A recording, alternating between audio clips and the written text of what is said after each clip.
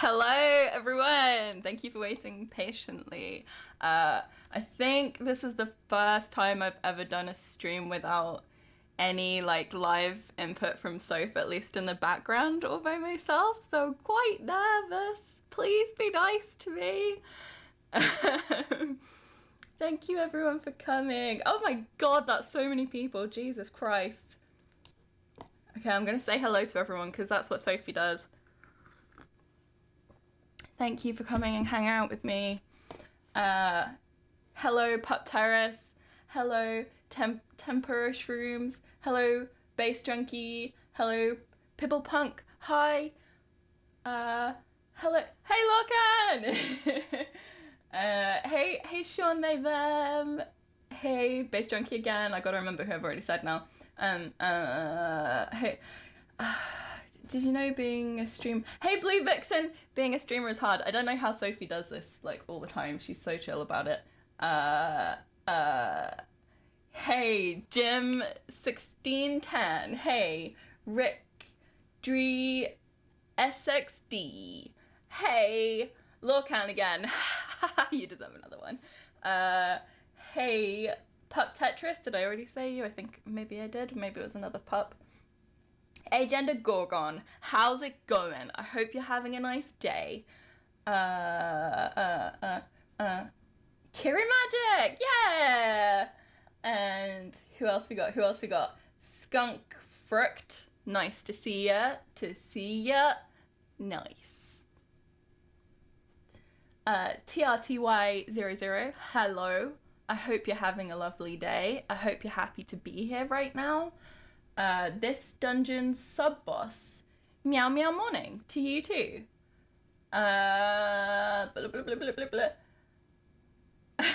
I'm glad people were enjoying the Sonic music. You gotta go fast. You just gotta do it. You gotta do it. Hero001, nice to see ya. Blah blah blah blah. Frongy Chair, hello. I'm glad you're enjoying the anticipation of Nat. I spent a little while getting set up because I was really nervous and I do get distracted. So, you know, it's okay. It's okay. As long as you're enjoying that anticipation, that's all good. That's what I want for you. Who else we got? Porcelain Giant, hello. Matt J. Crowley, hello to you. La la la la la. Ego Punk? Yeah, Ego Punk. Y'all chill with the furries? Sure, of course we are. Joe! Oh my God, Joe! Hello! I can't believe I'm seeing you here. Blue Vixen, thank you. Thank you, I am doing great. I'm doing fantastic. Is that everybody? Cosmic NB. Fuck yeah, I fucking nailed it.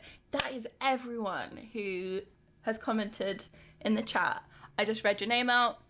I am honestly, I'm fucking proud of myself. I am nailing this streaming thing.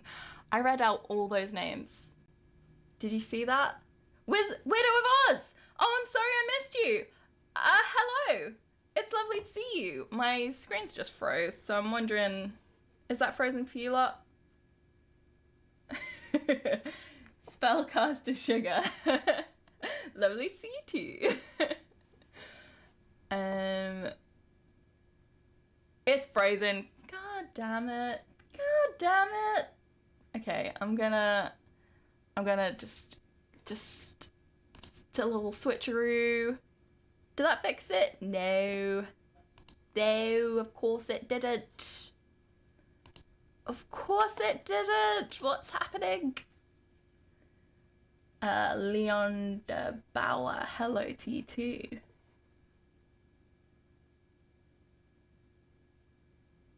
Freezy's doing it. No. Damn it.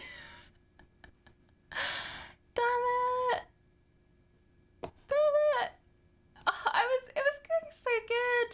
I was doing so well. No.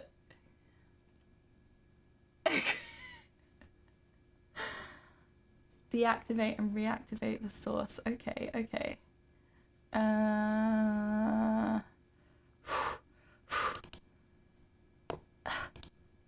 Deactivate. Activate?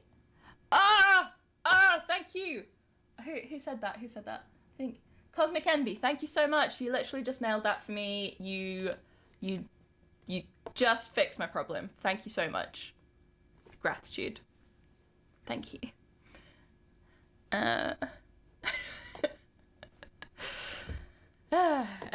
Okay. All right. Okay. Moving forward. Moving on. Thank you so much, everybody, for coming. So what I want to do today with the stream was, I watched the other day. There's probably going to be loads of context to have to explain what's even. This is British politics. I'm probably going to have to give loads of context to explain like what the hell is even going on, who any of these people are. But so David Baddiel is a British comedian who has kind of been in the media a lot lately because he wrote a book called Jews Don't Count, and he's been making a documentary series about anti-Semitism and what he sees as an issue with basically anti-Semitism being ignored as a kind of oppression, as a kind of racism in sort of mainstream liberal left anti-racist politics and anti-racist spaces. And there are things that I agree with him strongly on, and there are things that I disagree in ways that I think are kind of important and worth talking about. Basically, he,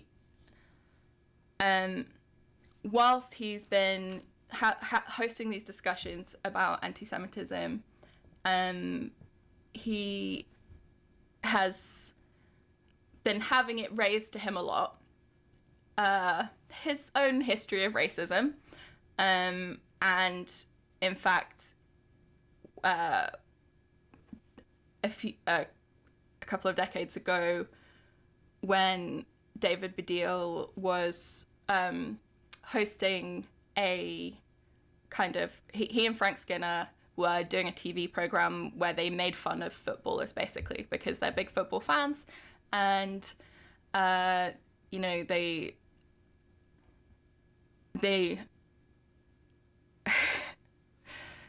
yeah, they took the piss out of footballers, but the way they took the piss out of Jason Lee was so Jason Lee is a footballer, and the way that David Baddiel and Frank Skinner caricatured him and made fun of him and mocked him on their show was obscenely racist. It was obscenely racist.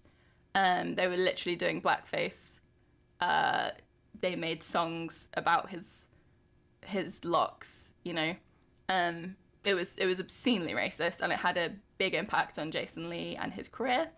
And so with David Baddiel doing so much work around anti-Semitism and necessarily anti-racism right now, a lot of people are kind of coming to him being like, why do you think you're the best person to talk about this when you have your own history of very, very ugly racism? And basically, like, why should anyone listen to you? And I think he makes some, you know, I agree with what he says in this video, that you don't have to be politically spotless, right? You don't have to even be a good person. You know, you don't have to be correct about other things for your experiences and understanding of a kind of oppression that you face to be taken seriously, right? Taken seriously on some level. And I agree with that, because we are not lucky enough to live in a world where the majority of oppressed people have the fullest class consciousness and solidarity across all borders of liberation in order to make a start on talking about their own oppression, right? Like,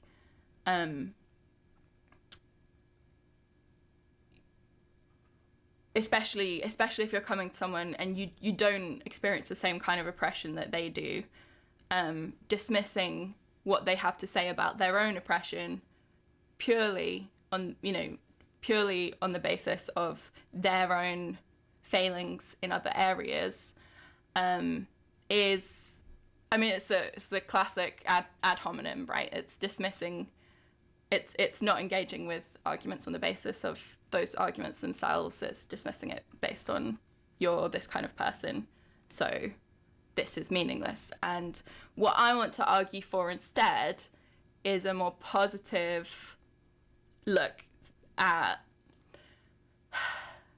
how, instead of saying this person doesn't have this understanding and so they can't speak on their own oppression, I want us to be looking at how important having solidarity across oppressions is, and encouraging like real solidarity, which I think David Baddiel has failed at doing in some big ways. And I think watching this video where David Baddiel goes on to Jason Lee's podcast 25 years after the attacks he made against him, and it's easy to read it very cynically, right? And I'm not gonna tell anyone not to do that, to read it very cynically in the way that David Baddiel has a show right now on television about racism, and he feels that in order for him to be taken seriously, in order for him to kind of clear his name, he needs to go on Jason Lee's podcast and apologize for the racist attacks that he made on him 25 years late. But I do think it's quite an interesting conversation that maybe we can have a kind of thoughtful chat about, and see what kind of learning opportunities there are in this conversation. I feel like I just like went on a little bit there. We'll see. I hope that made sense. I hope that made sense to people.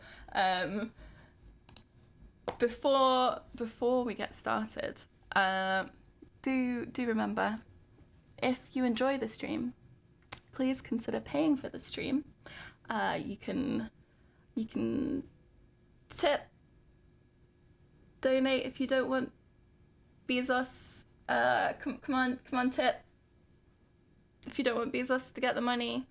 All that other stuff. Yeah. We are raising money right now to help pay for contributors to videos, and we've been lumped with a very painful tax bill, so it would be really nice. And our income has gone down a little bit over the last year, so cheers if you fancy it, and I will keep saying it. So, all right, without much further ado, let us, I just gotta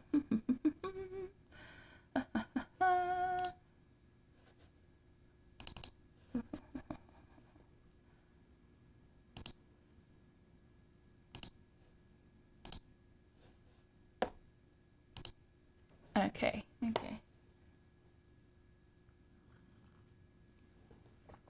Before I start, I'm just going to take a little look at what the chat said about what I was just saying, because I'm a professional streamer, and what you do when you're streaming is you say stuff, but also you look at the chat. You do those two things at the same time. You say stuff and you also look at the chat and see what they're saying, and sometimes respond to it. So I'm going to try that right now.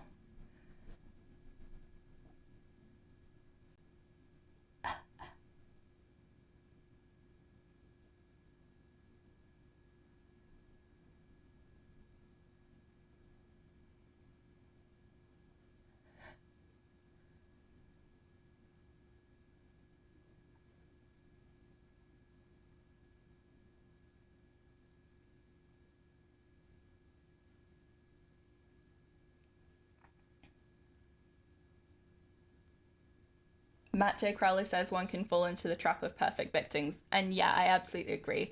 It is always important to recognize that, like, needing to have a perfect victim to talk about their oppression always hits the most vulnerable people hardest. Like, it always does. It's always going to hit the most marginalized people hardest, especially people who, you know, don't have the luxury of being perfect victims because they are living through fucking poverty and oppression and shit that gets them in trouble. So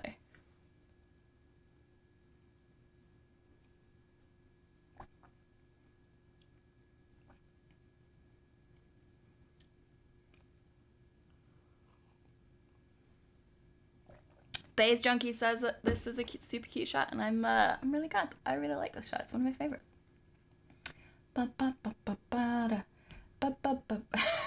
Sean them reading up a script, command tip, money, pay stream, fuck. Yeah. You guys, you know better than me. You not know. Money now. Me needing money a lot now. Yeah. I might just do that, honestly.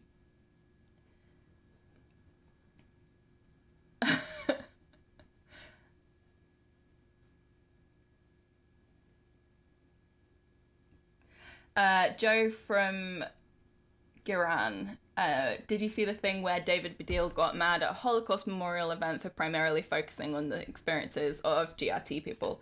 Yes, I did, and it made me deeply sad, and it's a big sort of prompt for me wanting to stream about this, and I'm thinking about making a video about solidarity, about liberatory solidarity, about how British politics has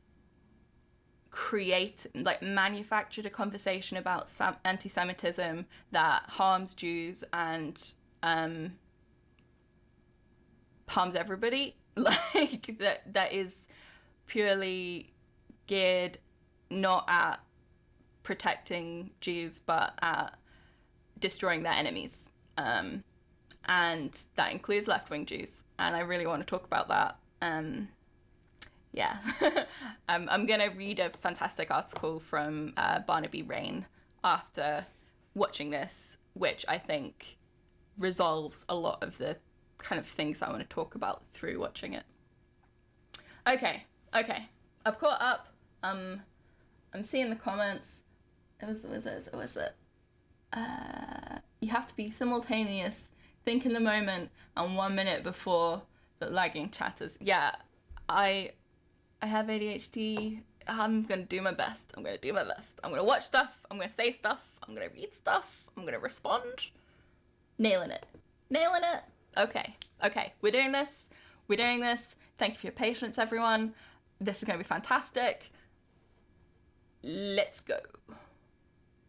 Whoa, that worked. You're gonna have to let me know if the kind of like relative volumes sound okay to you when we're watching this. So this is Jason Lee and David Baddiel discuss fantasy football blackface sketches on the Absolutely podcast. And so this is Jason Lee's podcast, where he talks a lot about sort of the solidarity work that he does. And I just want to say before we watch it, I think that Jason Lee's, I think this is a huge credit to Jason Lee that he made himself available for this, because just the extreme patience that he hosts this conversation with is just a massive credit to him. And like, I don't know that I could have done the same and under those circumstances, and just yeah. You'll see anyway. You'll see.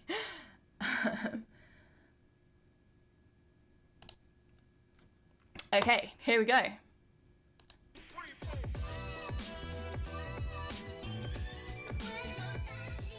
Yo, what's up? I'm Jason Lee. Welcome to the Absolutely podcast, where we're going to have those difficult conversations and we're looking for the win. Coming up, I get to speak to David Baddiel. It's been a long time coming, 25 years in the making, but we finally get to have that conversation. Tune in. David, great to meet you. I'm realising that I might cut off Jason Lee's head a little bit here, so I'm going to just Sorry for the sketches. higher up in the corner. Did on Fantasy Football, me and Frank Skinner in the 1990s. That you were at the end of. Alright, video a bit quiet. I'm going to put that up.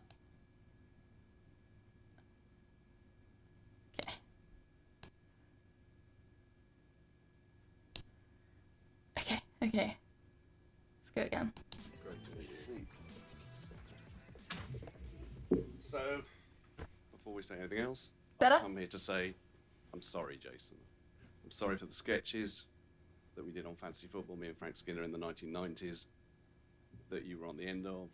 I'm sorry for wearing a costume and makeup that was racist. I'm sorry. I've said I'm sorry in print. I've said I'm sorry on TV, but there's something missing.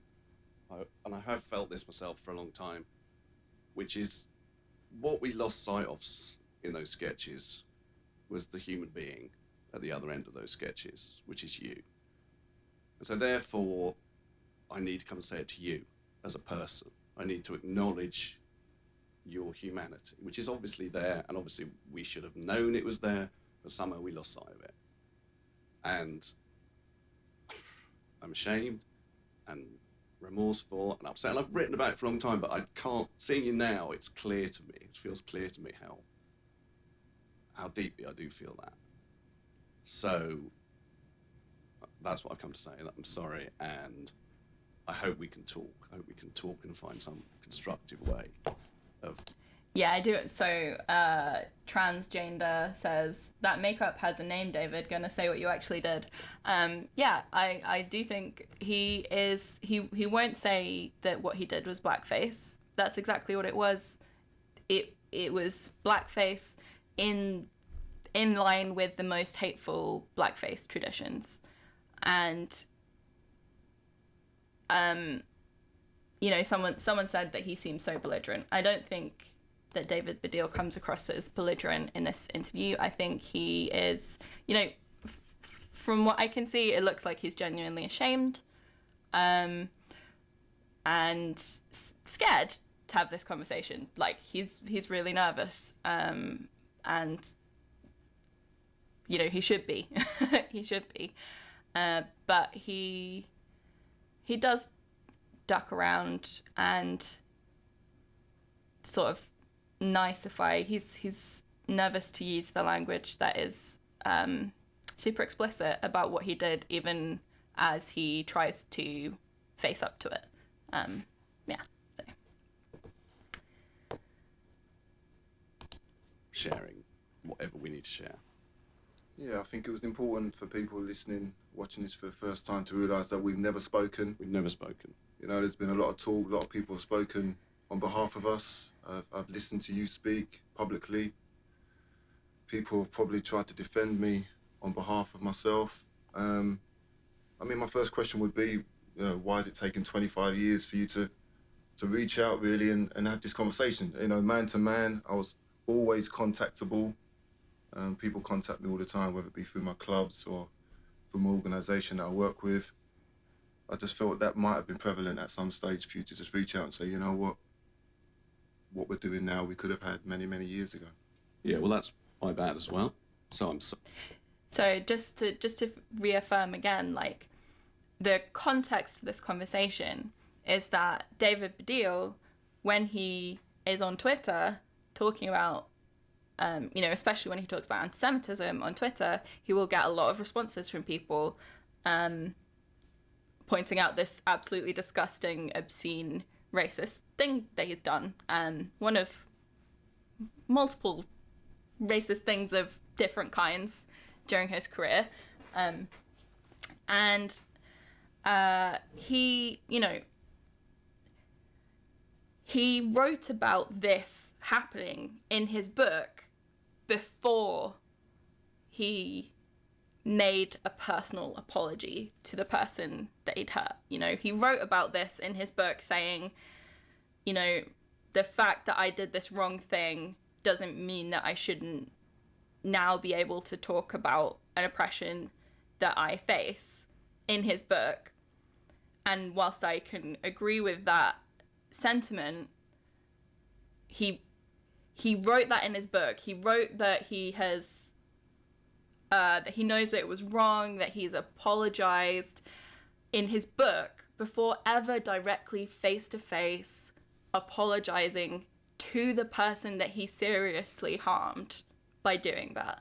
And, you know, I think there really is something to be quite ashamed of in that. And, you know, he's here now. I don't hope for them.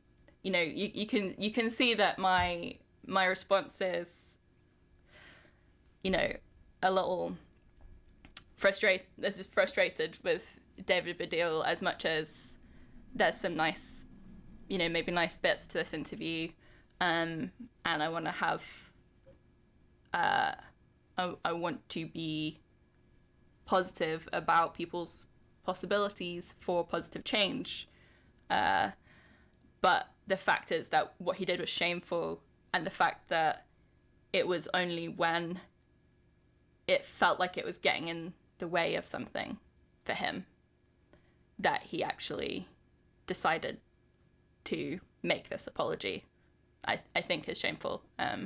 But I think he also does feel some of that shame, at the very least, from the way he talks. I'm just gonna... La la la la.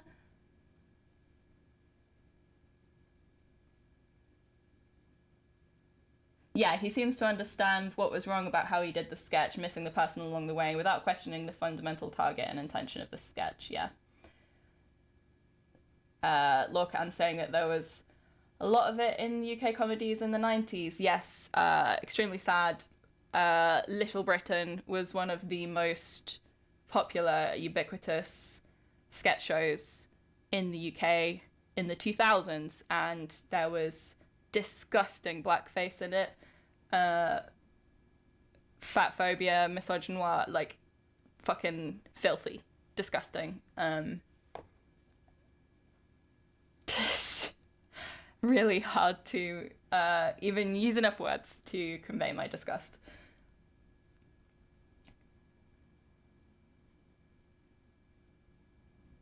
Frongy Chair saying, it reads as if he's apologizing for the first time on camera. It doesn't feel like they had a chat beforehand. That is true. They didn't have a chat beforehand. This is the first time that they've spoken to each other. You know, it's quite surreal. It's quite a surreal thing to watch. And that was what I found so striking about it, and why I wanted to have a little chat about it.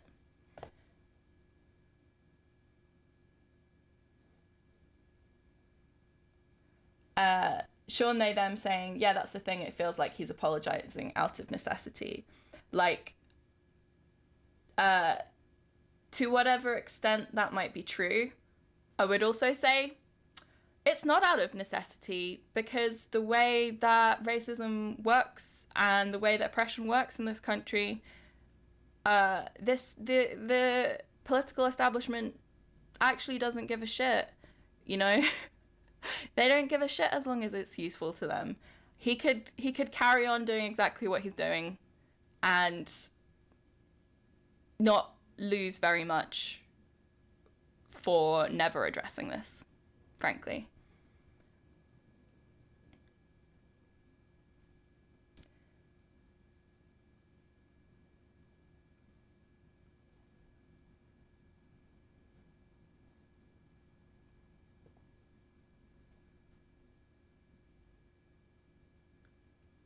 Okay, all right, let's get back to it.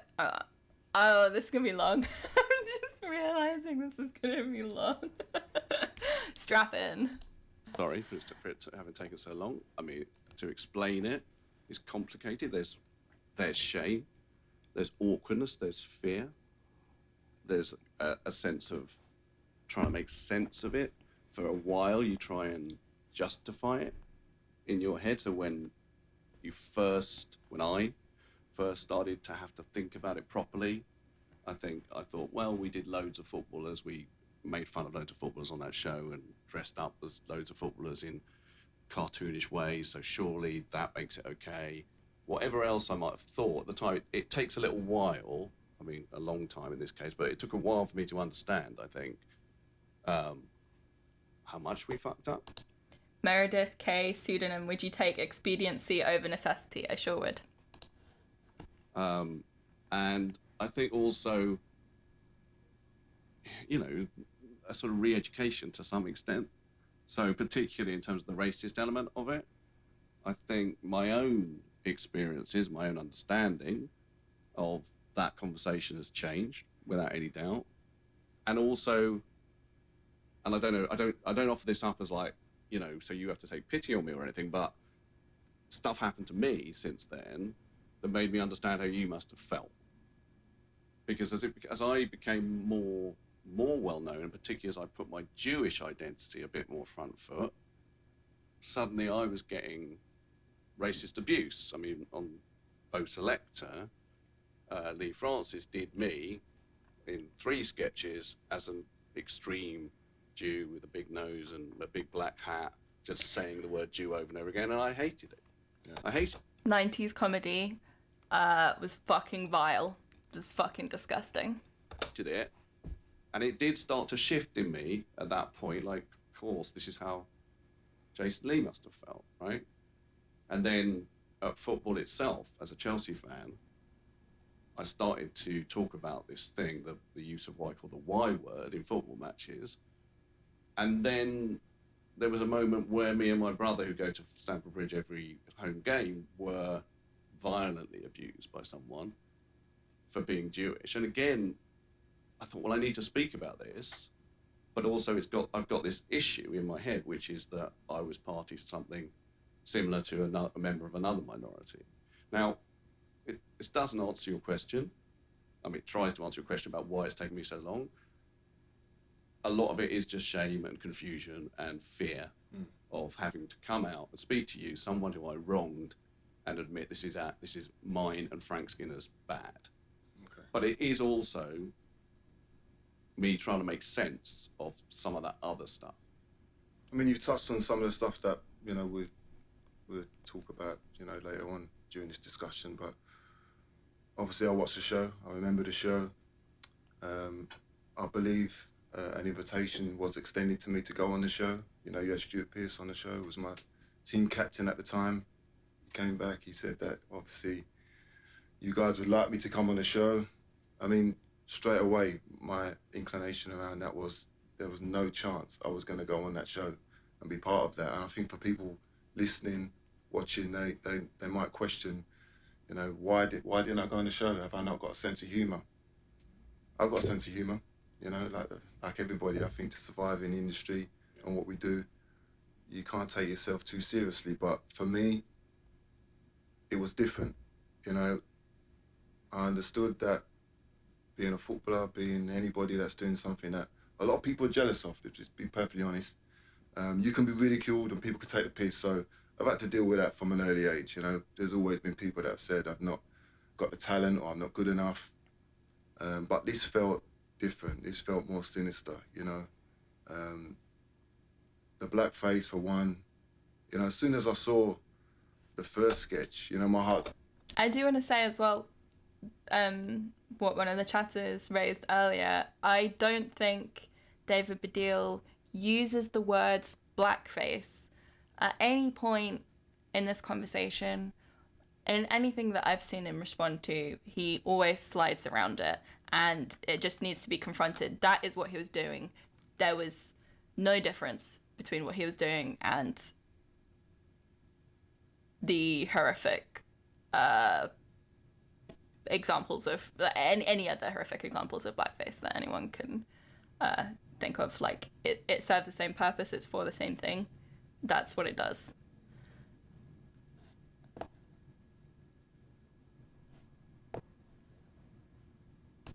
Dropped, I'm not gonna lie. I thought, wow, you know, this guy, you're taking the piss. I'm not gonna lie, you know, seriously violating me in every single way possible. the dreadlock situation, you know, culturally, I mean, I'm going to ask you the question, culturally, have you got any understanding of the importance of black people who wear dreadlocks? I have now, Jason. I think... It's a little thing, and I know it's just what you do when you're in a situation you're not prepared for, you're scared, like, you overuse, like, little affect things, but he keeps using his name in this really, like, we're on the same team, I'm on the same side, I want to be a friend kind of way. It's like,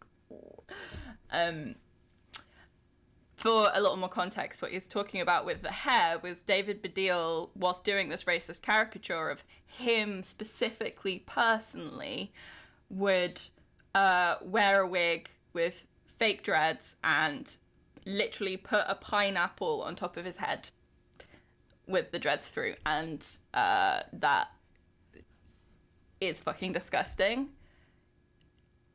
Ugly thing to do, and led to horrific racist harassment of him from football fans at his workplace. As I say, what was wrong in the thinking at the time was not to understand that the respect is due to that, beyond that we might have extended to basically white footballers. I think that was what we didn't understand. Again, like, I can believe that this is what he thinks, but it's not. It's like he's saying now, he's saying, we know now that wasn't just taking the piss in the same way as we take the piss out of other people, that you, like, as being black, deserved extra protection from this taking the piss, right? But so it's a subtle shift that's like, as a more sensitive person, now that I've learned about racism, I know that vulnerable people, marginalized people, deserve extra protection from mockery, making fun, all this stuff, right?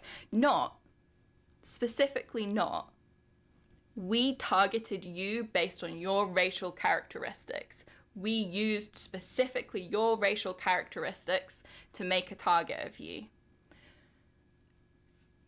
Like, if the way you, like,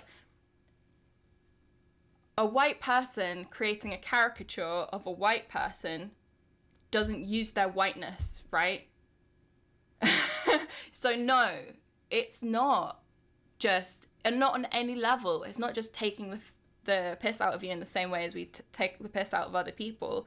It's specifically using the characteristics that signify your identity, your oppression, and reducing you to a caricature of those racialized characteristics. It's not the same thing. And he specifically just niceifies it, you know. This is how liberals speak about racism, and it's a failure, and it doesn't mean that David Baddiel, you know, that there can't be anything positive that comes out of this conversation for these two people, but it's a huge failure, and it's sad, and it makes me sad, and I think, you know, it's right to talk about how we can do better. We didn't understand that doing, you know, Glenn Hoddle with a massive head, or doing, you know, even stuff that is probably quite upsetting for them, like Peter Beardsley as Quasimodo or whatever, you know, that falls into the realm of taking the piss in quite extreme ways. Yeah, that's crossing the line, David. Yeah, no. For Peter Beardsley to be depicted in that way, you're looking at somebody's appearance and identity, and I know for a fact he would never took kindly to the fact that someone was, I agree with that, you know, Jason. was doing that. I completely agree with that. I agree with that, Jason. Too much. I mean, the thinking at the time, which is not, I'm not offering this up as a defense, I'm trying to explain what. And I do want to say as well, like, liberals, you know, I don't just want to dismiss someone, like, any reality to someone's earnest feelings about this, right? I don't want to dismiss that David Baddiel really feels these ways, that he feels shame for what he did, that he feels like anxiety in coming into this conversation, that he feels a strong desire to like make some kind of amends. Like, I don't want to completely dismiss that. I do want to recognize that the ways that liberals talk about racism are extremely limited, and you know, like, when you're nervous, you're not going to say the perfect thing, but I do think that the effect of the kind of language that he uses at the same time as he is trying to demonstrate that he understands the severity and the harm of what he did does also like undercut how malicious what he did was. Thinking at the time, I think, was that show was a show more like a fan show than like a pundit show. And because me and Frank are football fans, we'd... Sophie says, "Hey Bunny, I'm watching your stream." Hey Sophie, I hope you're enjoying it. I'm gonna get really nervous now. I'm gonna start screwing up. Not fucking hell, 96 viewers, and I'm chugging along. I'm a choo-choo train. So Sophie comes into the stream. I'm just a blushing little sweating mess. I'm just okay.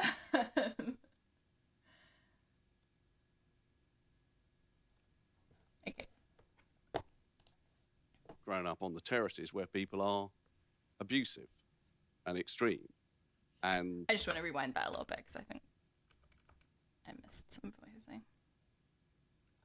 The thinking at the time, which is not, I'm not offering this up as a defense, I'm trying to explain what the thinking at the time, I think, was that show was a show more like a fan show than like a pundit show.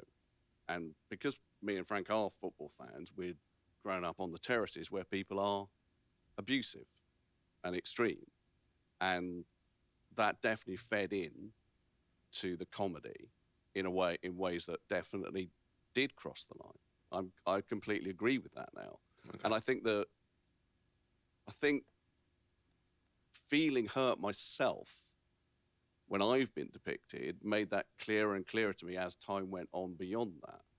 But I'm not offering any excuses. I'm offering it up purely saying, okay, so we thought this, that made us lose sight, again, of the human beings. I agree with you about Peter Beardsley. And I agree with you, by the way, that there's a racist component to what we did with you, and then there's a bullying component. That's important. And No, you know why that's important? Because not nearly enough people would probably agree with you on that fact. And the fact that I work in an EDI space and I'm prepared... Just pausing to say, enjoy your chips, so...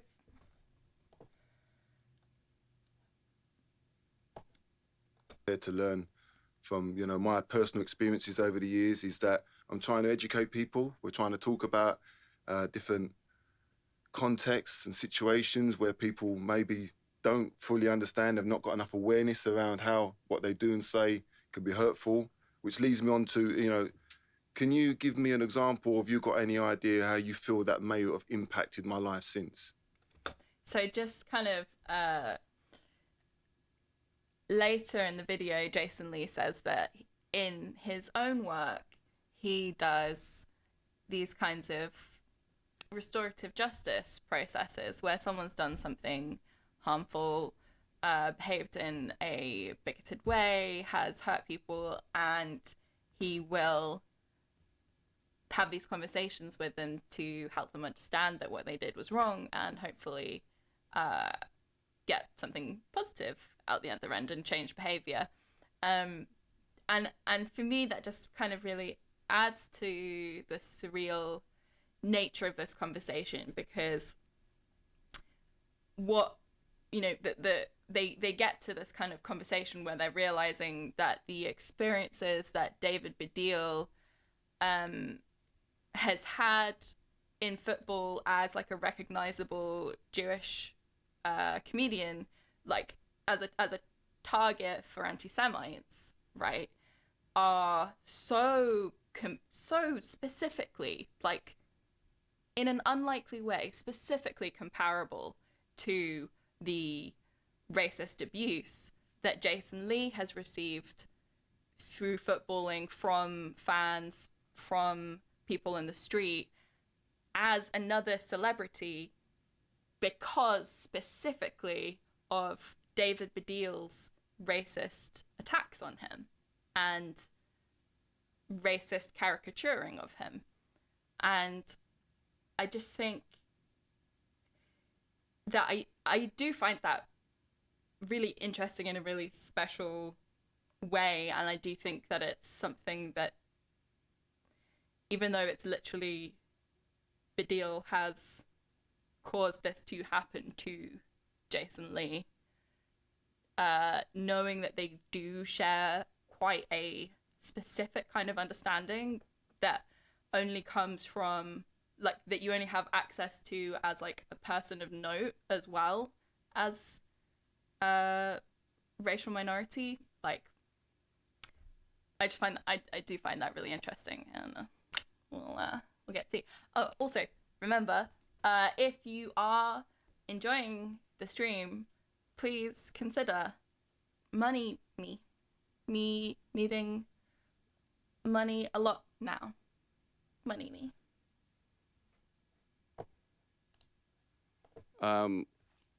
What happened to you? How it may have impacted your life since? Yeah, how do you feel that sketch Well, has impacted my life since?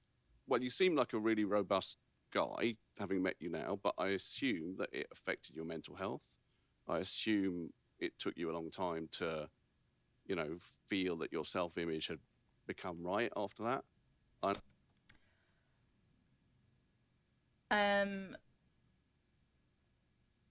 Space Junkie says racist component, more like racist compartment.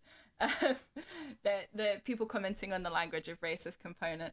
I just want to know that when people are uncomfortable and they're talking about something they feel like they need to be delicate about, their instinct is so often to use more words.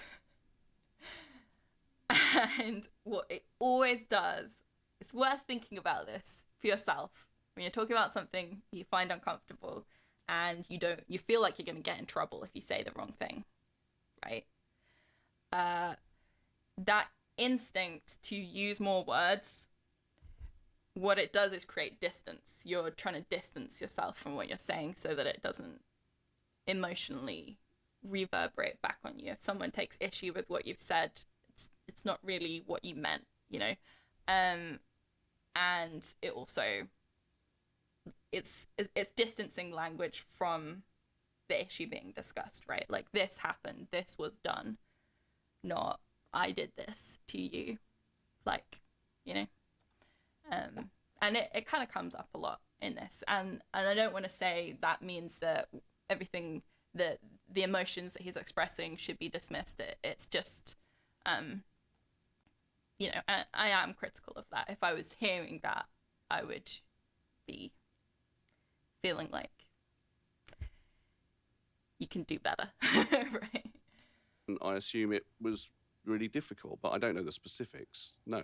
Okay, well, it's important for me to ask. I'll answer that question for you. I mean, you know, I worked extremely hard from a young age, from the age of 16.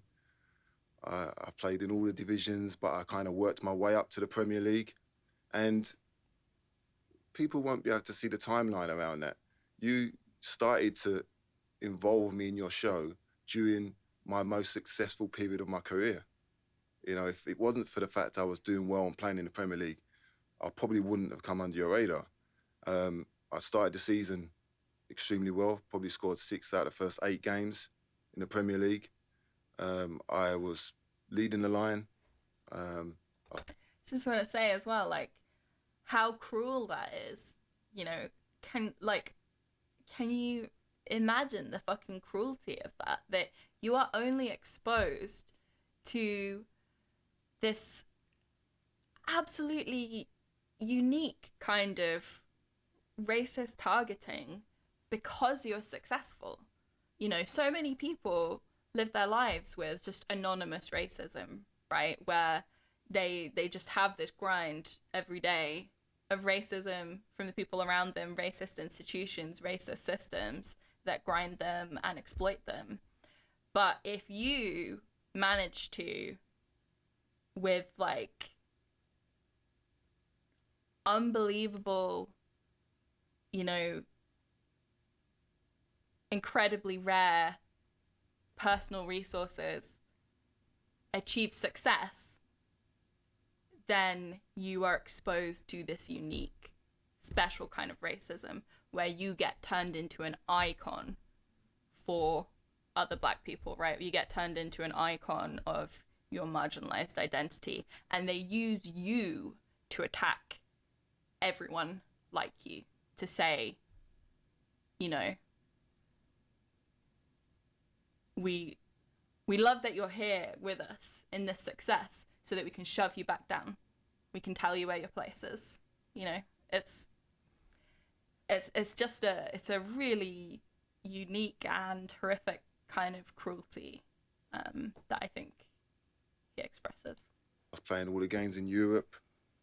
You know, I was Nottingham Forest's main go-to in terms of a striker. And some of the sketches, I mean, this is where we can manipulate anything that we watch. I can remember a sketch with Everton where you had behind the goal, you kind of made the whole width of the pitch a goal shape, you know, and you used a bit of footage which showed a shot in that game where I spun a shot off that went wide. I actually scored in that game and put in arguably a man in a match performance. We won the game, I scored, but that's what we focused on. So that's what people remember. And I think the biggest problem for me over the years has been I'm trying to reclaim and trying to show people that, you know what, I'm not a clown. Yeah. I'm not a joke figure. I'm someone to be taken seriously. People that know me know that's not me, you know, but those that don't know me, and this is what I have to deal with as well, is the, you know, the microaggressions, you know, people that meet me for the first time. Right. You know, can you imagine somebody that comes up to you, they don't know me, and they would address me as, "Oi, pineapple head," yeah. Or, "Are you the guy that used to have a pineapple on your head?" And I'm like, hold on a minute. Let me correct you straight away. No. Actually, I had dreadlocks, which I tied up just to play football. It was only when I was playing a match day that I wore my hair, you know, tied up in that way. So straight away, I'm on the back foot. Straight away, I have to assess the situation with people. Are they trying to demean me? Are they really that ignorant that they don't understand that what they're saying is going to be offensive to me? So I have to really assess it, and also the situation I could be in. So I could be on a crowded tube. I go to a lot of football matches. I do a lot of work around football. Mob mentality. You say you're a fan, you're part of that element. You help fuel that aggression, which supporters tend to just, it's their go-to mechanism. You know, that herd mentality. If one says it, two say it. Before you know it, you've got a whole carriage of people that have recognized me, start singing this song. Yeah. Where am I supposed to put myself? What am I supposed to do? Also, you know, there's been so many situations, but also when my children were young, which was around that period of time. Just want to say, it gets even worse after this, but I cannot fucking imagine how draining and demoralizing this shit would be. And like what he's about to say next is even worse, but it's just like the incredible strength that it takes to get past something like that, and to sit down with this guy who's done that to him. Like, just enormous respect for Jason Lee for, you know, even wanting to have this conversation, and the enormous patience that he demonstrates. I know for a fact it impacted my children. I could be walking down the street with my wife and my young children, and people might shout across the street. You know, what are they shouting? Why are they shouting at you, Dad? I'd have to explain to them, you know, come on, it's all right. They don't mean anything by it. So I'm always having to... Bass Junkie saying, I don't understand the pineapple thing, and maybe it's better I don't learn. Yeah, it's stupid racism. It's lazy, ugly. It's, you know, this is what I'm saying about saying things like David Baddiel kind of making out in some way that what he actually should have exercised was an excess of caution towards a marginalized person, rather than the reality of what he did was a targeted attack on that person's racialized features, right? On that person as a member of that race. That's what he did. So the pineapple thing is presumably just fucking like word association bullshit, like black people, Caribbean, exotic fruit, pineapple head. It's that dumb. It's that nothing. It's that ugly. It's like, it's obscenely racist. It's 4chan level shit. Like, assess the situation. And I'm going to be perfectly honest, people that know me, people that may see me or have seen or heard this, I've not always responded in the way that people expect me to respond. Because I'm a human being. You know, why should I tolerate that? You know, when I'm playing football, pretty much as an athlete, you focus, you just concentrate. The best place for me was in the centre of that pitch playing football. It coincided with me losing some form, which happens to everybody. I had to really kind of regroup. I think it put the manager under pressure at the time. He had to look at me and decide whether I was going to continue to play in the team or he was going to take me out. He took me out. I wish he didn't. I wanted to really plow through it and work my way through it. You know, this is the horrific, like, it is the horrific irony of David Baddiel's whole kind of point, and he'll try and say that that's not what he's doing, but he does consistently do this. As you know, he wants to express in this interview that his narrative with the Jews Don't Count book is not about bringing down other minorities and trying to like leverage up on them, but it's about wanting to act in solidarity. But he is consistently trying to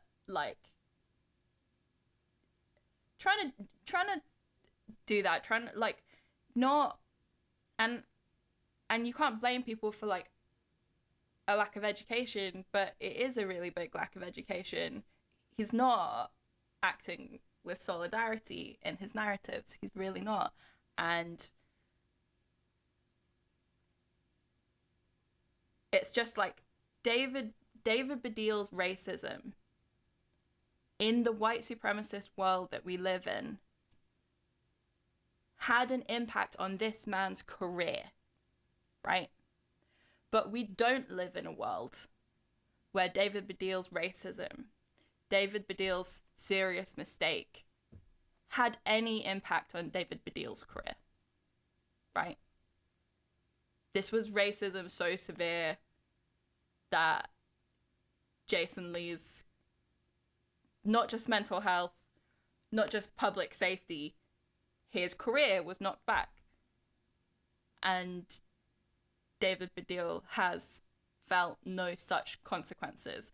The only consequences that David Baddiel is compelled to face as a result of the horrific racism that he directed at this man is the discomfort of seeing people raise it with him, right? The discomfort of seeing people say, you did this. Yeah, I'm sure that's kind of uncomfortable. It doesn't compare. We live in a white supremacist world. The Nottingham Forest fans to this day have been incredibly supportive, you know? But you knew the difference when you was around away fans. You just felt it in a completely different way. So leading up to that stage, as I said, I had to deal with different elements, just racism.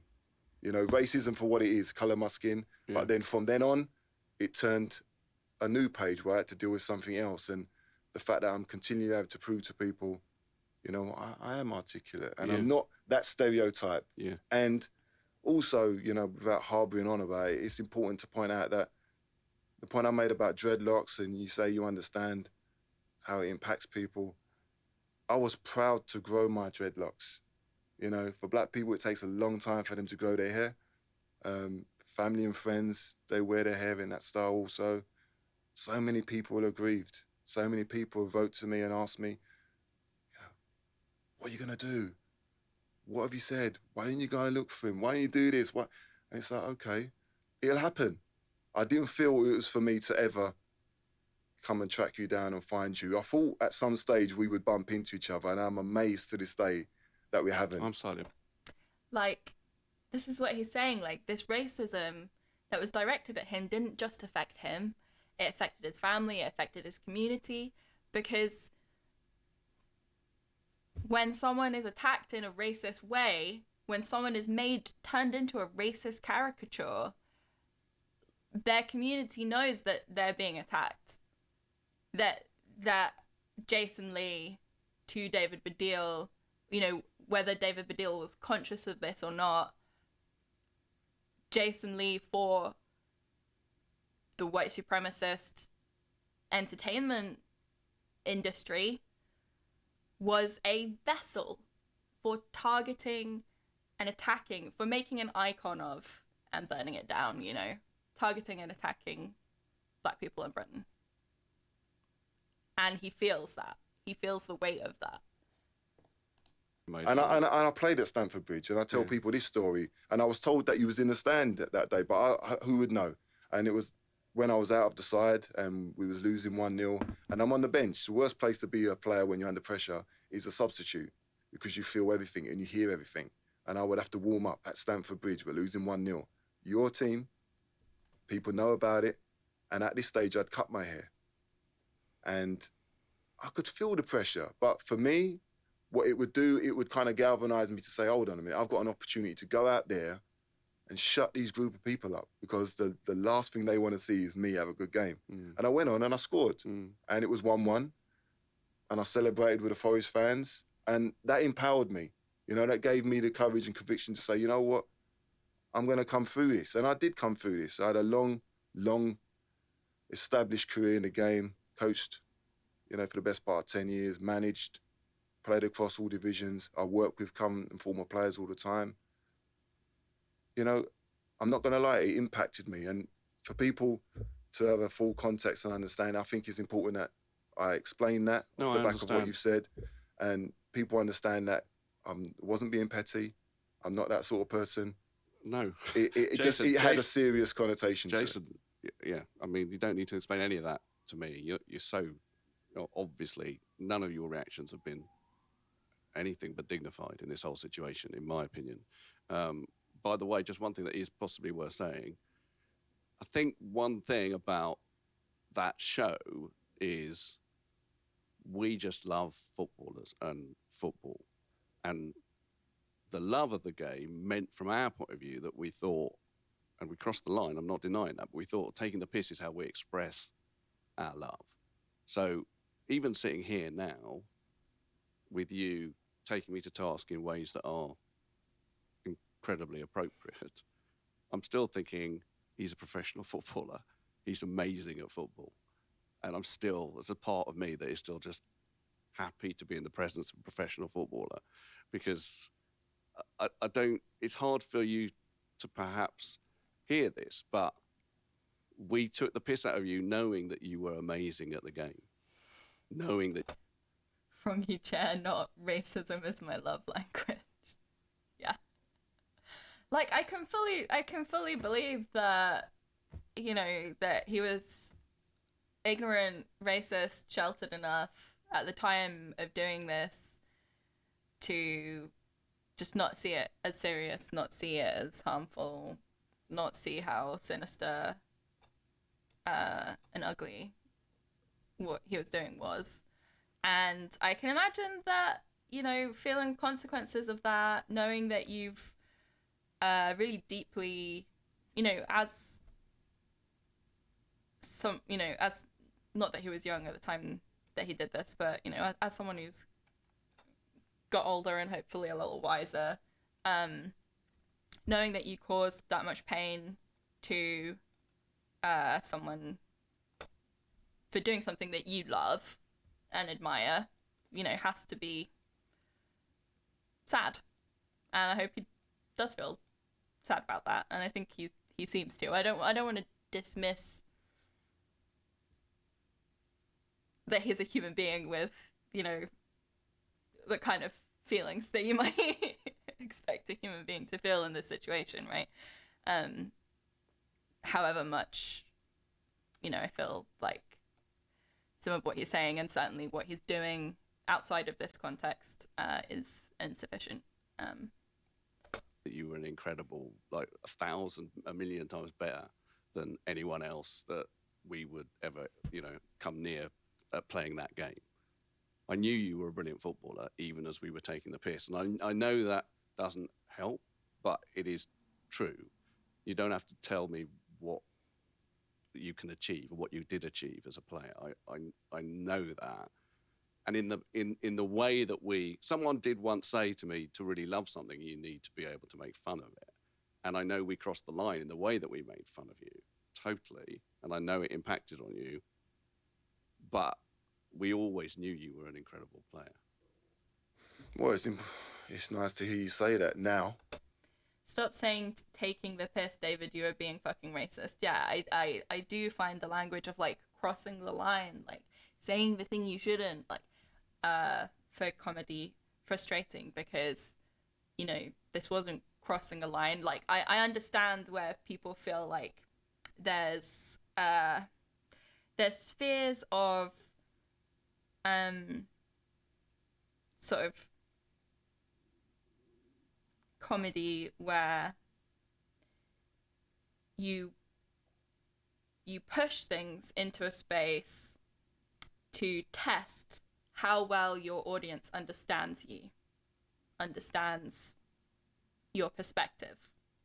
And if you do it really well, you can bring them through complex, difficult things. And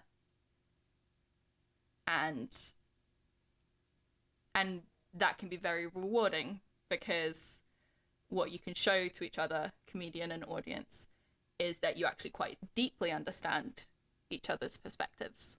And that can be, you know, I think that kind of bonding and sharing is a big part of what comedy is for.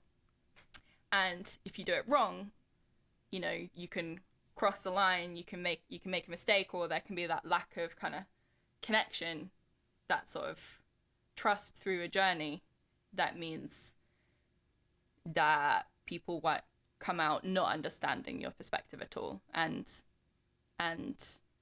thinking that you mean to say something that you don't. That is not what happened. That is not what David Baddiel did. He didn't cross a line. He made a targeted, racist, violent, disgusting attack on Jason Lee. You know, he didn't cross a line. He made a targeted racist attack.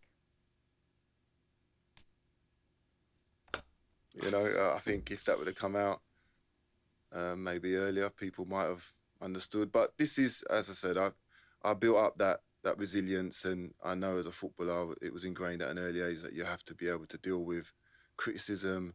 So that was never an issue for me. I could deal with whatever was thrown my way. Didn't mean I should have to deal with it. No. You know, but it was fight or flight. I had a choice. I was at that game, by the way, and I saw you score. And I just thought he's brilliant. I just thought he's obviously brilliant. He's obviously a brilliant player. That's all I thought. But I wasn't. I was too scared to do what I'm doing now, which I know has taken too long. I just have to keep saying that this whole conversation is so surreal because of the like unique kind of like media roles that both these people have. And so like you can just kind of like vividly imagine like David Baddiel being a racist troll on his show and then feeling like I don't even know what I'm trying to say, but it's like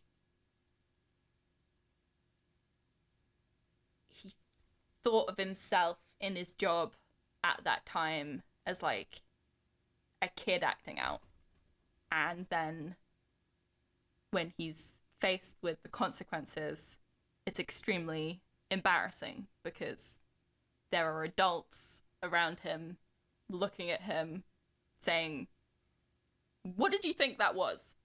What did you think would happen? Why did you do this?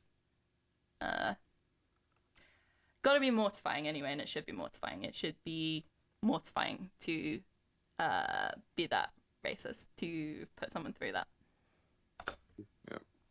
So whilst you was at the game, was people looking at you? Was people asking you anything? I mean, I think so. I'm playing the game, yeah. and you're there, and we're linked. Yeah, I think they were, but not in any other way than making like a sort of weird kind of self-consciousness about, oh, this is Jason Lee and you're David Baddiel, and there's He's this fawning weird instead of connection between apologizing or doing Just better.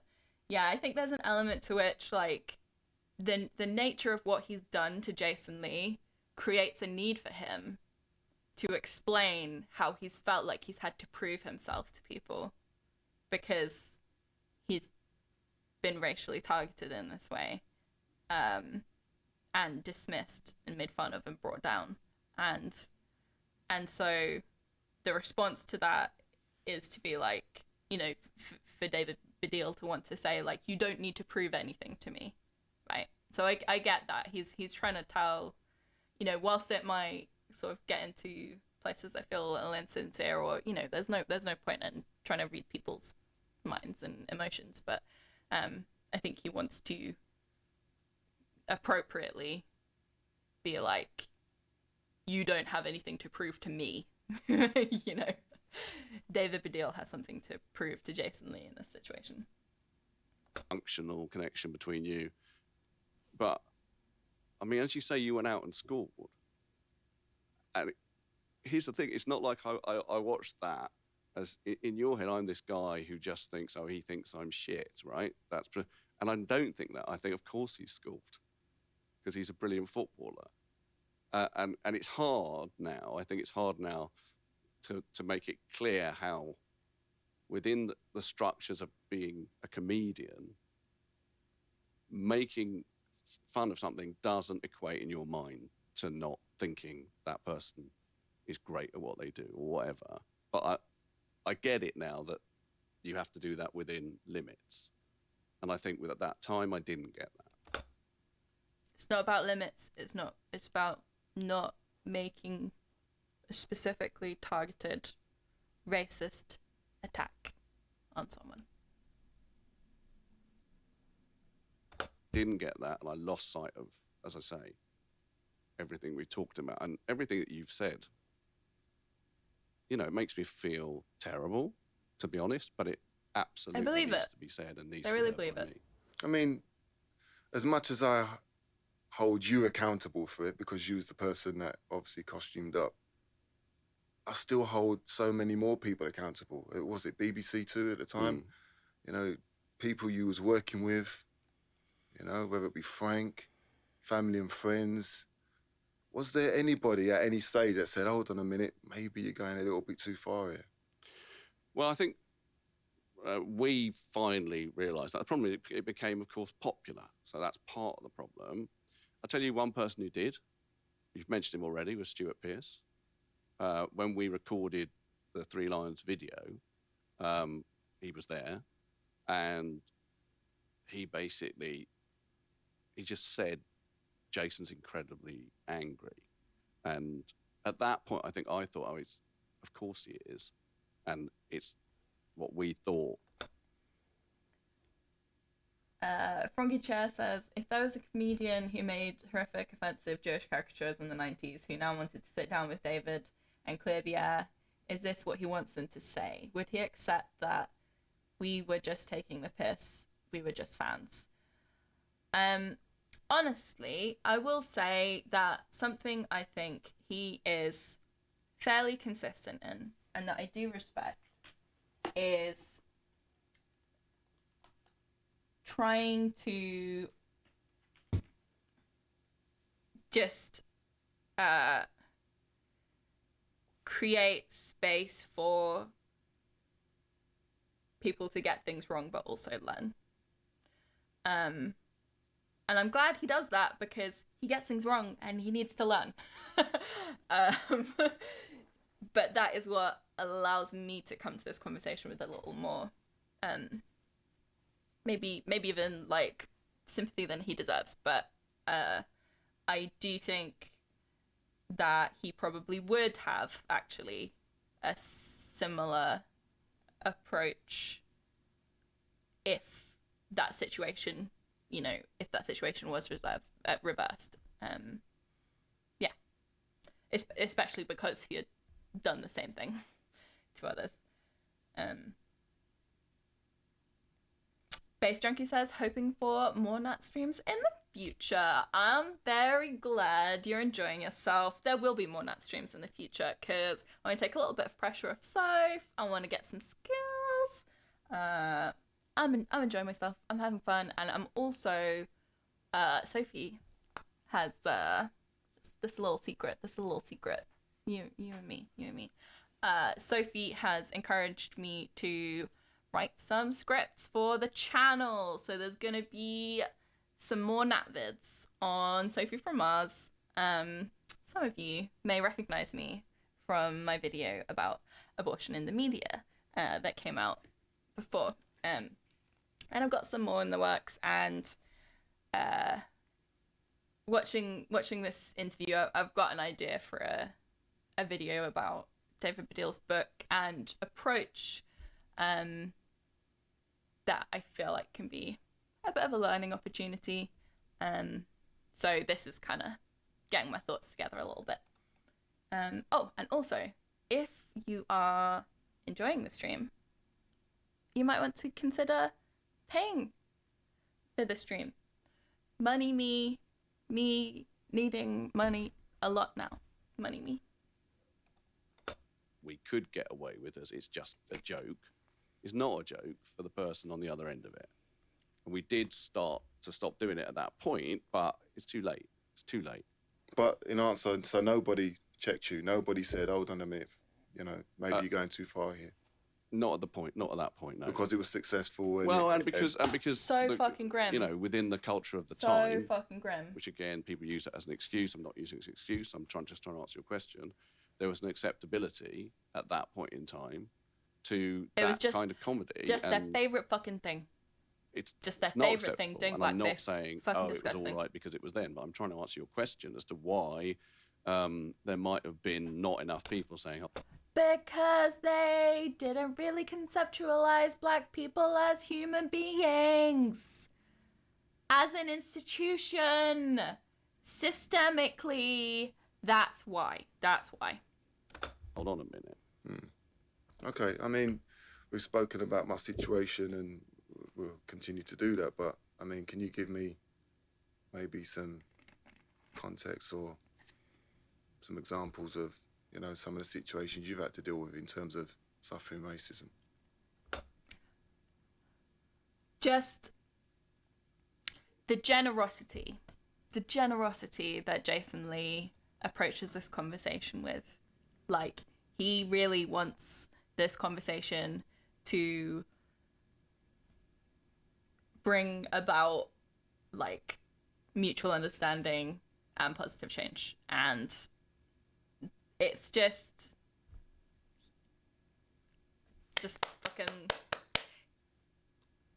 huge fucking respect. Incredibly generous approach. Well, yeah. I mean, so the reason that I'm wanting to talk to you within the context of this documentary, I mean, I've read your book, by the way. Right, thank you. I want £6 back. Yeah, I'm giving it to you. Definitely. I'm going to read his book.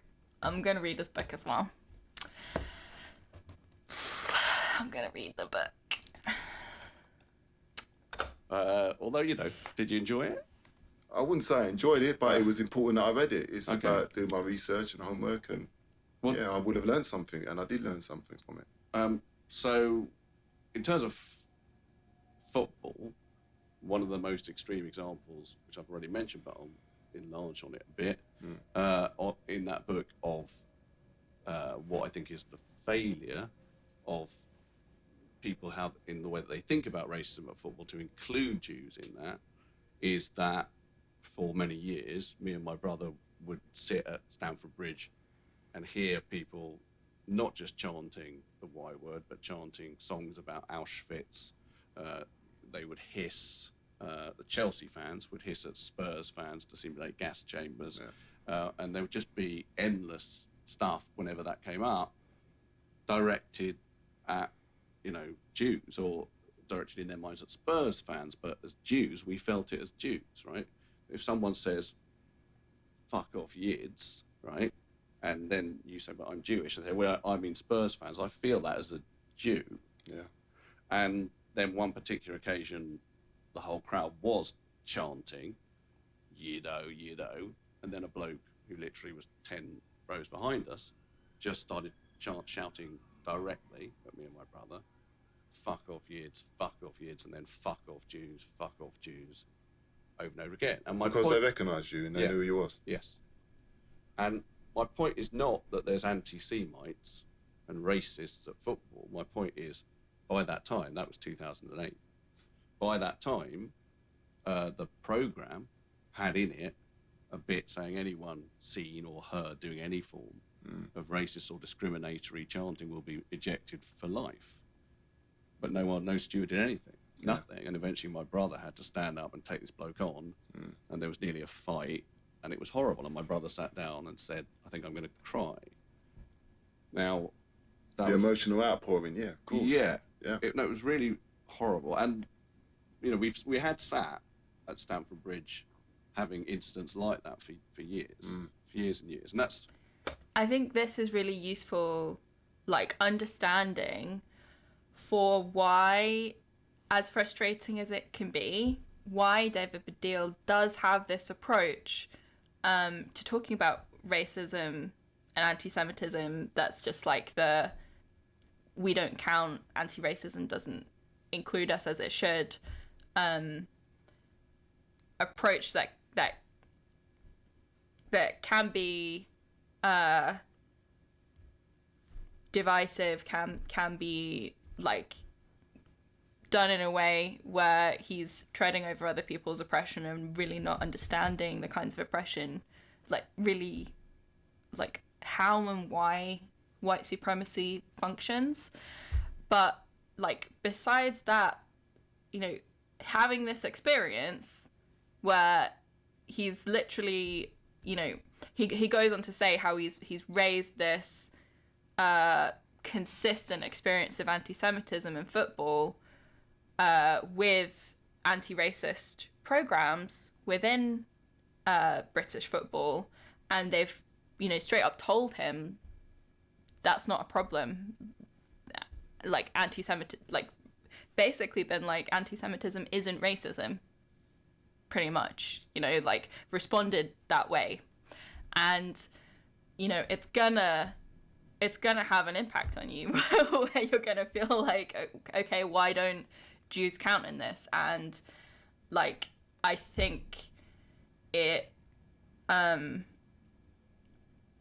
this is what I hope to do in my video, create a conversation about this that leads to more solidarity, not less. Basically, that's my frustration with David Baddiel, is that while I completely understand the perspective that he's coming to this conversation with, his approach, a lot of the time,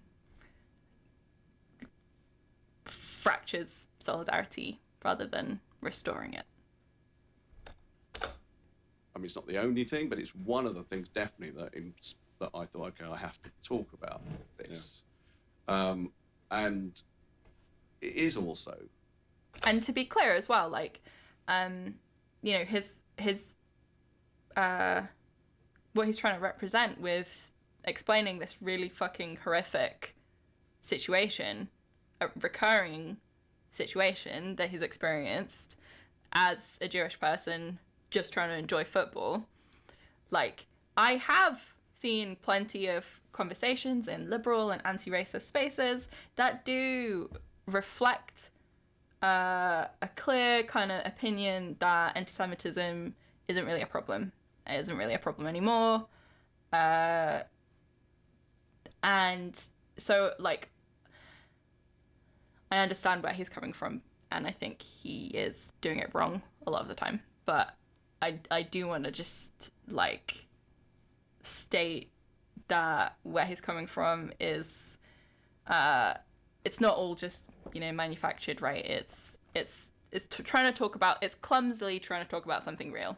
That's what he's trying to do. He's quite clumsily trying to talk about something real, and it's something real that affects, you know, gypsies, Roma, and travelers in this country really badly, because, you know, they tend to be marked, read, understood as white, but they do have a specific ethnic identity, and they are specifically discriminated against and oppressed on the basis of that ethnic identity. You know, people recognize names. And they have a really, really, really hard time gaining any kind of access at all to the different kinds of communal, social, infrastructural tools that have been developed in this society, this kind of politics to fight racism, right? Or to tackle conditions of inequality and discrimination and prejudice. Definitely part and parcel of me coming to understand how wrong it was what happened to you. That's usually the case with people. I know. Once they've experienced that, then they've not really got a full understanding of how it can affect other people. It's interesting and kind of weird how, you know, we have experienced something similar, which is being well known, being on TV, and then having an ethnic identity suddenly means that people can use it against you. The man shouting "fuck off Jews" at me is doing it because he's seen me on telly and he's seen me talking about being Jewish and feels empowered to do that. Yeah. Right? So I completely understand how wrong it was to do that to you, to put you in that position, to make it worse for the racists that exist anyway. That's the point. Yeah. I make it worse for you. We know that there's racists at football.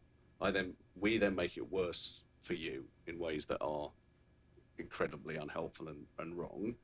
But I know it anyway, because what I know is there's racists at football who don't like Jews, and the football establishment is not helping that by saying, yeah, we really want to kick out racism at football, but we can't even hear this particular racism. Mm.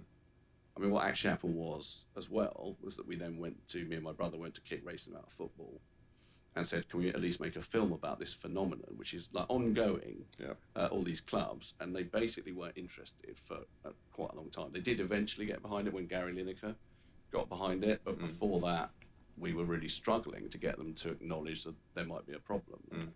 It's like when you have had that experience of trying to raise anti-Semitism as an issue at all, when you're facing like really extreme anti-Semitism in these situations, like just being shut down and told that it's not a problem, that it's not, you know, it's not their responsibility, that's not the venue for it. Like you can see why he starts with the questions that he starts with, you know, that why he comes to things from this perspective. And I just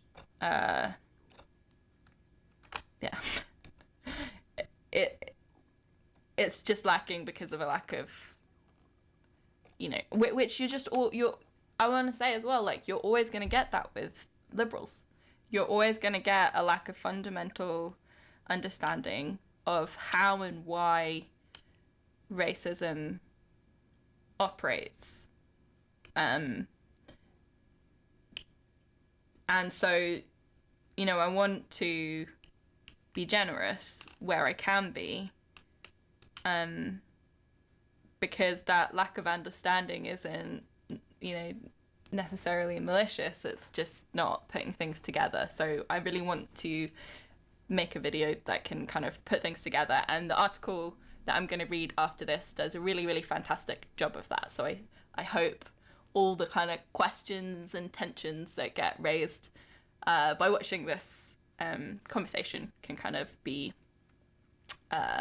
resolved a little bit by reading the article afterwards. I mean, have you ever considered the fact that it might not be the message, you know, it's the person maybe delivering that message, i.e. if you're going to kick it out, who may well be predominantly black people who would maybe know, you know, your history. Maybe they wouldn't take you seriously, but they certainly would take, you know, the anti-Semitism seriously. So maybe that's been a hindrance to you to... Well, it's definitely been a hindrance to me. I don't actually agree with you as regards that particular moment, because that particular moment, they straightforwardly said, we don't think this is a problem, not you. They said, we've got this campaign and that campaign and this campaign, and we don't think this is a... And I just want to point out here as well, like, Jason Lee's response to David Baddiel is basically one of a kind of disbelief that the institution could be so ignorant as to not understand, like, the seriousness of the anti-Semitism that Baddiel is describing there, and their responsibility against racism to deal with anti-Semitism. And, you know, there just isn't actually a broad understanding of anti-Semitism in British politics.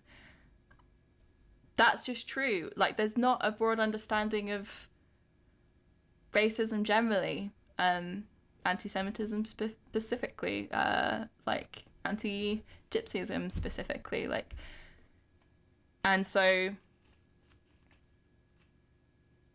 in this conversation, like, Jason Lee doesn't have that awareness of even the idea that bringing this level of serious anti-Semitism to a board that has the role of fighting racism in football, like David Baddiel describes, Jason Lee doesn't have the sort of experience to know how they could even reject that, right? How they could even reject that information and reject their responsibility to act on it. And so he's responding, like, a little naively, right? Not understanding how actually significant there is a lack of understanding and action on anti-Semitism. Not to say that there is, you know, in the ways that Baddiel does, you know, where I take issue with him, does really try and compare and contrast to make the case that, like, people take other kinds of racism, like, more seriously, or, like, do better on them. You know, I don't think that's the case. I think that the British institutions, British media is horrendously racist, and the quality of conversation and discourse about racism is on the floor. It's not good. It's really bad. And that's, you know, that's true for everyone. And so picking fights and being like, oh, you wouldn't say this about this group, you wouldn't say this about that group. People do fucking say that shit about all those groups. Are you kidding me? They say that shit about all those groups. There is no fucking point in going up there and being like, oh, you wouldn't say this about them, or you wouldn't say this about them. Solidarity, babes. Solidarity. They say this about you so that they can do this to them. They say this about you so they can do this to all of us, right?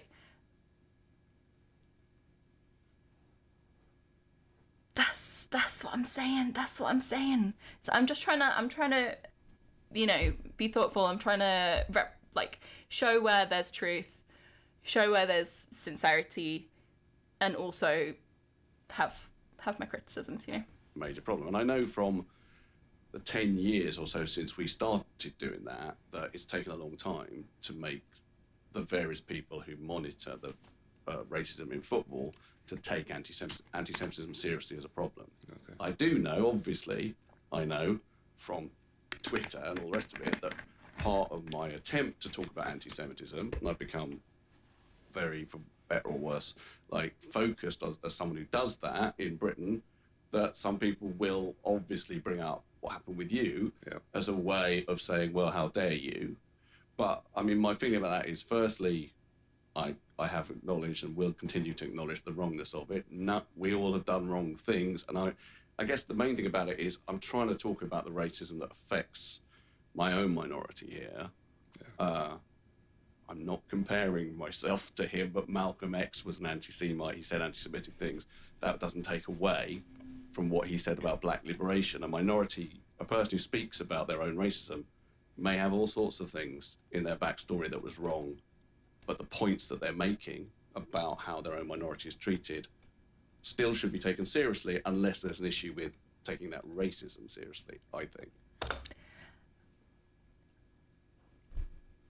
He may have said it in kind of a cringe way, but I do agree.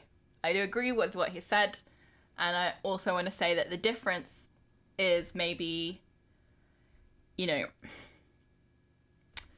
the British media establishment has given David's perspective on anti-Semitism and racism and anti-racism and the left institutional backing with his program, Jews Don't Count. And while there may be, you know, lots of really significant, important truth to what he's saying, that like, and you know, whatever failings there are, you know, that doesn't dismiss those truths, that doesn't dismiss, you know, his humanity, his feelings, his context. The concern is not David Baddiel needs to do better. David Baddiel, like, is wrong and must be corrected. Like, you know, he's one guy, right? He's one guy. He's a liberal among many. He's telling his story the best way that he can, which is all any of us can do. And, you know, but at the same time, it's the concerning the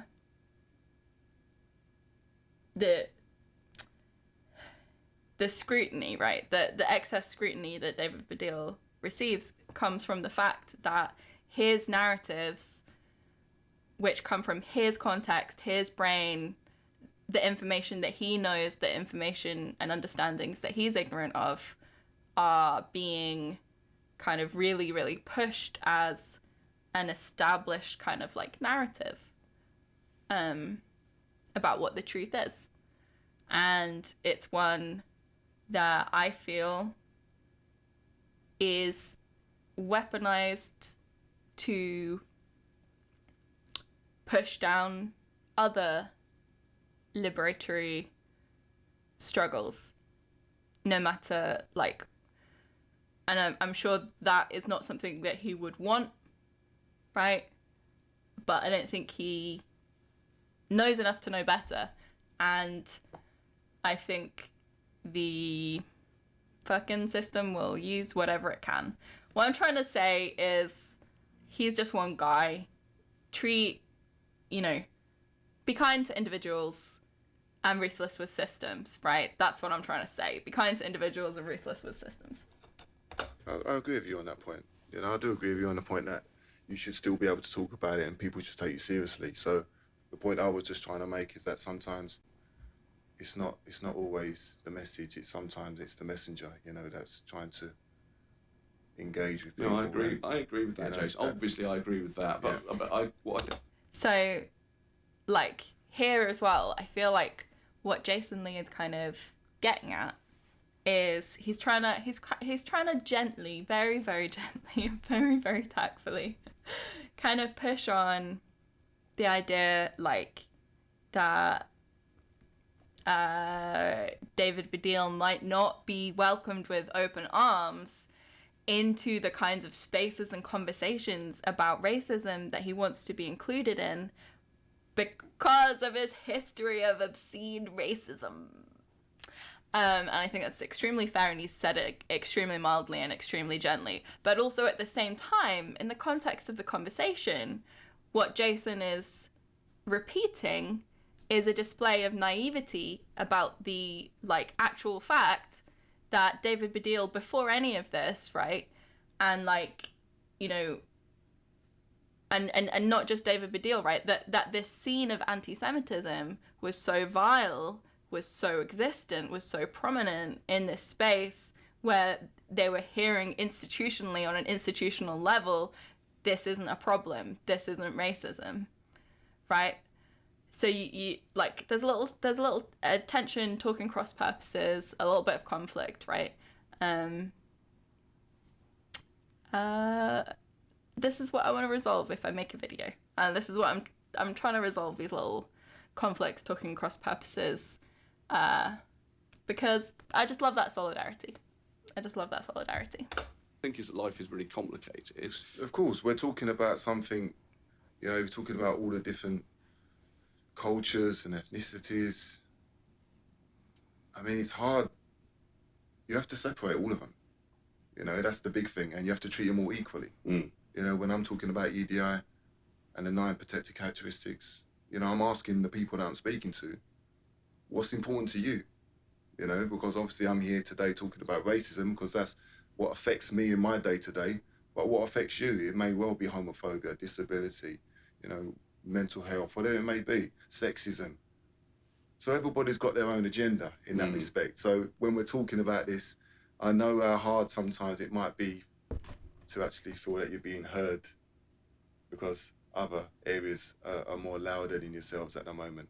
You know, in terms of yourself, and I know you're doing, you know, a documentary. See, that's you know, he's being very gentle, he's being very mild, he's being very diplomatic, but he's trying to say, like, you know, I think maybe sometimes you gotta act in solidarity rather than sort of trying to push over each other, right?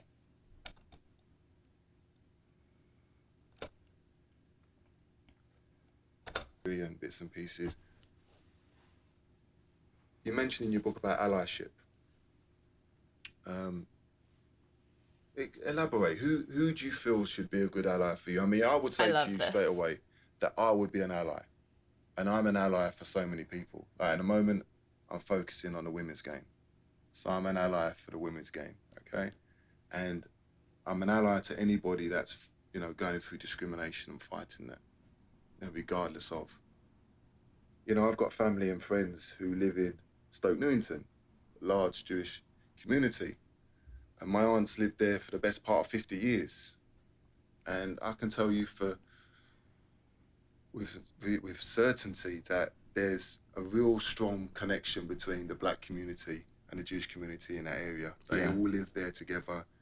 She's got 50-year-old friends, you know. I went to her 80th birthday recently and they was there was people there, and it was like, it was good to see. These are communities coming together, supporting each other, who can probably identify with the struggles that, you know, that we have to go through. So I think it's about doing the work for all of us, yourself, myself, other people doing the work. A lot of people talk about this, but are they actually doing the work? So in terms of allyship, you know, who do you see that you could work with? Who would be good for you to work with and go alongside? You would be brilliant, I think. But, I mean, and you are, as you say, an ally. I mean, one of the things is that there used to be, and, I mean, you've just given a personal example, and I could give you some personal examples of fantastic allyship that I've had from people of colour. But it used to be the case that there was a genuine, like, amazing connection in civil rights in the 1960s in America. There was actually an organisation called the Jewish Black Alliance, and rabbis marched at Selma with Martin Luther King across that bridge. But that has got a bit lost, actually. Jason Lee has been so savvy in this question, right? Like, he's, you know, he's very politely, very subtly, very, very gently and very diplomatically saying, I've read your book about racism, that to a disproportionate extent revolves around conversations on Twitter. And I want to know what your cred is, where your skin is. What skin have you got in the game? What have you done? Who do you work with? He's saying, I call myself, I describe myself as someone fighting for equality and for, justice, because that's the work that I do every day, and that's work with real people, and he's starting from a very sweet place of like, Black people and Jews like in community with each other, as has historically been the case in London to an enormous extent. Like, it doesn't just have to be hypothetical, right? David responds with some like, kind of appropriate, useful history, but it's a deflection into a hypothetical and an abstraction, not a conversation about like his relationship to, these community struggles more broadly, because he doesn't actually have these like, really personal connections, and he clearly, is just trying to, he's forging these like historical, abstract connections to this subject because he doesn't have those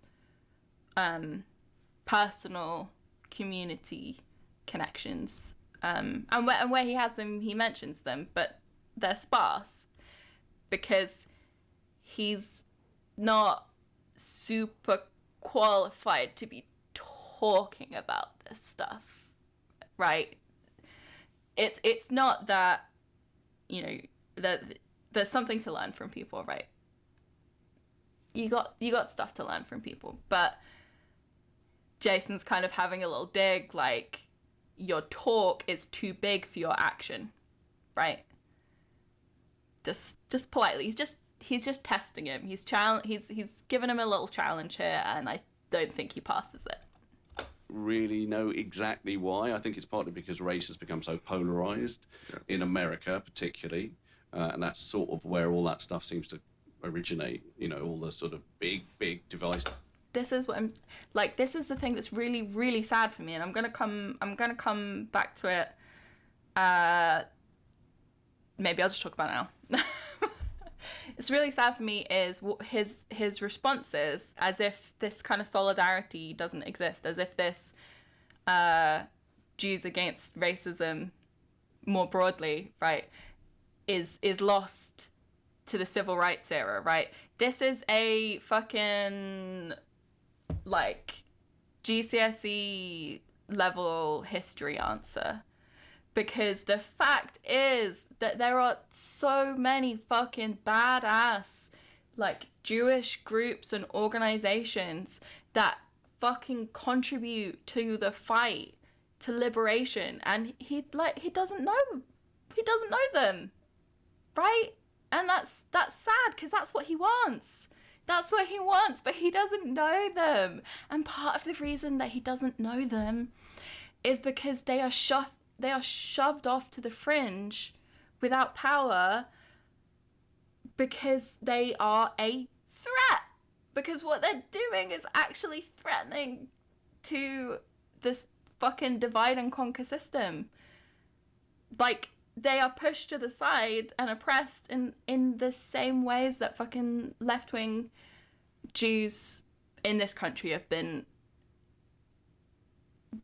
The Labour Party has taken the conversation around anti-Semitism as an opportunity to purge the left wing from the Labour Party to such an extent that it is it is left-wing Jews getting caught in the crosshairs over and over and over again, because they're the people who feel a responsibility to come out and have nuanced, specific, constructive conversations about anti-Semitism. And if you have more than a fucking sentence to say you're an anti-Semite if you're Jewish, it's the very fact of their experience bringing more knowledge and nuance to the subject that they're talking about that makes them a target for these left-wing purges.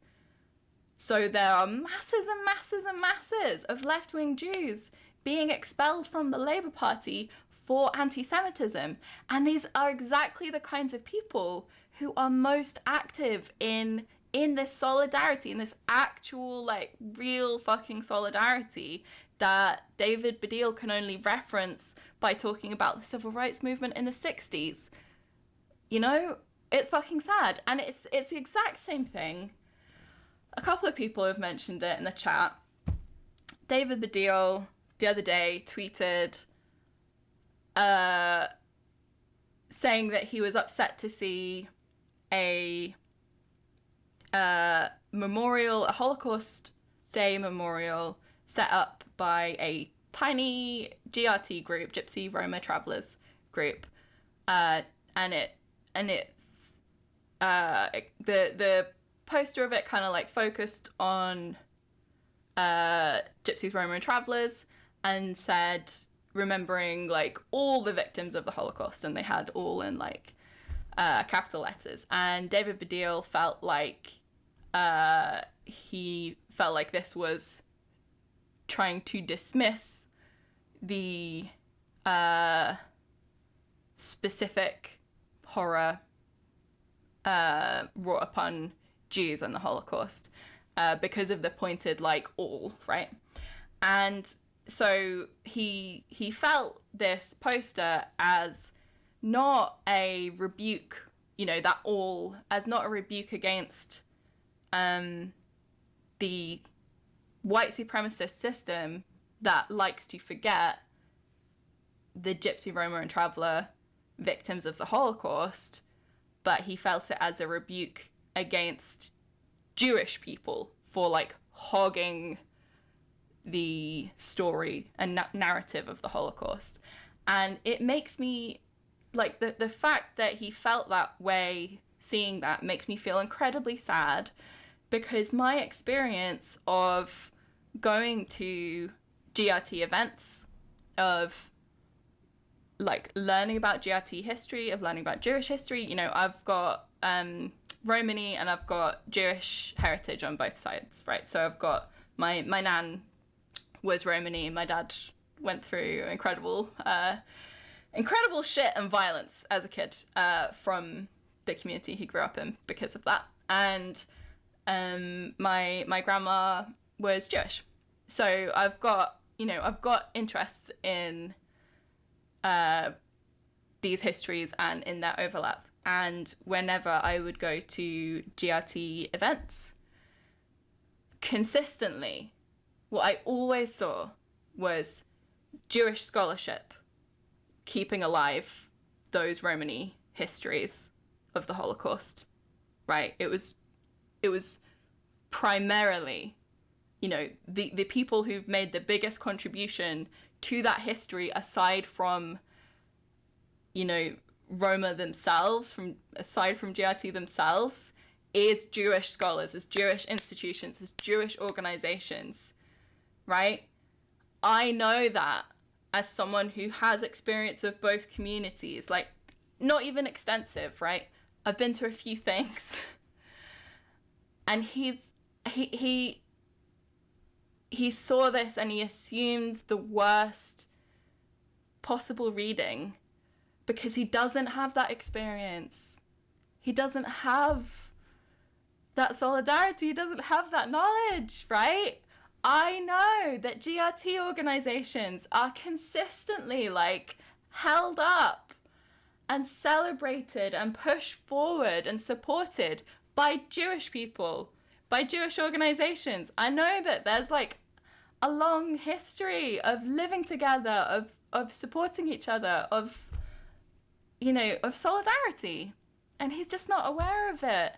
And so his reaction is to fracture, is to push away that solidarity, is to fucking diminish a GRT group making a Holocaust memorial event to recognize their place in the Holocaust, to recognize their history, and acknowledge that it's usually ignored. It's fucking sad to me. It's really sad. And in response to it, he replied saying he wanted to make a note of this idea of like the de-Jewification of tellings of the Holocaust being like a kind of soft Holocaust denial, which, that makes sense, right? That makes sense. That's not what was happening. But that makes sense. And in this like text that he shared, a citation, Deborah Lipstadt, I think, was who he was citing.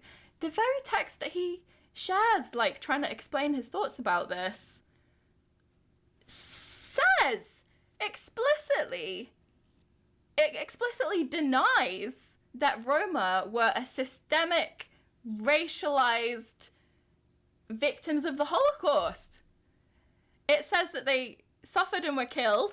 It doesn't make a value judgment about that, but it specifically denies the racialization, the systemic racial extermination that happened to Roma in the Holocaust.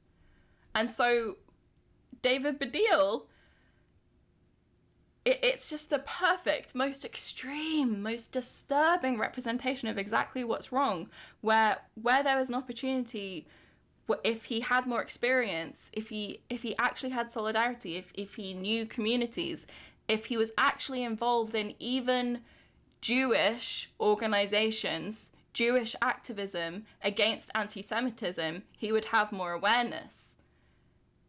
He would have the communal knowledge about the relationships between these different kinds of racism. And instead, where there was an opportunity for solidarity, he denied the fucking Holocaust. He fucking did his own soft Holocaust denial of the Romani and Sinti victims of the Holocaust, whilst calling a tiny GRT organization, like, accusing them of doing soft Holocaust denial. It's just fucking sad. It's, I find it incredibly frustrating, and that's why I want to, write a little video about it. But, I only want the best for people. I hope he does learn more. I hope he does actually get involved in actual shit. But this question from Jason Lee here, this wry, knowing, polite, diplomatic question where he challenges him, okay, show me what you got then. Tell me what you're actually doing. Tell me who you know. Tell me who you're in community with. Because my aunts, they're all buddy-buddy. They know, they back each other up. They act in solidarity. What do you do, Mr. TV man? And he just fails. Stuff about race. So I think for me as a Jew, and my sense of talking to other Jews, is that we would totally want to help the voices of black people in their struggle. And that is allyship. And definitely it can come back, but at other points there feels like that relationship isn't what it was. It's not quite there in the way that it definitely was, where I think that Jews who came, like my own, I don't know if you know this about me, but my mother was born in Nazi Germany, and only got out at the last minute, and her whole family was murdered. And so I come from a situation where very kind of extreme anti-Jewish aggression sort of is in my bones. And I think that there was in the sort of like 60s and 70s or whatever, because of that experience that a lot of Jews had, a feeling of seeing that black people were being discriminated against violently, particularly in America, and so they wanted to reach out with their own experience behind them, right? Like experience like my mother's family had.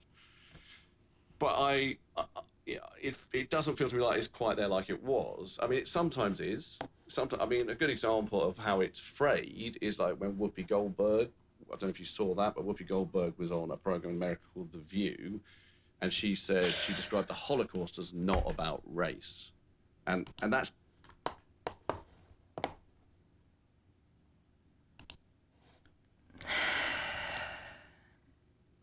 This is absurd flailing. Okay, this is absurd flailing because Jason Lee has set him a challenge. Tell me what you do. Tell me where your knowledge comes from.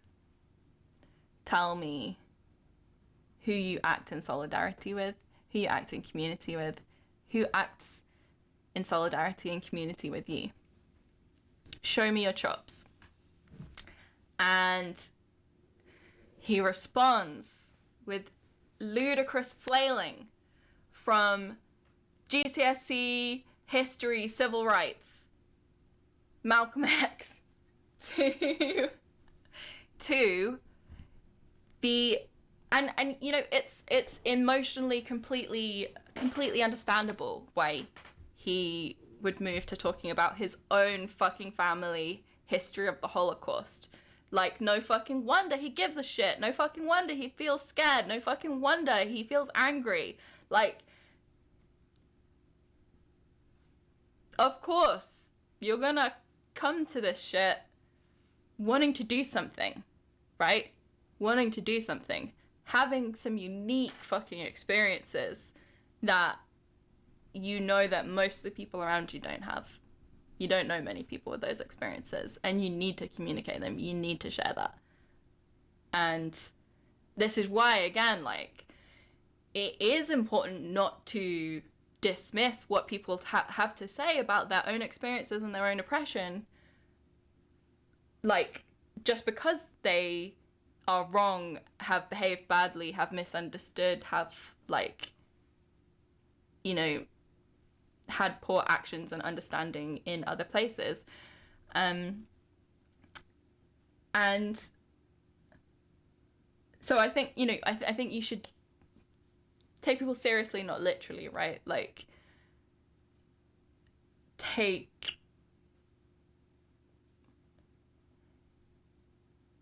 Anyway,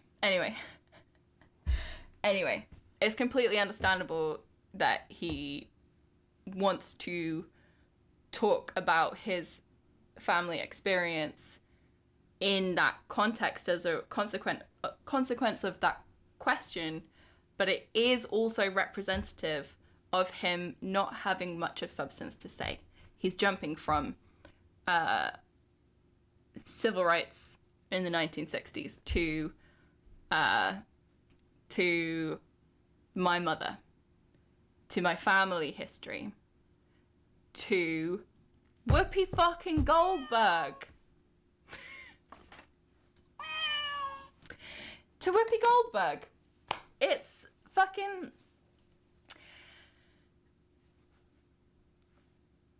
It's not that what he says about Whoopi Goldberg is not something worth commenting at all. It's just completely not the appropriate venue, because it's just a representation of the fact that he has nothing to say. He has nothing of substance to say. He's not in community with anti-racists. He's in community with liberal, embarrassed media professionals who walk around feeling embarrassed of being middle class, embarrassed of eating avocado on toast, fucking, you know, embarrassed of the lifestyles they enjoy, who tiptoe around these subjects like, oh no, you can't say that anymore. Oh no, we've got to learn about that. Mustn't let that unconscious bias out. Yeah, I really used to have a lot of unconscious bias, but I'm glad that's all changed now. Like, they don't have instructive, systemic conversations about these things. And they don't have conversations based in community needs, right? That's why he's got not much to say here, because it's really not like his area of expertise. Right? Yeah, there you go. Just wrong, because the Nazis saw Jews as an inferior race, and the Nuremberg laws were described by them as racial purity laws. So one of the things that's very important to me is for people to understand that anti-Semitism is racism. It's not religious intolerance. I'm an atheist. That would get me no free passes out of Auschwitz. I would be...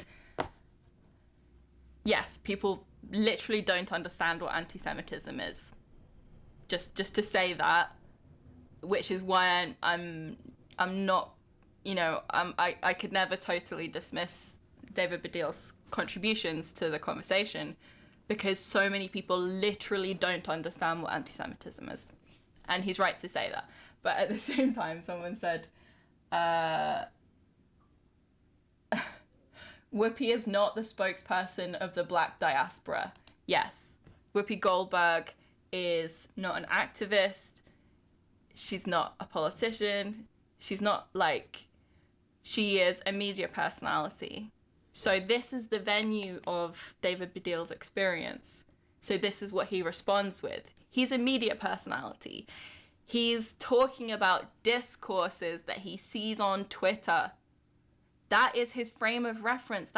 That's his main frame of reference for these specific conversations. And like, that's not to dismiss as well what he was saying about his experience in football, because it's a very clear, you know, his description of that is a very, very clear example of what he wants to communicate. But the majority of what he's talking about is discourse on Twitter and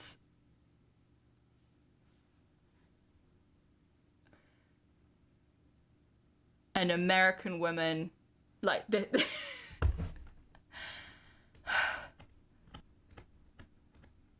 you could talk forever if all you did was say, this person said this person said that, this person... That's not a worldview. That's not a systemic understanding.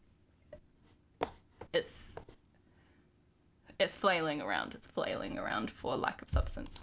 Be shot immediately by the Gestapo, but that sometimes isn't seen because, I don't know, there's a sense because of colorism, and that's why I'm saying we've got to do the work. So you know, some people may perceive that a Jewish person is white, and we know there are black Jewish people out there as well. So we shouldn't forget there are black Jewish people out there as well. Well, my niece is mixed race. My niece is mixed race, and I've spoken to her about the struggles of trying to make those two identities in herself come together and work. And sometimes it's complicated because she, you know, up till this point, she's like in her mid-20s now. She's identified entirely as a black person, but she wants now to own her Jewish identity. So we've had conversations about that, because it's sometimes a bit more elusive, like what is a Jewish identity, particularly for someone who's lived their whole life. People don't even know if she told people, right? But she wants to tell people, good. and I think that's great. I really like this but part. Part of that is thinking... Oh my god, I just realised I didn't switch it over. Shit! Fuck. Okay. Alright, you know what? I need to wee really bad. So I'm just gonna have to... I'm gonna have to dip real quick and come back. But I just realised I left it on the close-up for that whole time. Okay. See you soon.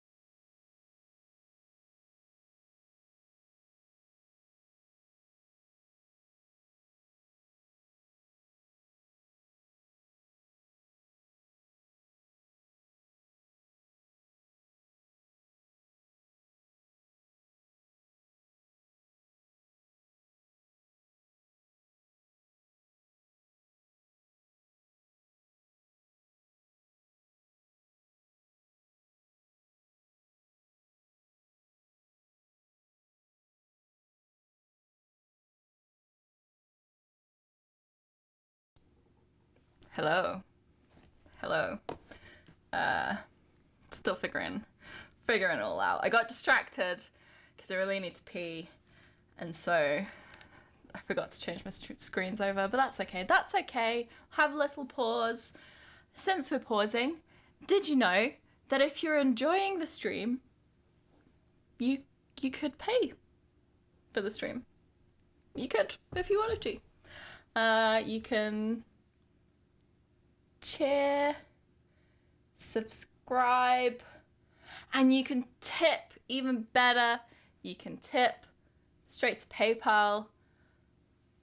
That way Jeff Bezos doesn't get a cut, and that will help us pay contributors to the channel and all the kinds of things that we need, because we're a little strapped. So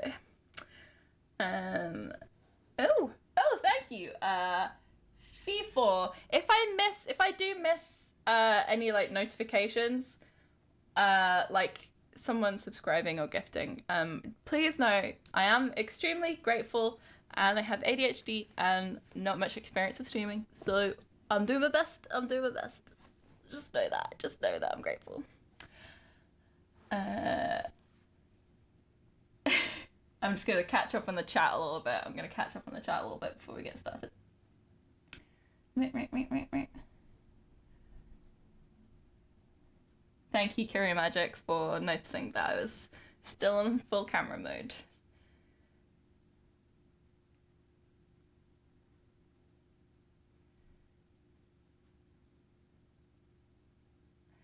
Sean, they, them, you commented, 4chan told me Jewish was a race, and that's part of the complication with talking about what anti-Semitism is, right?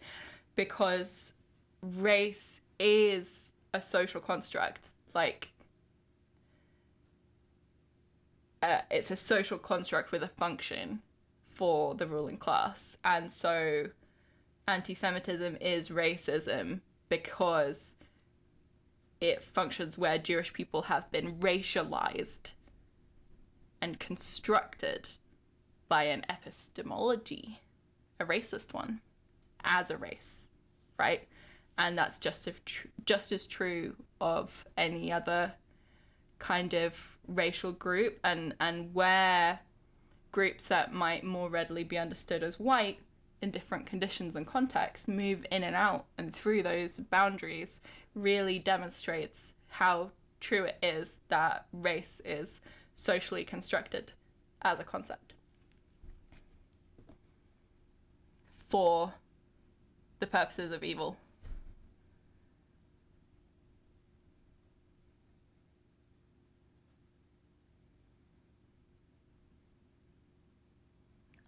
Sean said, Nat, I don't know if you're going to read this, but you're doing a really good job. Thank you, Sean. I'm getting a real confidence boost. I might be back. Time will tell.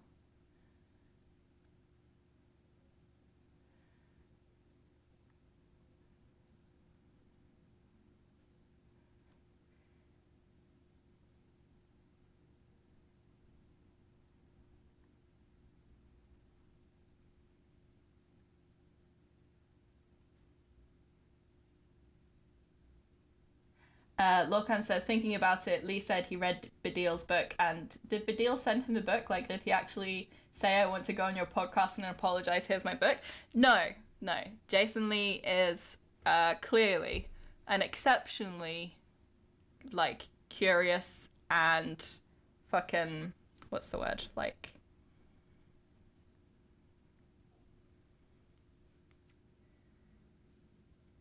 I feel like it's another C word, but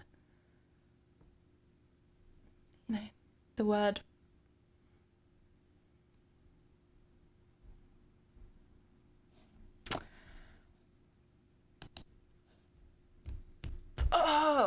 I had a good word, had an appropriate word, and I lost it. He's clearly curious. He wants the conversation to be productive. He wants to get as much out of it as he can and come to it with as much like understanding of the person that he's speaking to as he can get. And so he chose to read the book.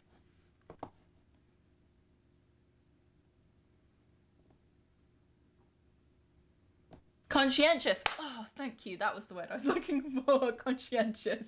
Thank you, Meredith K. Pseudonym. Conscientious was exactly the word I was looking for. Okay. Let's go. We're going back. I'm going to rewind it a moment because I was talking and not showing the video. Let's go. Yes.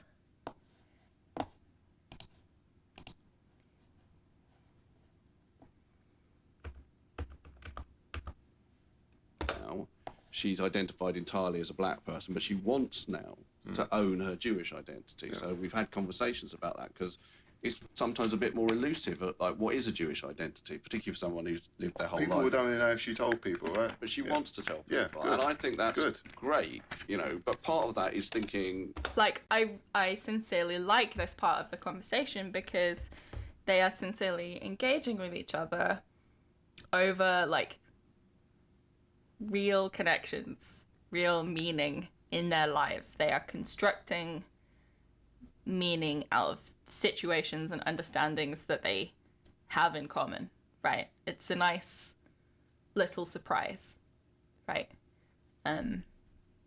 It's, you know, it's the best. It's what you hope for out of a conversation like this. There is no friction really there. We are both members of an ethnic minority that suffers violent racism. Sean, why is David acting like he gets to decide who is and isn't Jewish? I don't believe that he is, and I don't think that's a fair thing to say. And, you know, I don't think there's anything that he said there that gives the impression that he gets to decide who is and who isn't Jewish. I think he is he's showing that he's happy to show his understandings of intersections, right? And while his understandings may be limited, I think he is showing that he like cares and also has is glad for that being a site of learning for him. I think that's what he's trying to show there.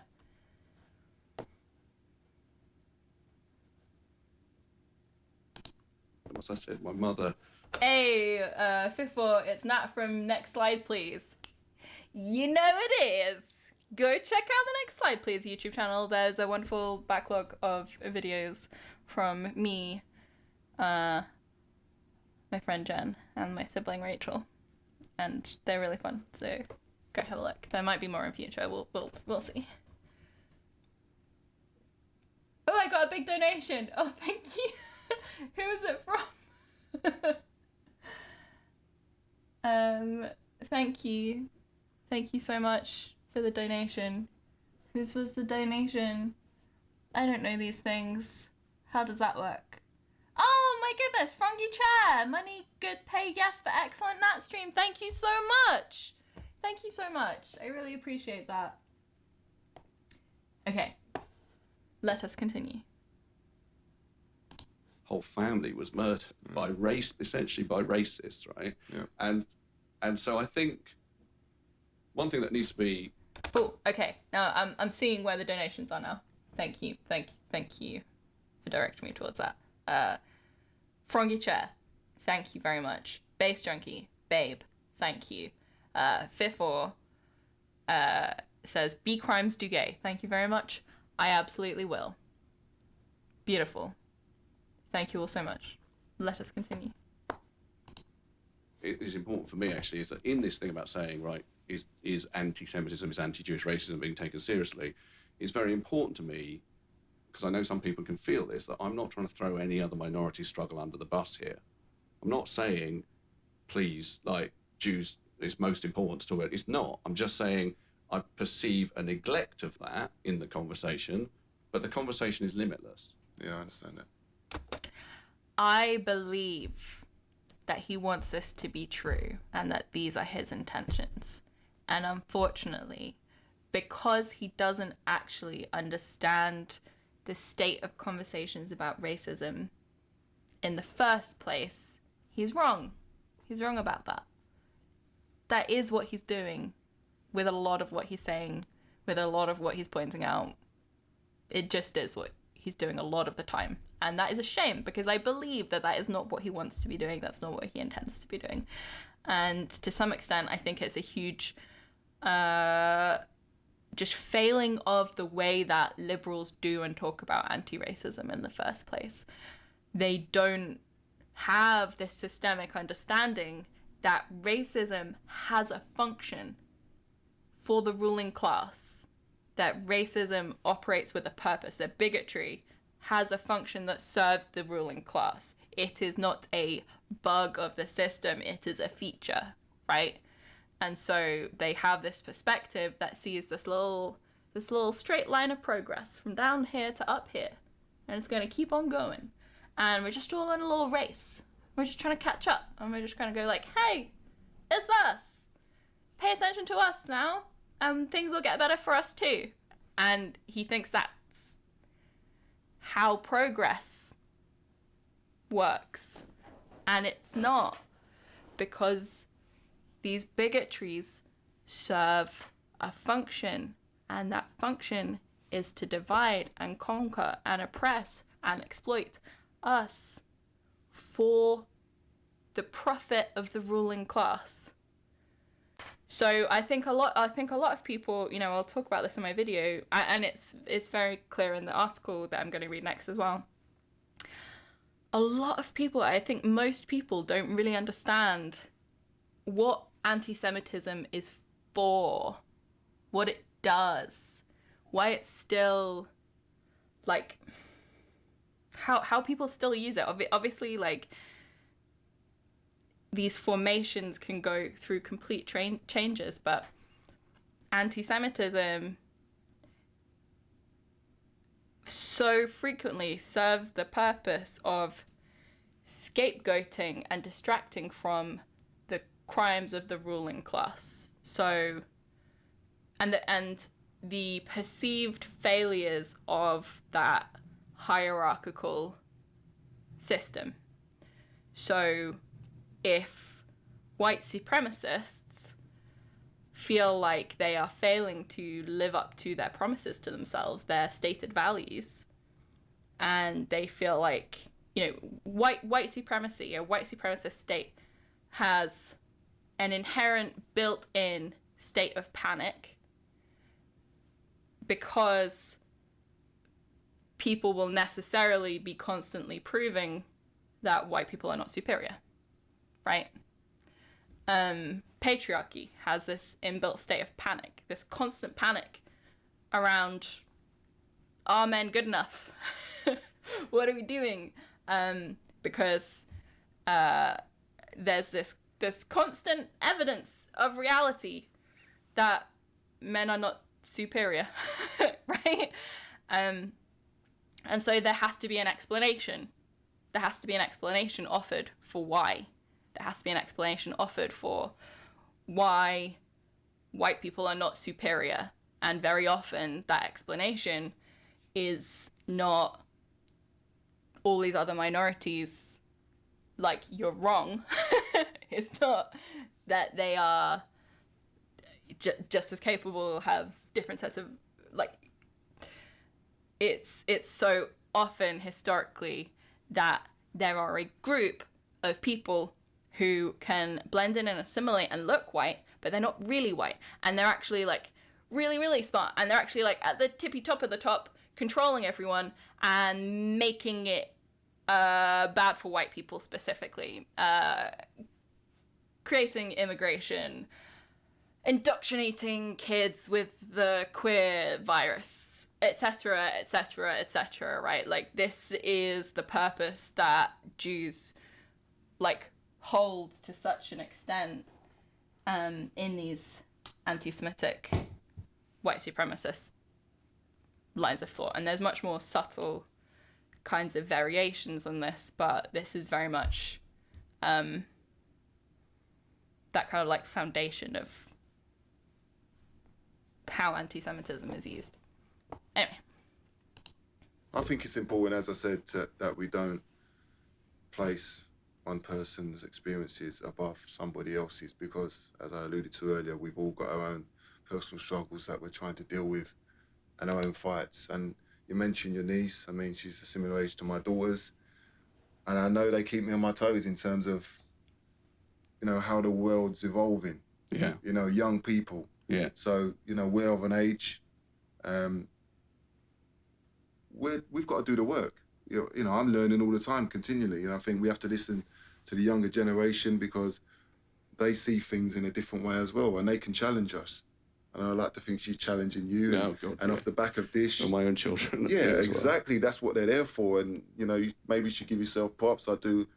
You know, myself and my wife, we're glad that our children feel that they can have the voice. And this is what it's all about. If we make people more aware of the nuances around language and colorism, you know, it's deep. But during the pandemic and the George Floyd and this and the other, there was an appetite for people to have this conversation. And I was having this conversation more and more. I'm hoping it doesn't go away now that we've returned to some sort of semblance of normal life. But the work continues.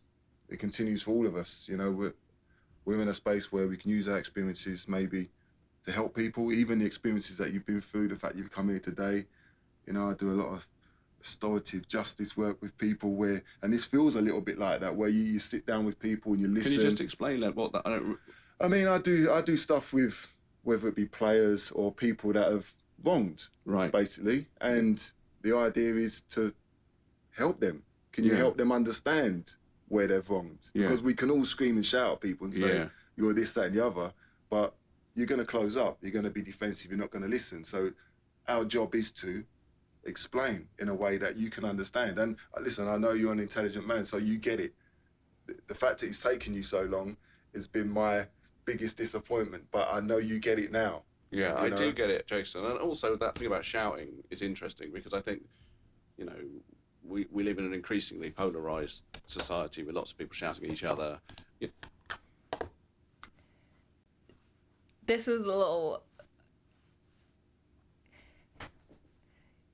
like, Jason throws in the ball, right? He's like, here, have it, pass it back to me. You know, he's like, the important thing is that we keep doing the work, and I respect you for having this conversation, and I believe that you can do the work if you choose to, right? I'm doing the work. We can do the work together, right? And that, again, is Jason Lee being so generous. So the bigger man, right? By a mile. And David kind of takes it as an opportunity to be like, yeah, I think you're right. People should stop shouting at me on social media. You know? He's like... yeah. Also, not that thing about the work. People should stop yelling at me for being racist. We should just have nice, calm conversations. You know, having seen Sophie's comments, you know, for long enough, I can't completely dismiss people of note when they describe the stress of just, you know, no matter how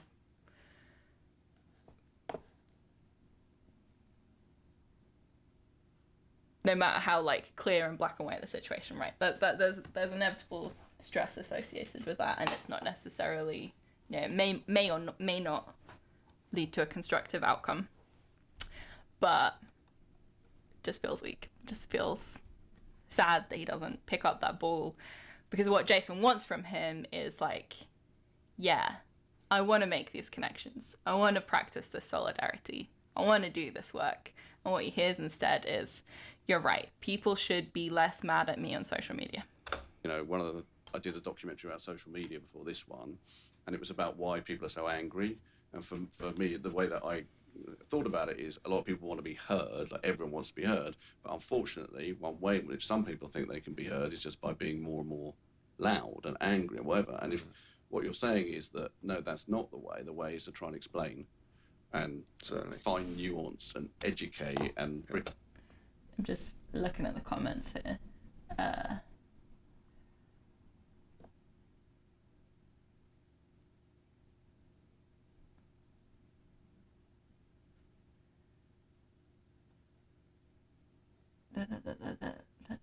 This is the skill I need to develop so that you don't just have a pause of me reading.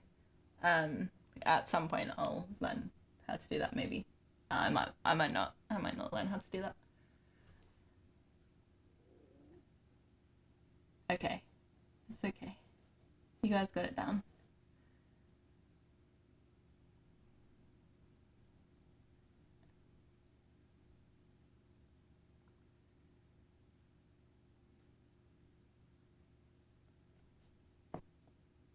Okay, let us continue. Sorry for that interruption. That was completely fruitless. Let us and that go. is the only way forward, because Definitely. otherwise people just carry on shouting at each other, and there's no... I think you get a feel sometimes when you speak to people if you just can't work with them. Yeah. You know, you're too far gone. Yeah. And I had no idea how I'd feel when you walked in this room, and this conversation could have gone left or right. You know, at the end of the day, if I'd have felt that maybe you're not listening and this, that, and the other, I would have been able to tell from your body language. Right, and so his response to David, it's interesting watching these very like personal, emotional kind of responses. Like Jason gives David the ball, like, let's do the work, let's do better. David kind of drops it a little bit. He still wants to defend. He still wants to be like, but I am right to be upset with people being so mad at me, right? And then Jason replies with, but don't, again, very diplomatic, talking around it, very subtle, but don't get too far ahead of yourself because I will be able to tell. Just so you know, if any part of you is not serious about what's happening here, I'll be able to tell. At the same time as he's saying, but I can see that you are serious. I know you've learned, and I know that we can progress from this. He's just masterful, honestly. Like I can see that he does this. You know, that this is his literal job, having these kinds of conversations. Like he does an amazing job in what must be extremely stressful and provoking circumstances, and I think he gets the best out of it that he possibly could. And it's sad that it's a little lackluster. Even, you know, I appreciate that it must be a scary conversation to have on camera, but also it's sad that it's on camera because it's 25 fucking years late, you know. I think it's important that you give people an opportunity to maybe look at themselves and see if they can evolve, see if they are prepared to do the work. As I said, it's never done. No. Because people are gonna have different views on things, and it's gonna change. Thank you for trying anyway, temporish rooms. And you know, we get stuck in our ways. Well, in my day, Yeah. you know, this is how we dealt with things. Well, we have to kind of move away from that thought process. It's a different time now. Yeah. You know, and I think also with the fact that, you know, I'd imagine you want to continue to work in this space. You know, you have to do the work. Yeah. You know, it's a no-brainer for you. Yeah. If you don't do the work, people won't allow you to. I'm saying again, you can say everything you've said. I'm gonna come away from this reading it in the best possible light. That's what I think Jason is saying over and over. Like, I want to give you the chance to be the best that you can be, and the only thing that will tell is time. The proof is in the pudding. You wanna have this role, then it's time to learn. It's time to work. It's time to act in solidarity. And just enormous respect. Like, his attitude makes me want to come to this conversation with some amount of generosity for David Baddiel, with as much like of a critical eye to his kind of role that he's taken and what he's doing with it. Like, you know, it makes me want to treat that conversation as one that has potential to be transformative, right?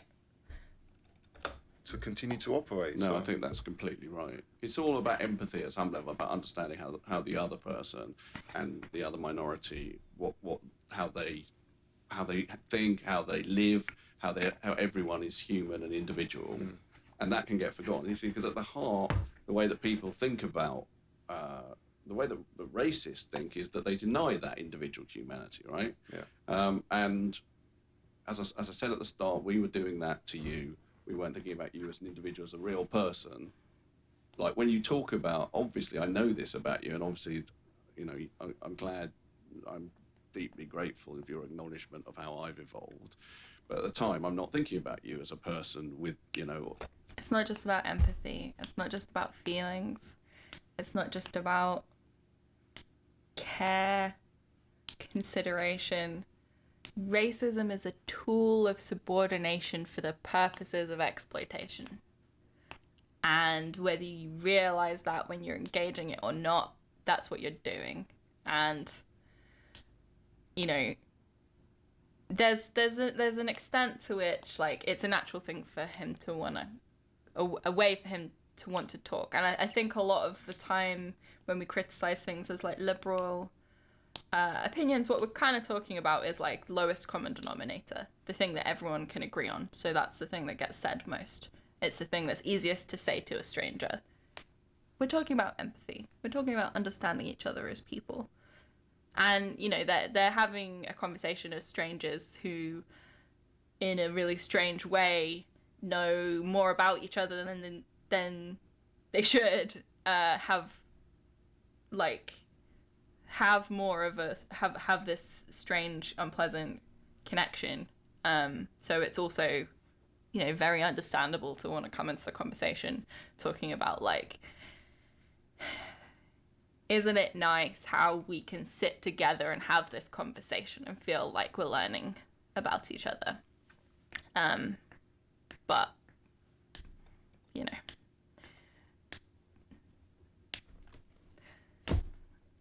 one of the parties has more to learn, right? In this situation, in this conversation. This history and this family and all this stuff. Once you talk about that, then of course you start to think about, well, you know, the stereotyping falls away.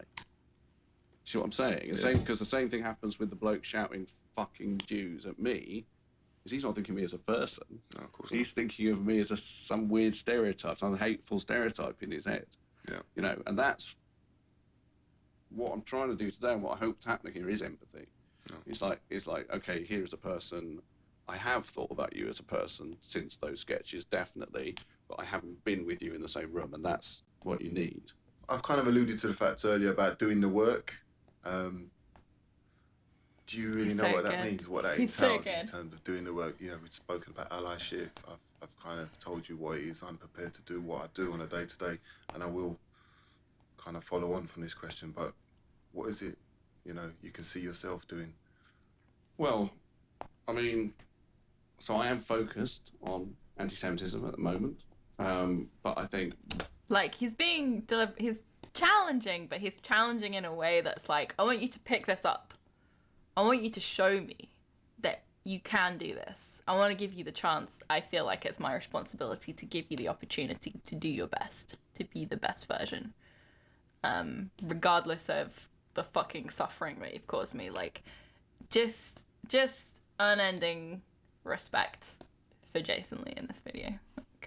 One thing I try and do as much as possible within the context of talking about it. So I do a lot of that stuff. Yesterday I was at the Holocaust he has no answer for how he intends to act in solidarity, but including a range of people, not all Jewish. Like, so there were a range of ethnicities there, because one of the things that's very important to remember is, firstly, that all the Holocaust is not a Jewish issue. It might involve, obviously, Jews centrally in their identity, but the Nazis tried to kill many ethnicities. And also, it's something that everyone needs to understand in terms of their own vulnerability, whoever they might be. So I always try, to the best of my ability, maybe sometimes fail, to, when I go and talk about these things, is to place the context of me talking about anti-Semitism in the context of other struggles.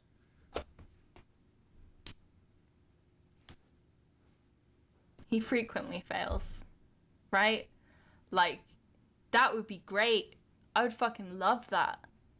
But he frequently fails, and not only does he fail, he does the exact opposite with frequency. He says here that when he's talking about Holocaust education, he makes an effort, and he feels like he's failing when he's not making that effort, right? That's his scope, right? And so no one's going to be mad at him for failing, for not making the effort to add this context and information about other victims of racism, victims of the Holocaust, and during Holocaust education, right? But the reality is that not only has he failed by not making that effort with regards to his statements about this Holocaust Memorial Day service hosted by this GRT group, he literally pushed soft Holocaust denial, literally shared specifically material for the purposes of making a point, claiming that Roma were not racially targeted for systematic genocide. That is soft Holocaust denial. It's exactly the kind of soft Holocaust denial that he was describing that Jews are frequently victims of.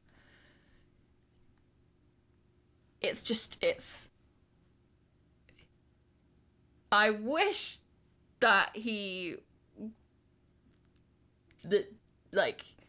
that his failures just looked like a lack of speaking up about other communities. But they don't look like a lack of speaking up about other communities. That is also a failure, right? But they actually look like pitting anti-Semitism against the arguments and conversations about anti-racism faced by other communities. They actually look like pitting marginalized people against each other rather than finding a way through in solidarity. Right, and to try and make, I never talk about this particular issue of trying to make anti-Semitism more visible as an issue without referring to, the fact that I'm aware of how much needs to be done for other minorities and how much still hasn't been done for other minorities. And to some extent, my whole argument is, right, so these things that we talk about, white privilege, white supremacism, and all the rest of it, which are deeply affecting other minorities, they affect Jews as well. Yep. But in so doing, I hope that I'm still drawing attention to those things. That's important because, as you pointed out, as much as we focus on what's important to us, what's dear to us, is that we include other people in that conversation. And I spoke earlier about currently, we've got the Euros, whenever this goes out, but the women's game, allyship, and we need more men to get behind and support, the women's game. I really support the women's game. This is what I'm saying, FIFA. I don't doubt that he talks about other groups killed in the Holocaust. I'm saying that his failures, where he fails to act in solidarity, are much, much worse. And again, here's this kind of liberal language that we have to talk about racism. His failures are much, much worse than not actively being inclusive, right? Liberals can only see each other. They put everything on a gradient from really inclusive to not inclusive enough, right? And wherever you are on that gradient, that's just the beginning of a journey. And it only goes up. That's this liberal framing of bigotry and racism and anti-racism, his failures are so much worse than not going up that gradient, not being inclusive enough, not talking about enough people, not talking about enough problems. His failures are fundamentally like attacking the kind of like fundamental connections between these marginalized groups, like actually being like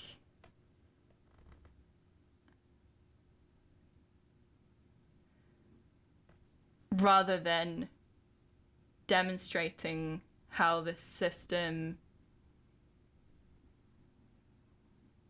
oppresses these groups together for a function, competing fair. He sees himself as he presents groups as in competition with each other, and where he fails, he ends up perpetuating soft Holocaust denial against Roma and Sinti populations in precisely the way that meant that they never, that they were left incarcerated, left without compensation, left without acknowledgement for decades after the Holocaust, because the status quo narrative about the genocide of Roma and Sinti travelers was that they were basically like criminalized for their lifestyle, not exterminated as a racialized group, which is what happened. And so it's actually extremely meaningful, it's extremely serious, it's extremely disturbing, shameful that he would perpetuate that idea in the process of trying to accuse a tiny GRT group of anti-Semitism, of literally his words, soft Holocaust denial, for not, in his view, including for not specifically for specifically talking about Roma and Sinti experience of the Holocaust, and yeah. Certainly I want to feel, as an England fan, that the Lionesses are totally a team I get behind as much as the men's team. And actually, I really like watching women's football. I don't know what you feel. What was the last game you went to?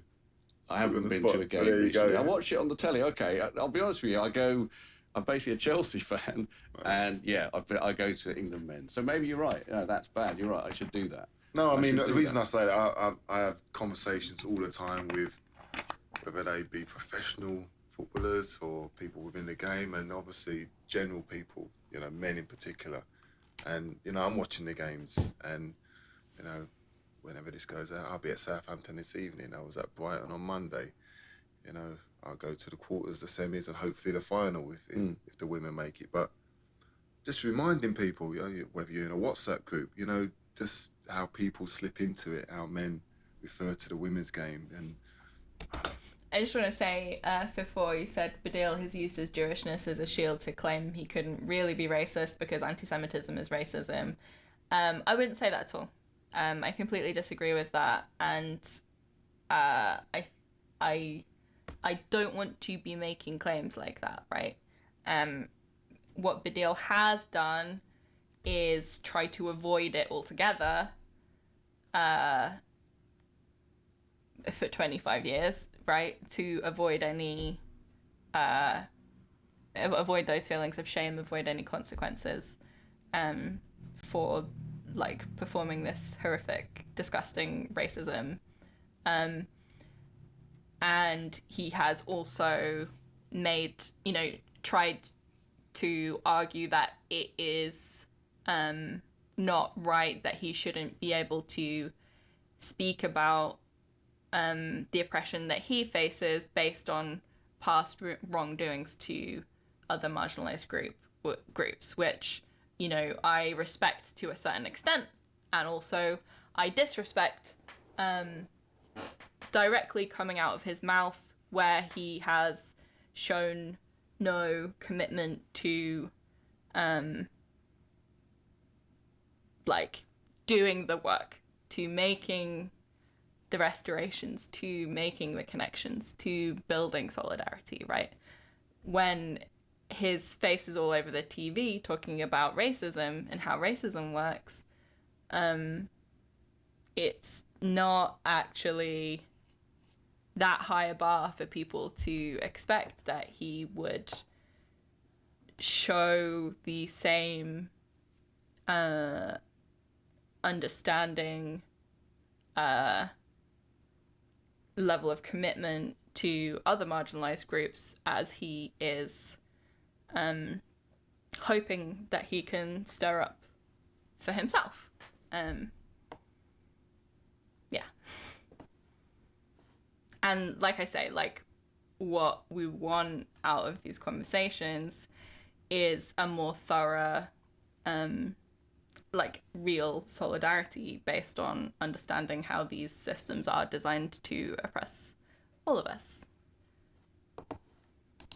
Not watching that, but you're a football fan, right? And you love football and you enjoy football. And it's during a period where there's no football other than women's football. So why wouldn't you watch the women's game? Like, it makes no sense to me that someone would dismay or completely go away from supporting the women's game. And I can vouch, you know, I've coached women, young girls, and technically they put the work in. You know, they're focused, they listen, they're more attentive than boys. Yeah. You know, they do the work. Yes, the games are played at a different speed, but it's a very exciting game to watch. And we need, obviously, more men to watch the game. But, you know, that aside, No, well, I was going to say, just the like fan element is fan- obviously a lot more Well, okay, so hospitable. I'm going to say a tiny thing that I did yesterday, but for me, there is something in it, which is I talk about football when I'm watching it on the telly. I talk about it online, right?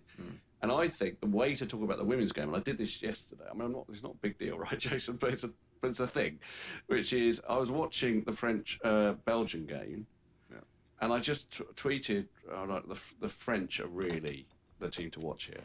Right, that's what I felt on watching it. It's armchair anti-racism. It's armchair anti-Semitism. You know, it's like that's the frustration. Jason's like, what's the work you done? Tell me about how you're gonna do the work. Tell me about how you're giving a shit. And his answer is, I use Twitter. And it's like, you know, it's not that I believe that he has nothing to learn from in talking about anti-Semitism. I don't believe that. You know, I remember watching his documentary years ago about anti-Semitism in football, and it was good.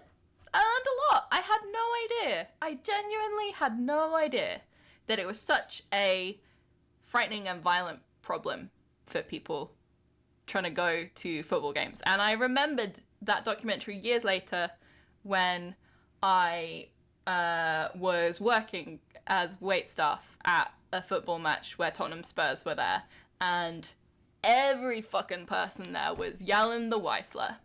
He's fucking right. He's fucking right about that. And I'm glad he did it. I'm glad he talked about it. That was a fucking useful thing to do.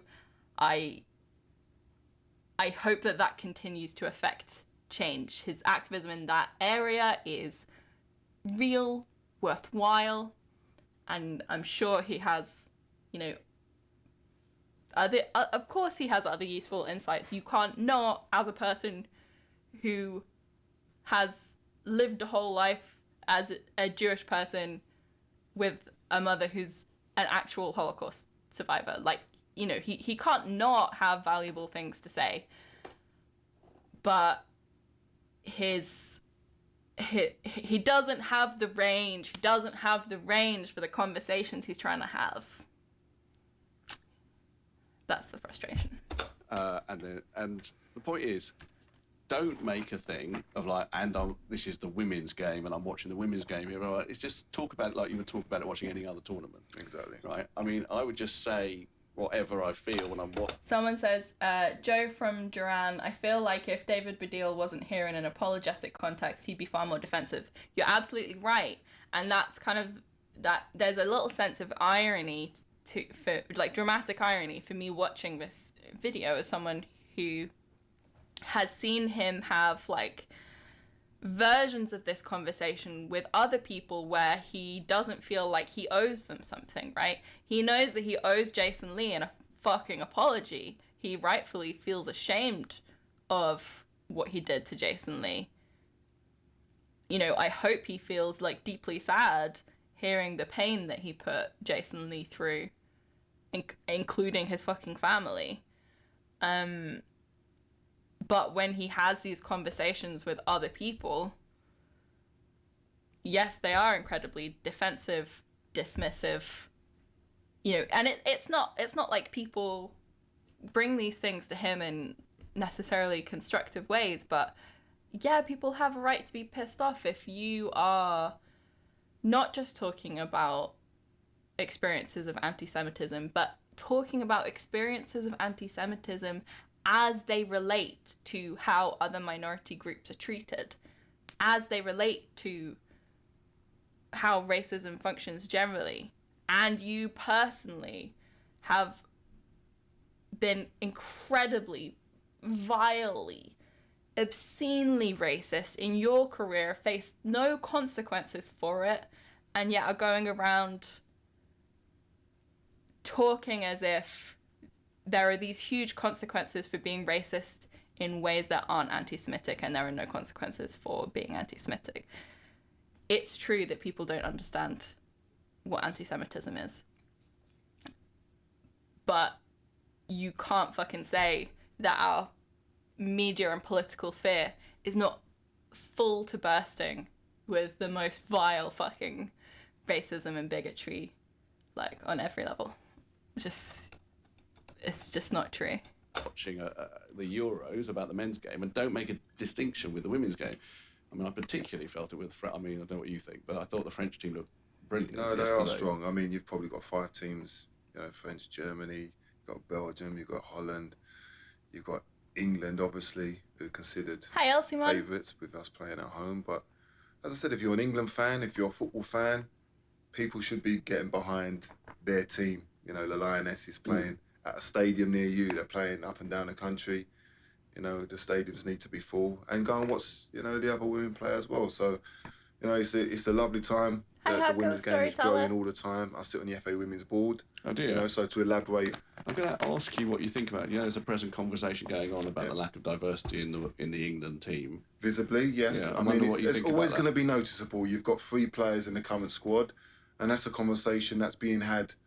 How can we improve the talent pool and ensure that, I mean, football, I think, has become, in the women's game, what it became, a little bit elitist. Yeah. You know, I'm a very good tennis player.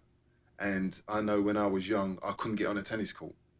You know, it was all privatised. I would have to climb fences. I was lucky to get on a tennis court. And a lot of the ethnic minority areas, they're unable to get to training. They're unable to get the facilities. Yeah.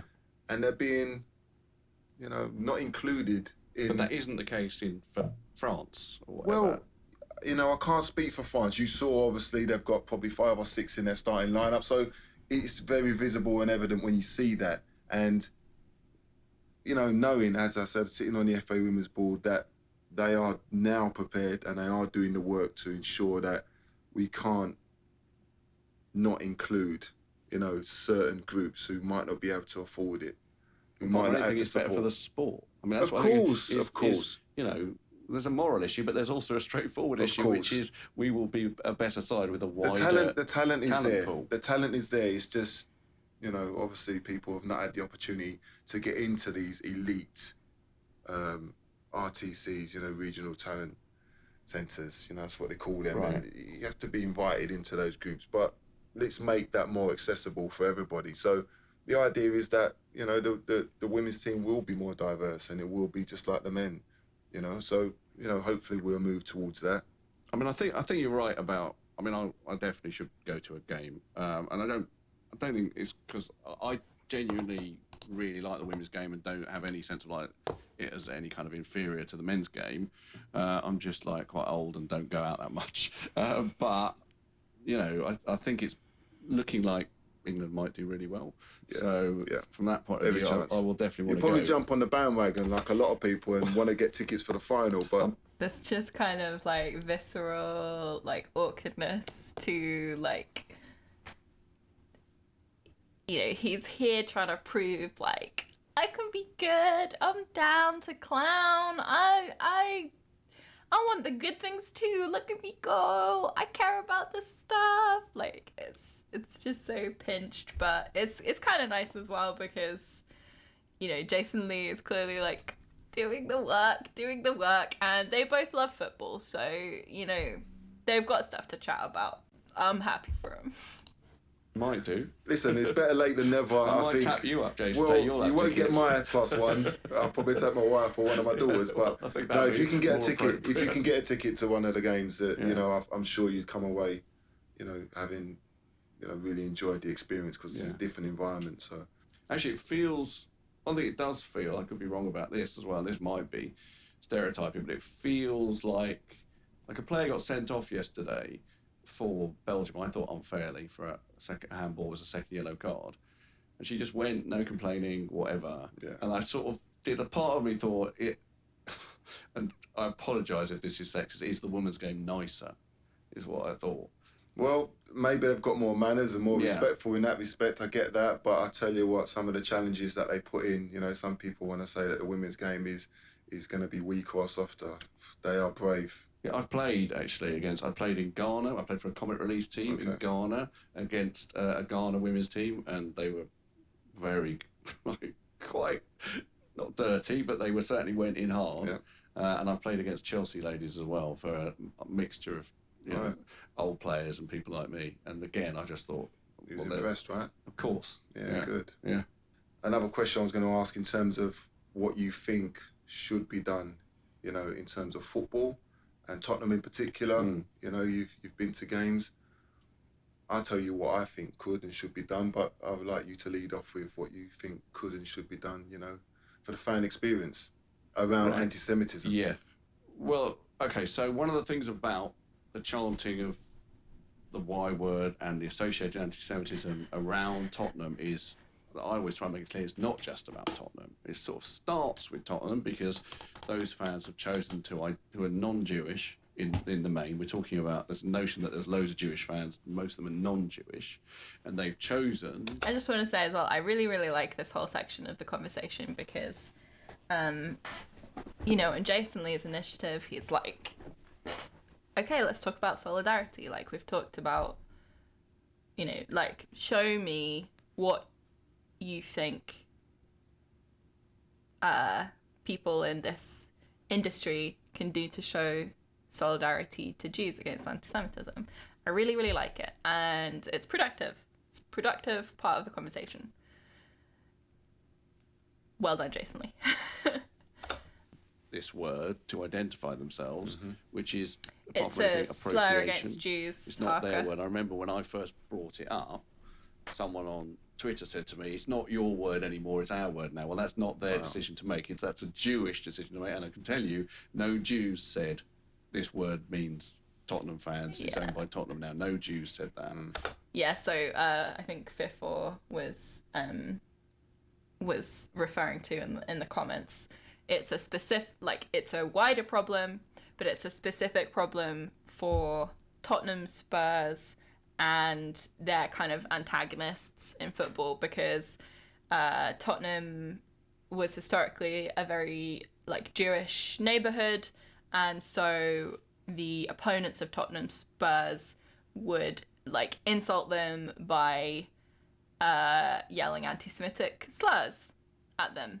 And so they kind of, even though the supporters are certainly not majority Jewish, they adopted those slurs, like reclaiming but not Jewish, you know, like they're like, you're calling us this, we're gonna call ourselves this, except what they're calling you is a slur for something that you're not. So maybe just show solidarity with Jewish people by chatting about what they want instead, because what happens is when they when they claim it as a label, so they'd be like, Y word army, right? This is what Tottenham Spurs fans would say at football games.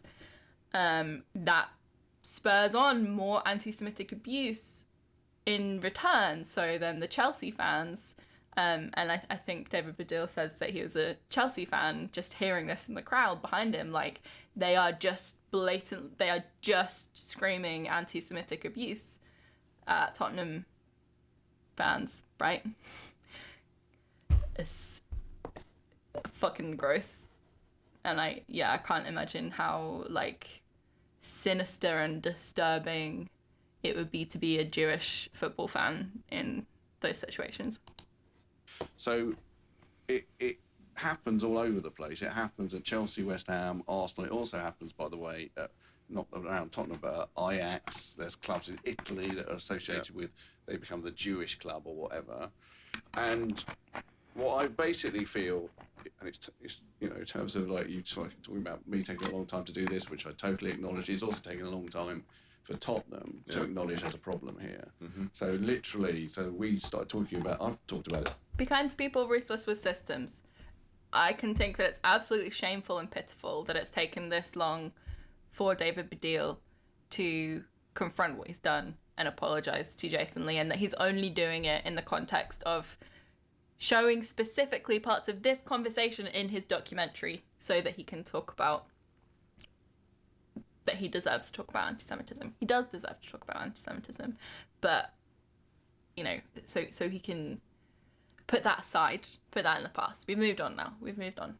David Baddiel, no longer guilty of being a racist.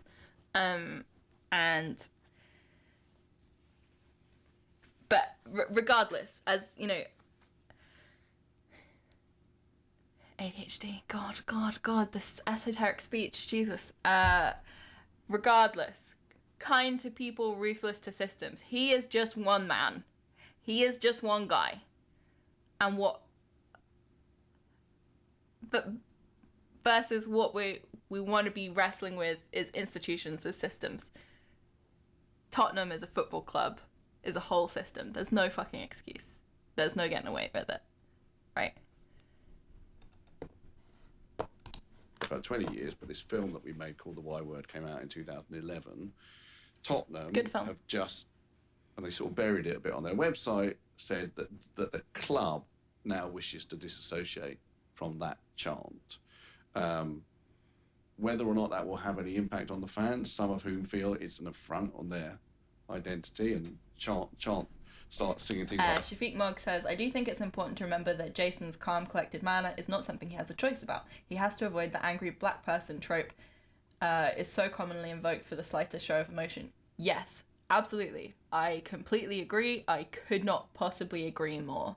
As much respect as I have for him, like, hosting this conversation with so much patience, so much goodwill, so much, like, desire to have a positive outcome, I also completely respect that for him to have this conversation at all, there's not really another way that it could be. Right? So he's made a commitment that he wants to act responsibly by allowing the best outcome to come out of this conversation.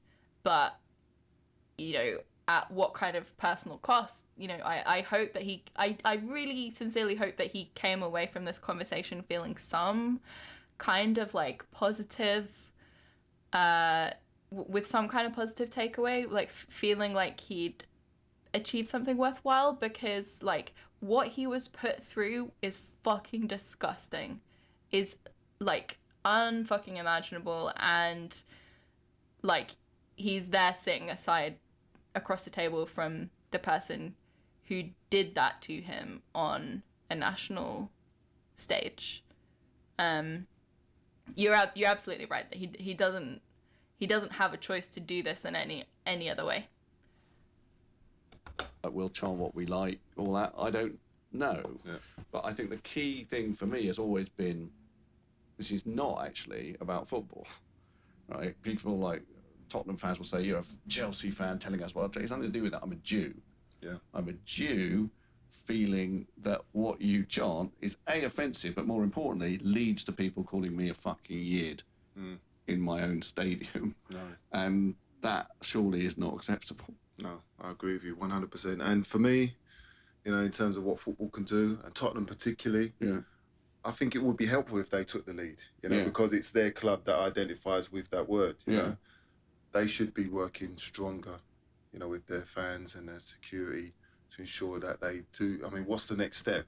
You can say, you know, can you stop using the Y word in the stadium? But what action are you actually going to take off the back of that? There are protocols in place that the FA have put in place around all discrimination and anything that's seen as unsavoury. So it might not even be a protected characteristic.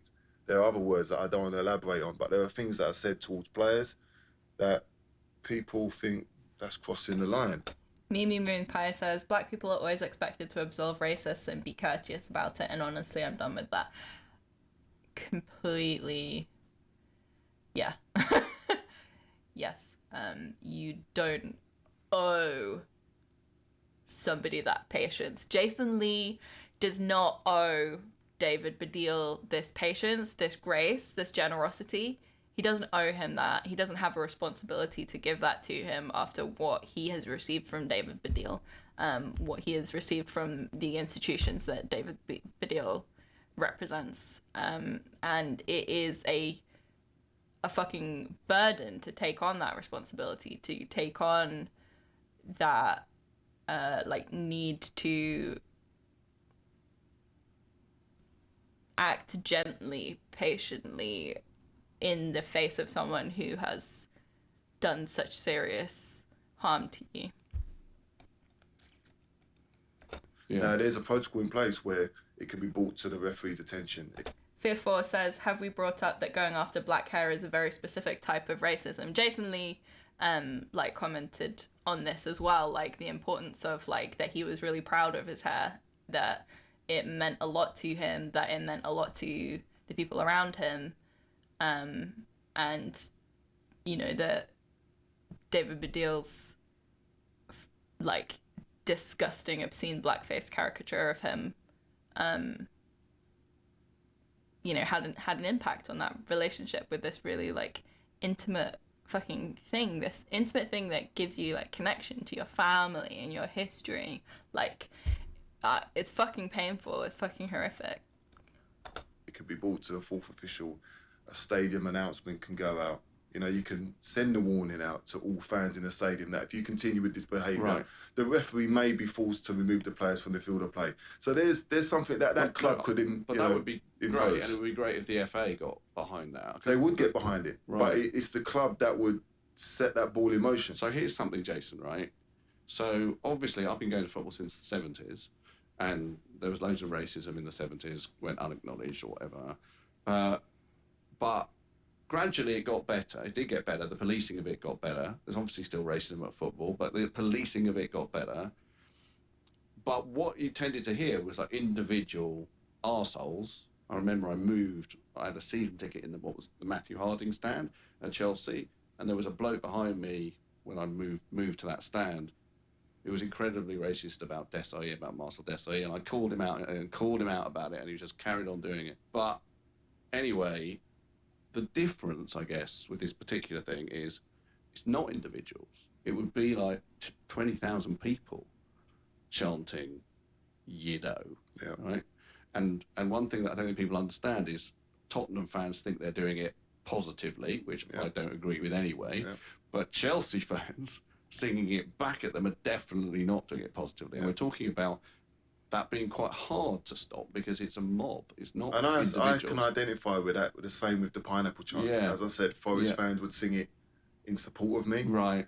but away fans, it was insidious. You just, you get that feel. Yeah, so you get the tone. So I can fully understand that. I mean, when I say I feel Tottenham could do more, should do more, I think it falls on them as a club to do more. You know, if it's a small minority of people, this is what really frustrates me around when people talk about discrimination in the stadiums, that it's a small minority of people. If we're all doing the work and we educate enough This is people, so good. you should be able to challenge those people. It's about giving people and empowering them and giving them the courage and conviction to say, hold on a minute, like you've stepped up, I've stepped up many times. I don't want to hear that, you know? He's got such a like incisive perspective, obviously because he's fucking experienced, but like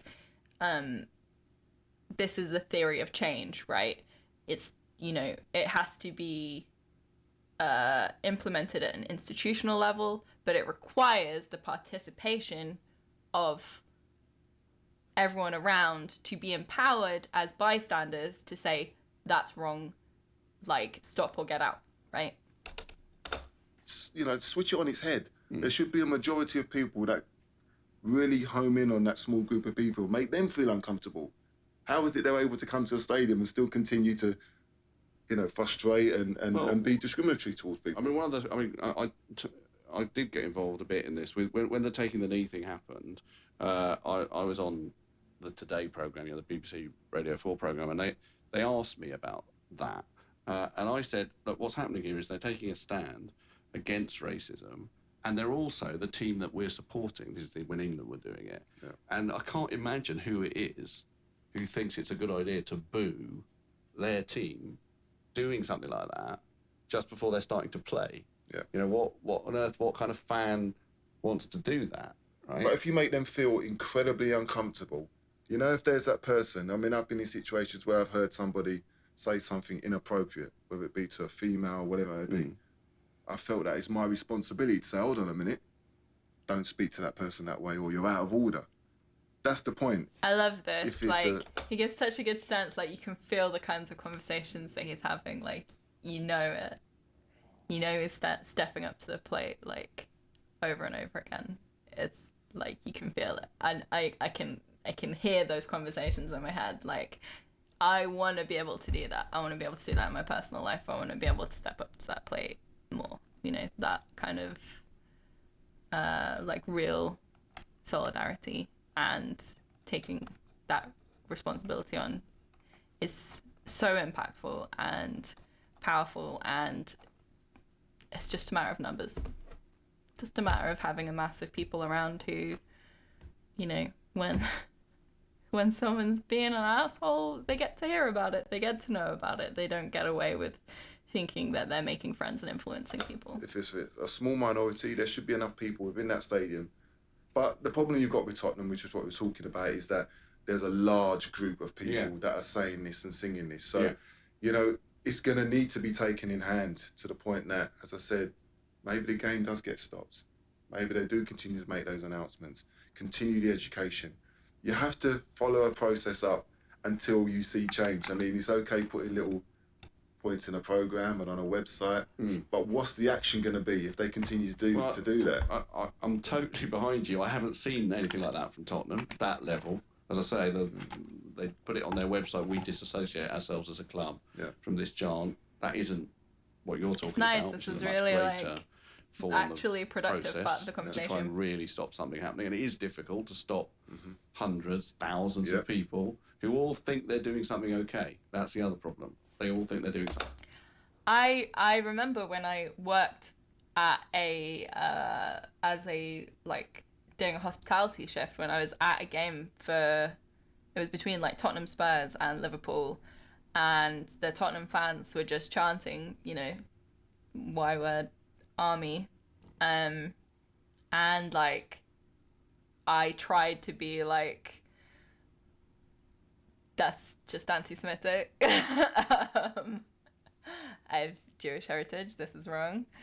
And it's just these middle-aged dudes getting so fucking angry at you. There's no way I could possibly have had any influence over them at all. And in fact, they were responding like, oh, the this bar has a policy. I'm like, I am minimum fucking wage.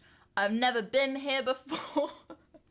This is not a policy. I'm talking to you as a person. This shit sucks. And it was terribly uncomfortable. It's terribly uncomfortable. Did not manage to change anyone's opinions. Just had a very stressful time. But that's why you need safety in numbers, and it needs to be in the sport. You know, I'm not a football fan. I don't know.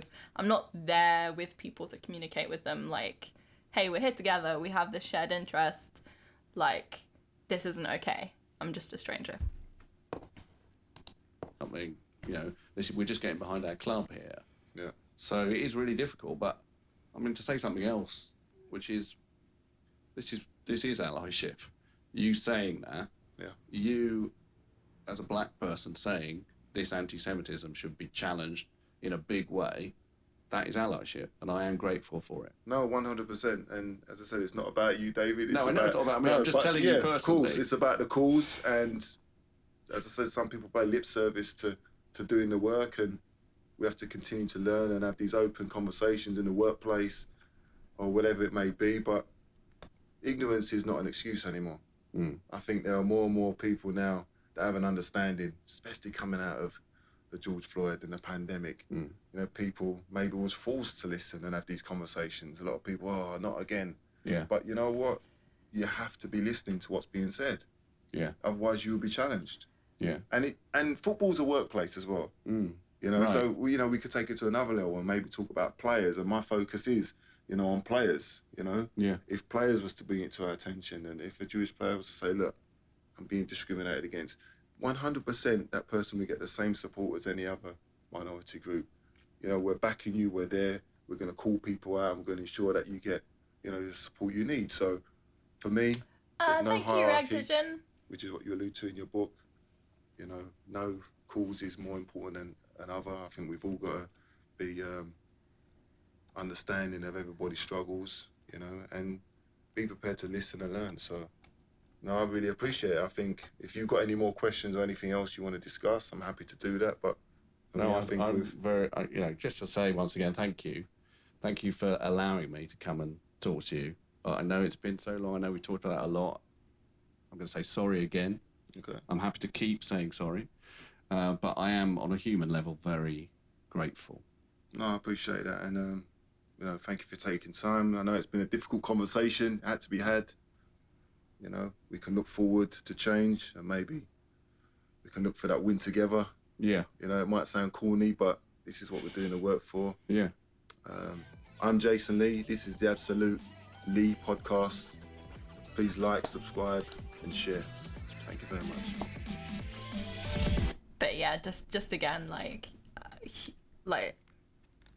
enormous respect for Jason Lee for hosting that conversation. Like he'd consistently like probes, responds with like completely understandable skepticism, but in a way that he knows can potentially direct the conversation in the most productive way, right? Can achieve the most productive and positive outcome.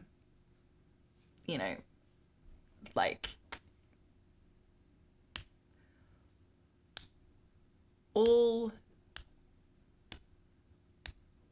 like that conversation could have just been an apology, right? He is owed an apology. There's no reason that conversation needed to be like to go that way, to dive into those different areas, because what he was owed was a fucking apology. But he wants something more productive out of it. He wants solidarity. He wants to think like with purpose about how to achieve the results of less oppressive bigotry in society, right? About more liberatory politics in these spaces. Like, just big respect.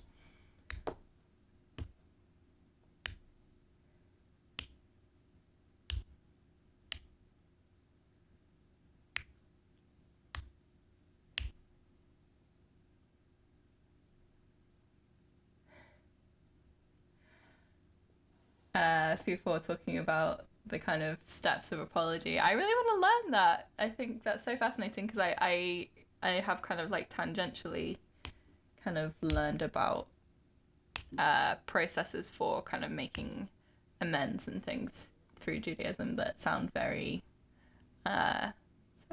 really valuable. I really want to learn more about them.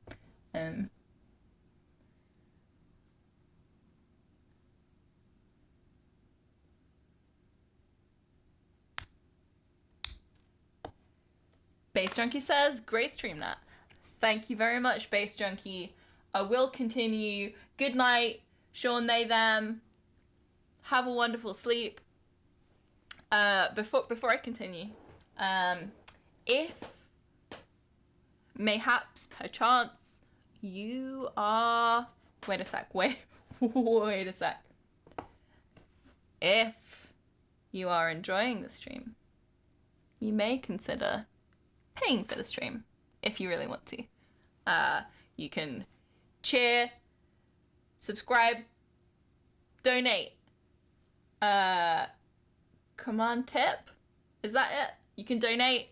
We're raising funds for paying contributors, catching up on our taxes, other daily bits. Our income did take a hit last year because of all the comings and goings, and so yeah. If you got the dosh, if you really feel like it, if you're really enjoying the stream, I would really, really appreciate it.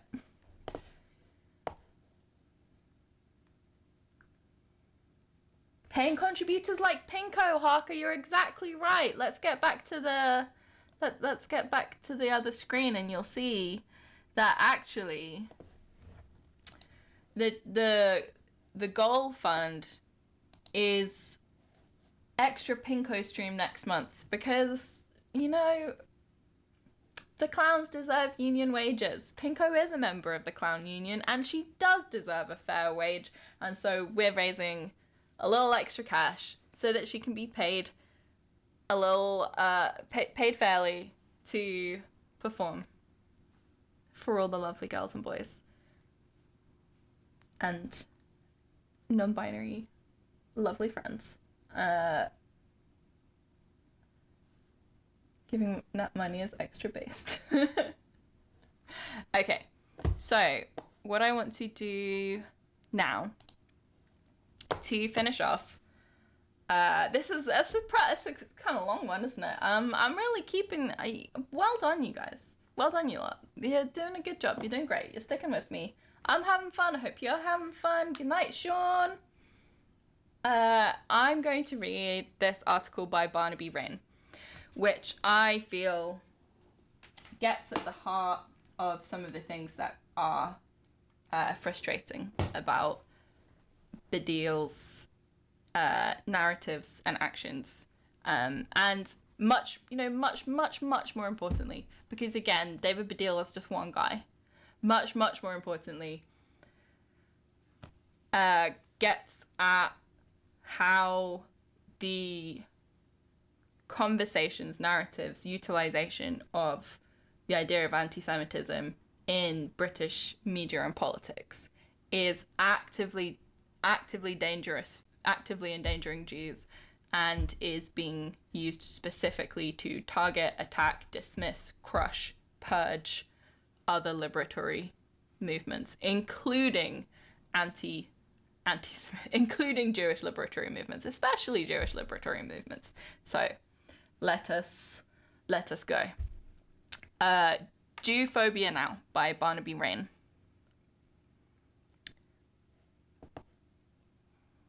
What would a critical theory of anti-Semitism look like today? That is, a theory grounded in the project of universal emancipation.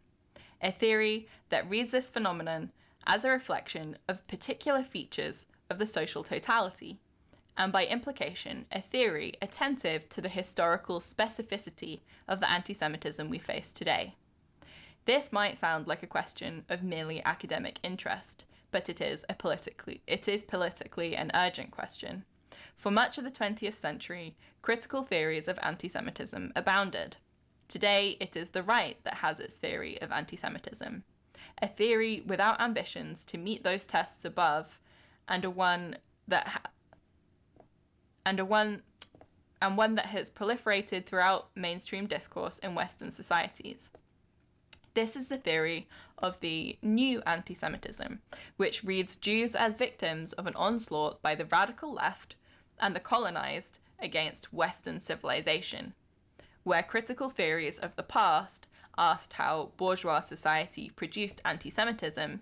The theory of the new anti-Semitism makes Jews the purest manifestation of bourgeois society, such that hating Jews is the disease of the radical opponents of that society.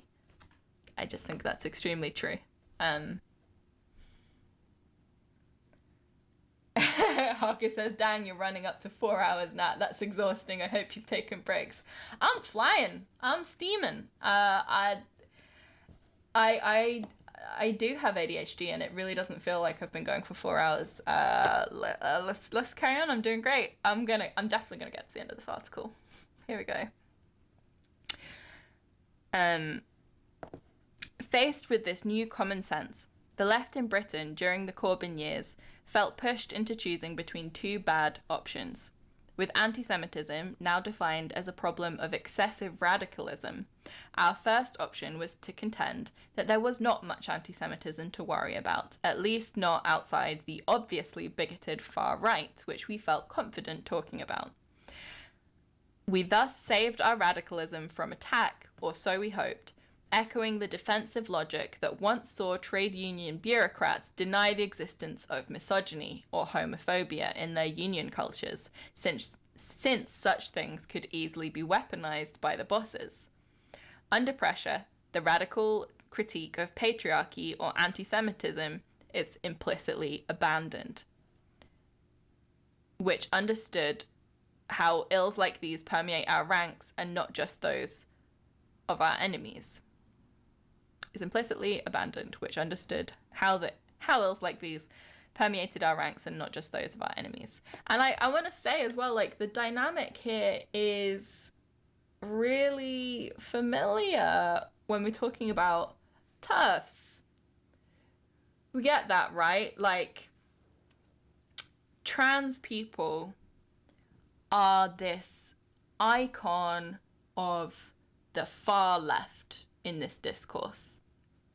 Trans people are very much, and, you know, leftist racialized people are very much this icon of the far left in this discourse. And so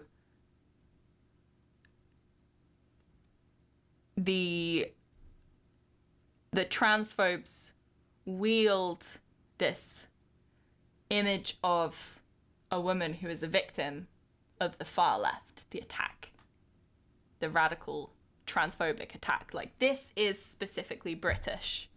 This is a particular context. You know, this is not how these conversations are happening in the US, because the attack on trans people is so obviously coming from the far right, so obviously coming from conservative Christians, white supremacist Christians, you know. But in Britain, it's very much this, like, we're putting up a shield to hide our bigotry against, right? We're holding up this icon of a woman who's being attacked by the far left, and look, they keep attacking her, and we keep holding her here, and they keep attacking her.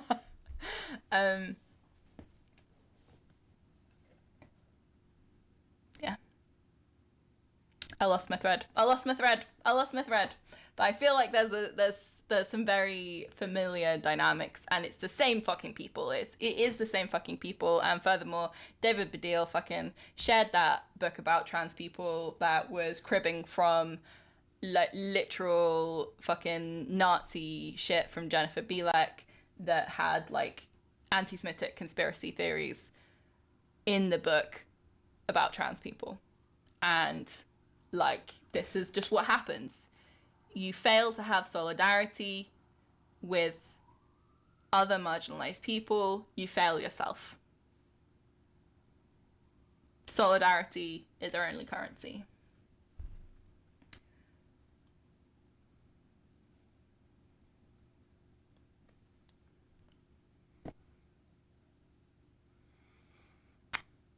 Where'd I get to?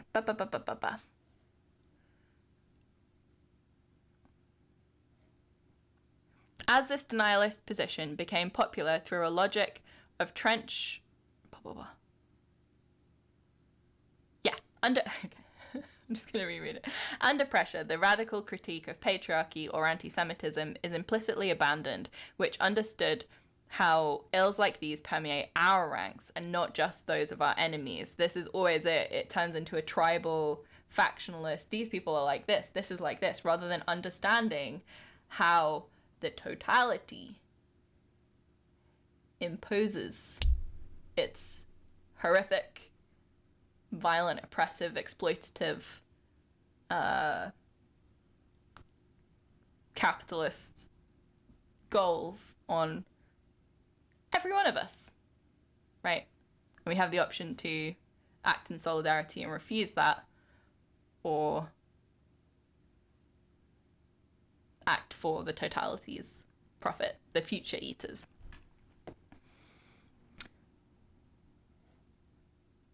As this denialist position became popular through the logic of trench warfare that insisted on refusing to give ground to allegations of anti-Semitism pitted against the Labour Party, there was a hint of what Trotsky once called substitutionism, treating the defence of the party as synonymous with the defence of the socialist project. Please never treat the defence of the Labour Party as synonymous with defence of the socialist project ever again. Just advice. Those of us less invested in Labourism ought to have been the first to highlight this substitutionism as a problem amid the revival of left electoralism, because there was nobody to fucking even imagine voting for before Corbyn. And to work to disentangle anti-racist praxis from the defence of the Labour Party, though in reality tribal thinking can arise in strange places. In this case, an otherwise offensive submission of principles to an organisational loyalty to the Labour Party was occluded by the lack of theory of anti-Semitism which might tell us about its presence, including on the left. Yes. Without that, activists could adopt a denialist position and not feel troubled by the thought that there really was a phenomenon that should have concerned them and which their denialism ended up dismissing. Our second bad option, it's just factual that this fucking... the way this conversation was held, the way the media kept pushing it and pushing it and pushing it and only pushing it as a venue to attack Corbyn and to attack the left and to attack, the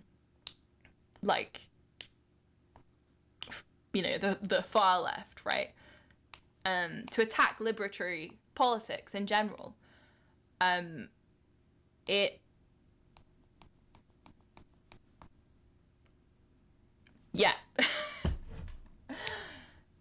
Whatever people felt like was the general state of anti-Semitic incidents in the Labour Party before, by the end of that process, there was just this immediate, any time a Jewish, especially Jewish liberals, especially women, would mention any kind of exposure to anti-Semitism that they'd experienced from someone who wasn't a Tory, they would immediately get denial, defense, aggression in response, as if it's that was the purpose of that conversation that the media held. That is how it was supposed to go.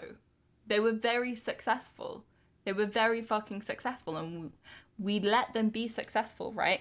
The left, the Corbyn supporters, allowed that success, not by, it was right to call attention to the way that this conversation was being deliberately had, the ways that that endangered Jews, the ways that that motivated anti-Semitism, the ways that that fucking also specifically attacked liberatory politics, specifically was used to attack liberatory organizers and organizations. But instead of like just doing that in appropriate venues, people who don't, there is not a good education about anti-Semitism in this country. People do not understand anti-Semitism. They barely understand what Jews are. Like fucking seriously, like the the arrogance required to come to these conversations and just like any Jewish person you see fucking talking about experiencing anti-Semitism in left-wing spaces and to just call them a liar is absurd, because people are not educated about anti-Semitism in this country. And we can know the direction, the motivation, the shape of this conversation is manipulative, is oppressive, is manufacturing consent, right? And at the same time, not give the people like creating this conversation exactly what they want, right? Which is Jews in danger and left-wing liberatory politics treated with inherent suspicion. And purged. Fucking purged. It's being fucking purged.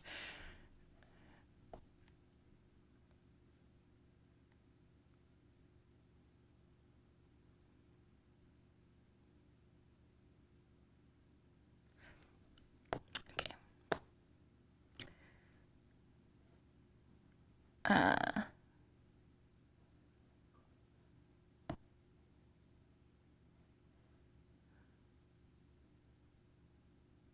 Our second bad option was also dependent on the absence of such a theory. This option was to agree that anti-Semitism is a problem, and so, since this is a problem of excessive radicalism on the dominant framing, to adopt right-wing measures to combat it. The aggressive policing of anti-Zionism became the most prominent case, though not, I think, the only one. These two options, denialism and accommodation, are really two intolerable forms of defensive thinking, since they both cede to the right, the ground of anti-racist militancy. Yes. This is the binary choice with which we are still commonly presented on the British left today, and both options are worse than useless. There is a third path.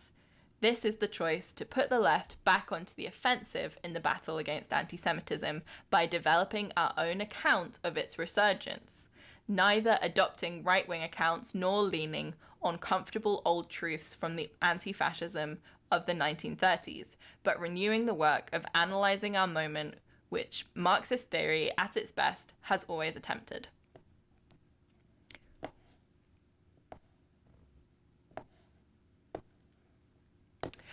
My close friend and comrade, Cy Englert, is a rare example of a scholar pursuing that much-needed path. Englert and myself both take for granted the claims of the radical left in this debate, from which others regrettably retreat. That anti-Semitism is in part a politically and ideologically... Oh, you know what? I'm gonna put my fucking glasses on. Oh, I just remembered I got glasses. You wanna see? Are you excited to see? I'm gonna put my glasses on and I'm gonna read the screen and it's gonna be a little bit easier. Oh my god, that's so much better. Okay. You like them? You like them? Do I look smart? Am I looking smart? Give me, money me if I look smart right now.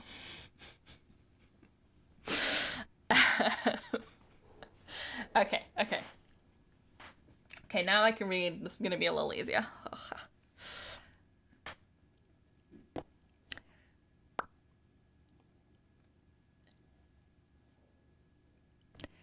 The claims of the radical left in this debate, from which others regrettably retreat, that anti-Semitism is part is in part a politically and ideologically weaponized allegation against the left. That the most militant support for and solidarity with the struggle for Palestinian liberation and against Zionist settler colonialism is the only genuinely anti-racist position. And the list goes on. But we insist that our analysis cannot stop with these formulations, and that we have to do more to understand both why anti-Semitism is a charge wielded against the left today, and what anti-Semitism really looks like today. And this is so important. Like, I'm gonna actually put this article in the chat right now if people want to go away and read it on their own time at any point, or share it with people, because the reality is that the average understanding of anti-Semitism is absolutely basic, and they do not understand, you know, literally the average, like, the average, like, mainstream perspective on anti-Semitism from, like, white Gentiles is fucking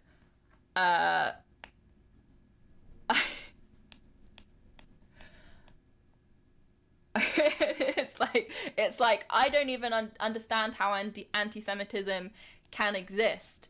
I can't even tell who's Jewish. They look like normal people, right? It's this, like, you know, this completely fucking liberal, like, not understanding the history, function, purpose of anti-Semitism, completely easily, readily sliding into like, more subtle and not so fucking subtle anti-Semitic kinds of attacks, accusations, like dual loyalty is an obvious fucking yeah, anyway. Rambling on too much. Okay.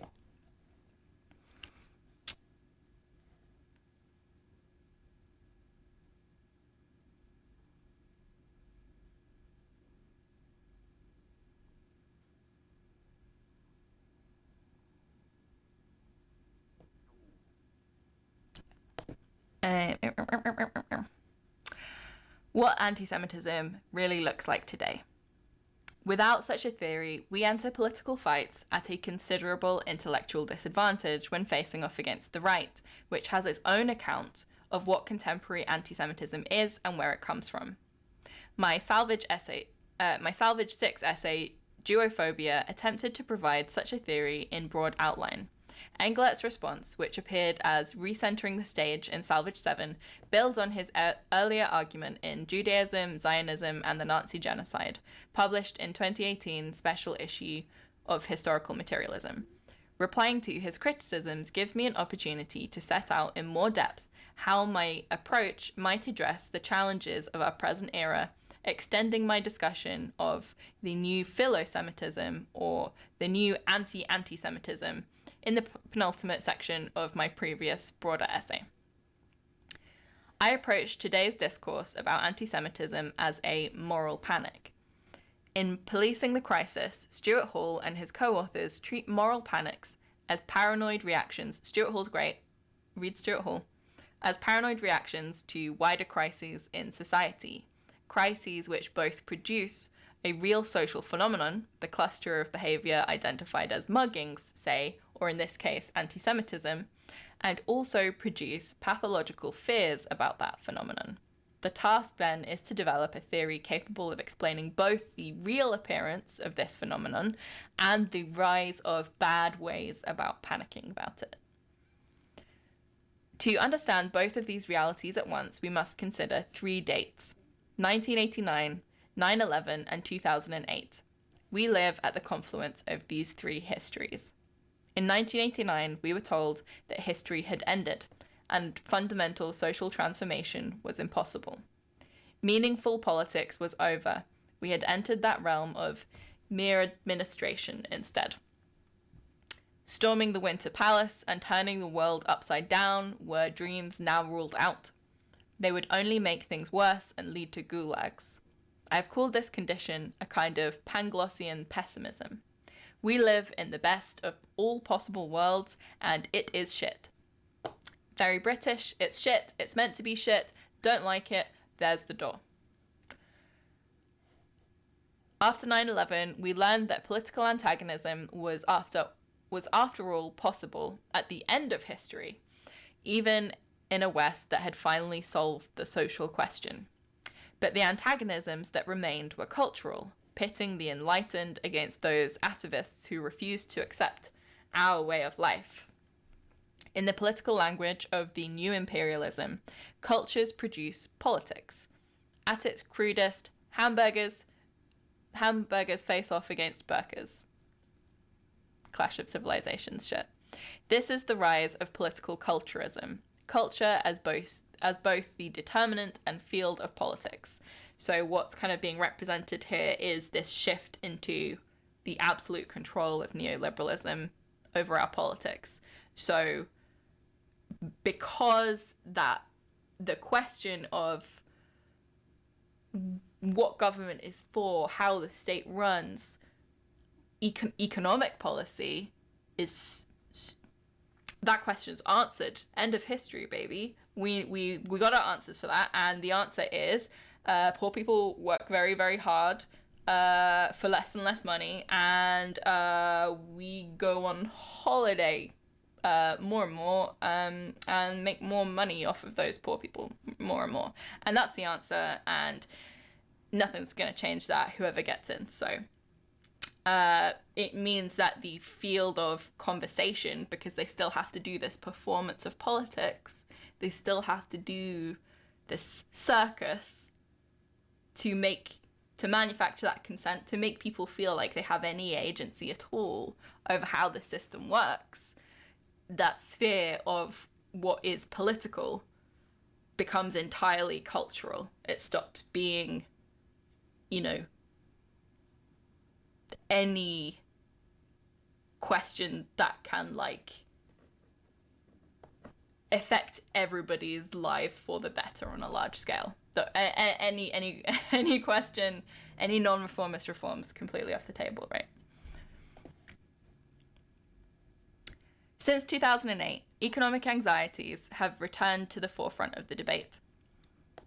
The simultaneous experience of these three conditions goes a long way in explaining today's anti-Semitism. People look for antagonistic politics in a world that has rendered structural social transformation unthinkable, 1989, where the predominant language for imagining political antagonism is culturalism, 9/11. In the frustrating moment of loathing capitalists, 2008, while fearing anti-capitalism and finding it inconceivable, where cultural antagonisms are the only antagonisms left, what better villain than George Soros? Which is very much why people call anti-Semitism the, socialism of fools. Because it's an anti-capitalism, and Barnaby Rain does a fantastic, explanation of this later on. This is what he's expanding into, but it's what people are taught to express when they are resentful of their place in the hierarchy. They know that there's people further up, but capitalism is the American religion, You're not going to say capitalism is bad. You could be at the top of that hierarchy. In fact, you deserve to be. So instead, what the problem is that too many of the capitalists are Jewish. And that is the function of anti-Semitism, is consistently to deflect. Fascism always co-opts anti-capitalist aesthetics, language, arguments, actions, always co-opts them and turns them against scapegoats, minorities, marginalized people, the people who are most powerless, rather than the people oppressing them. Consistent. And it's because it is specifically a fucking movement of class solidarity, of specifically the upper classes, the petit bourgeois, who can then recruit from pools of resentment.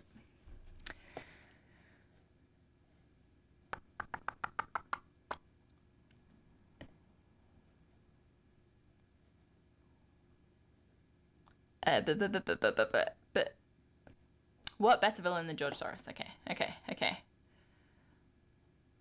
If I keep talking between every line and then forgetting where I've read up to, you're very patient people. I really appreciate you. I hope you appreciate this.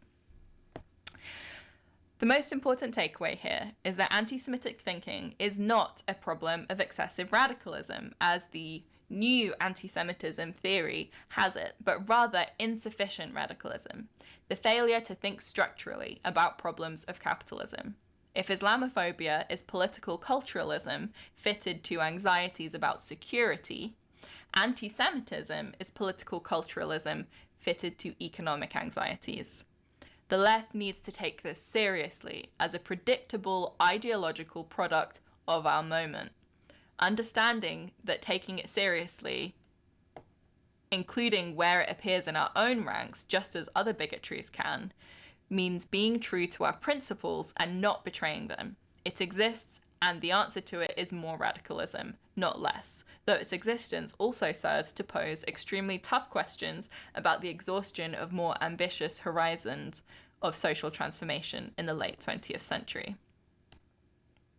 And like, I'm reading this a few years after I first read this, because this was written during the kind of peak of these constant arguments about anti-Semitism in the Labour Party that were, you know, whilst Corbyn was the leader of the Labour Party, that were specifically driving at trying to purge the left out of the sphere of acceptable politics. That is specifically the purpose that this whole conversation in the media serves.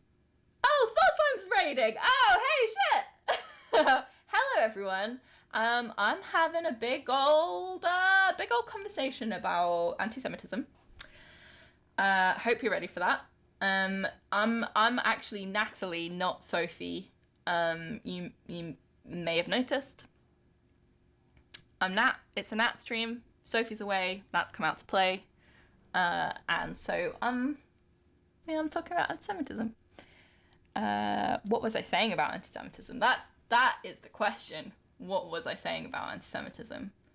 Someone want to remind me? Blah, blah, blah, blah, blah, blah.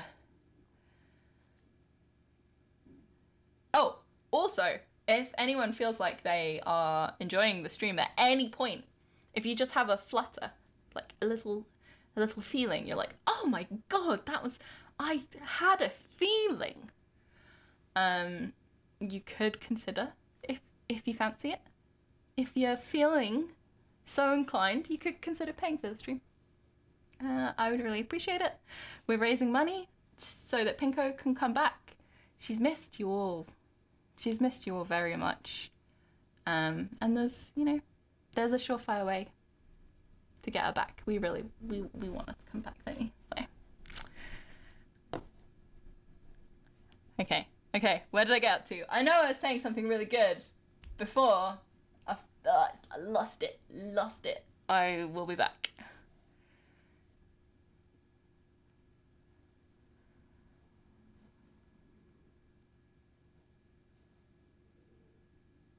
Okay.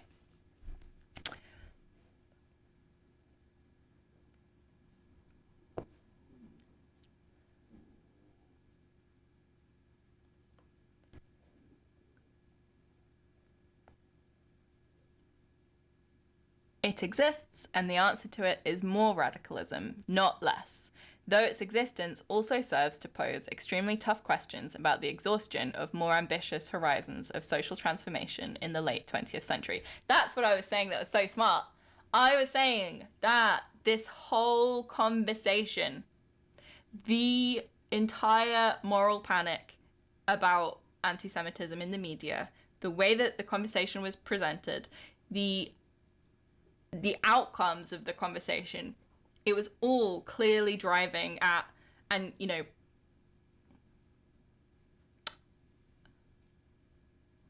please don't anyone who's just joined the chat come to believe that I am here dismissing that anti-Semitism is a real problem across society, and also in the left, especially as a consequence of these conversations. And that's what the article that we're reading by Barnaby Rain, called Jewphobia Now, is all about.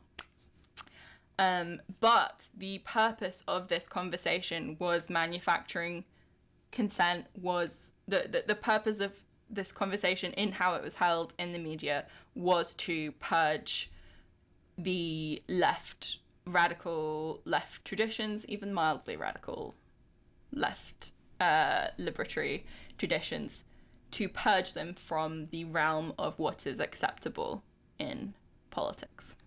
That was the purpose.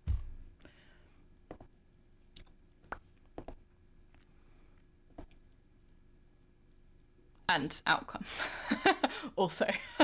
Purpose and successful outcome.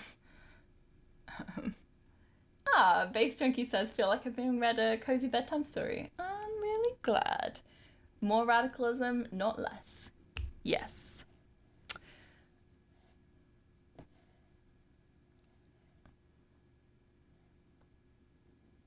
There also serves to pose tough questions. Blah, blah, blah, blah, blah. I'm reading the same thing over again because I have ADHD. Let's move on. Blah, blah, blah. Much of today's anti-Semitism can be summed up as the pessimistic and culturalist rendition of anti-elitism in the shadow of both the war on terror and the rise and crises of neoliberalism. Yes. Just as Islamophobia works to legitimate imperial adventurism, whereas transphobia polices a porous gender binary, so anti-Semitism has its own distinct social function in directing anti-elitist discontent against ethnic ciphers, not against the social structure that really provoked the anti-elitism. The anti-Semite experiences social power and her personal powerlessness in a form almost like Freud's transference, killing her ability to face the real causes of her woes, and her reduction of social and political problems to cultural or biological facts sets up a template fatal for the left. Hence, anti-Semitism is a potent and important enemy, even if most Jews are safer today, though not, it should be clarified, entirely safe than most other minority groups. Its dangers are broader than just its immediate effects on Jews. That's all very true, and I also want to highlight that there have been fucking, in recent years, attacks on the safety of Jews for being Jewish, increasingly. And it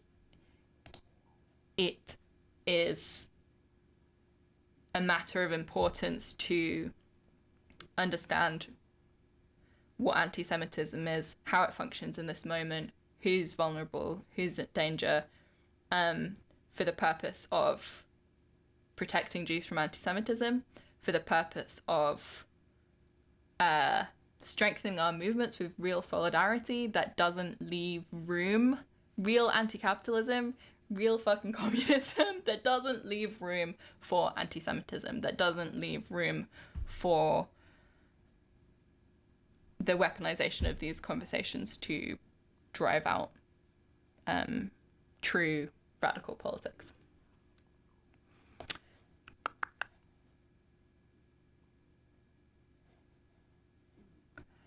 Its dangers are broader than just its immediate effects on Jews. The same historical backdrop can, I think, explain the moral panic too. Rising anti-Semitism is the perfect anti-populist panic. And it's what's so grim about the ways that anti-Semitism, the conversations about anti-Semitism have been wielded, is that they are simply bluntly used to shut down populist politics, radical liberatory politics. And so people's response is, Jews won't let us talk about anti-capitalism. Jews won't let us talk about anti-black racism. Jews won't let us talk about all these Islamophobia, right? About obviously Israel-Palestine. Like, it creates this image for people of, like, it's like it's purposefully fucking orchestrated to create an image of Jews having control over the media and political conversation, because they are creating an image of Jews and they are putting it in front of everyone, and they're saying we can't talk about these things because it's anti-Semitic. You know, Gentiles are doing this, have been doing this for years in British media. It's so fucking dangerous. They fucking drawn on a fucking cardboard cutout this fucking icon of Jews and held it up in front of everyone and gone, you can't say that, it's anti-Semitic. You know, you can't protest, that's anti-Semitic. You can't fucking defend Palestinians, that's anti-Semitic. You can't talk about your own experiences of racism, that's anti-Semitic. Like, it's horrific. It's fucking horrific, the impact that this shit has had, and it's so fucking depressing. It's really fucking demoralizing, and it has had exactly the impact that was intended. It has stressed and fractured solidarity. And the only way through that is with solidarity. The only way that we can combat that is by recognizing and understanding how these things intersect.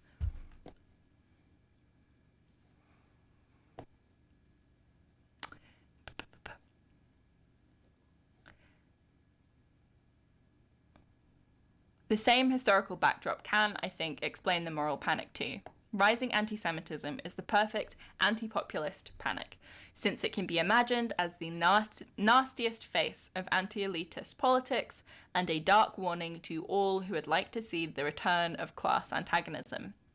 Mainstream technocrats see terrifying shadows and malicious conspirators lurking behind all radicalism. That angst works by deploying elements of the anti-Semitic worldview, which imagines small cabals of nasty people, Jews or anti-Semites, as a cunning hand driving social changes that otherwise feel frighteningly difficult to understand. Though campaigns to shut down critics of Israel play an important role, the deep structure underpinning today's anxieties about the place of Jews in Europe among liberals and on the right is this angst about the end of neoliberal technocracy. Implicitly or explicitly, establishment politicians buy into the bigoted picture of Jews as exemplars of the global elite. Yes, they do. This is liberal anti-Semitism. This really is like the foundational, like, the place from which all this stuff springs, is that people who, or so many of the people having these conversations who think that they're defending Jews, that they love Jews, still create this two-dimensional icon. They have this two-dimensional icon of Jewish people in their minds that still says that they have, like, outsized success on a capitalist basis, you know?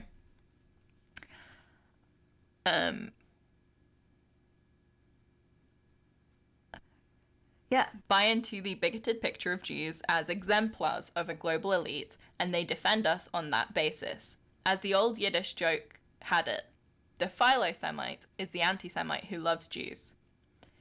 The crucial point here is that anti-Semitism can become a widespread moral panic about radicalism only by following the anti-Semite and constructing Jews as stand-ins for bourgeois society. Fucking yes. Yes. That is what these... Using Jews as this icon to shield yourself from anti-capitalist politics is necessarily framing Jews as your representatives of the bourgeois. It's fucking dangerous. It's anti-Semitic. It endangers Jews. And it endangers everyone.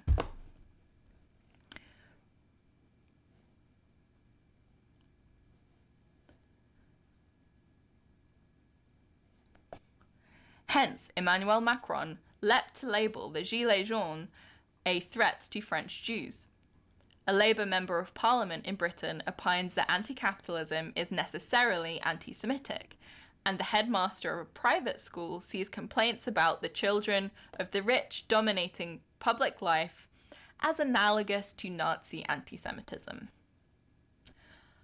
Some of the people in this chat, some small number of you, may not be British and may be quite surprised at the bizarre lengths that non-Jewish people are stretching themselves to fucking to call any kind of milquetoast left-wing politics anti-Semitic. You might be surprised. You might think that is anti-Semitic, and you would be very correct.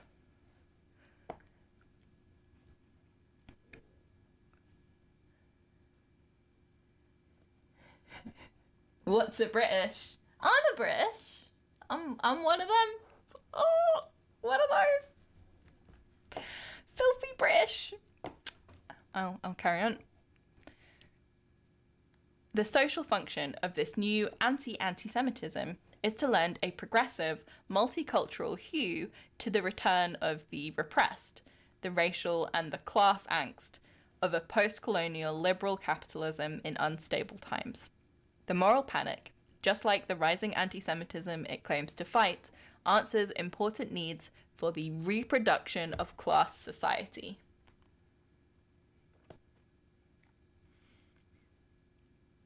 The panic does enormous damage.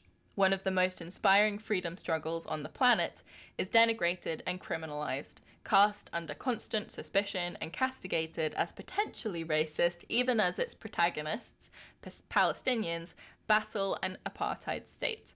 An attempt is made to drive out of public life the one political force, the socialist left, with a serious, even if imperfect record of organized anti-racism. These two intertwined campaigns against Palestine and against the left risk glamorizing the allegation of anti-Semitism or inducing a contemptuous shrug about its seriousness, just as it rises around the world. That's incredibly serious, right? The way that these conversations about anti-Semitism are being framed to purge the radical left is not just creating more anti-Semitism. It's also based on anti-Semitic worldviews, but it is happening as there is a rise of anti-Semitism because of these social changes, because of these economic changes, because of these political changes, because of the death of neoliberalism as it existed up until that point, because of the death of consensus politics. And so it's causing the people, what it's doing is making the people who otherwise would be most receptive, curious, keen to act in solidarity with Jews to make them safe in their community, to like understand the oppression that they face, is making them turn around to those people and shrug and dismiss and get angry and point fingers. It's absolutely vile.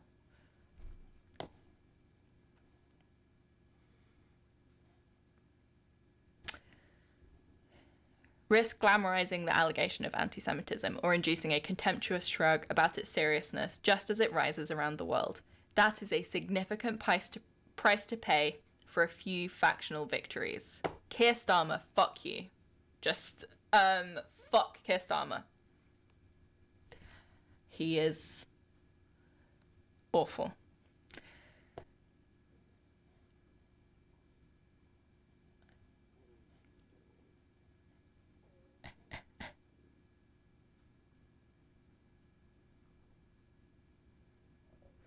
Moral panics often punish those they claim to protect because their supposed beneficiaries appear as their authors and then get the blame for them.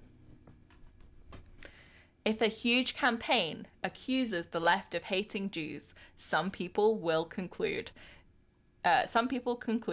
then self-interested right-wing Jews must be the source of the campaign. Cy Englert and myself have both suggested that is an error, that the agent of interest here is racist Christendom, whose self-image as the protector of a favored Jewish minority allows Gentiles to think of themselves as enlightened in contrast to darker others. Some of those who have prosecuted the moral panic have been Jewish, but many of its leading warriors have not been. And those that have been have only been able to do so because it's what those interests want from them. You know, it's a useful conversation. They're useful tools. I think this is just really important to say, especially after I watched that interview with David Baddiel, right? Because I want people to know that, like, it's not David Baddiel's fault that there are bad conversations or limited or counterproductive conversations about anti-Semitism happening. The conversations that are happening and being promoted about anti-Semitism are those that serve this purpose that Barnaby Rain is explaining here, right?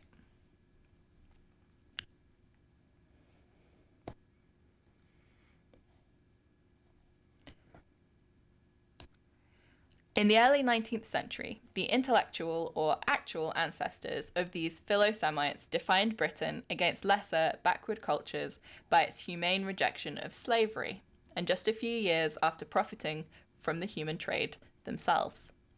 Today, prevalent discourses about paedophilia, see gangs of male vigilantes, project themselves as protectors of the innocent, painting sexual violence as the preserve of a few freaks, and so painting the authority of the patriarch as protective of the vulnerable, rather than a violent threat to them. Feminists surely ought to raise an eyebrow. A critical orientation to that campaign would oppose it by affirming, not denying, the existence of child abuse, highlighting how the moral panic actually addresses crises quite different from the ones it names. Such an orientation would not accuse children of fabricating the campaign. In the case of anti-Semitism, though, it is all too easy for people to misread the callous conscription of Jews to the panic as evidence of Jewish power. As evidence of Jewish power in organizing the whole thing.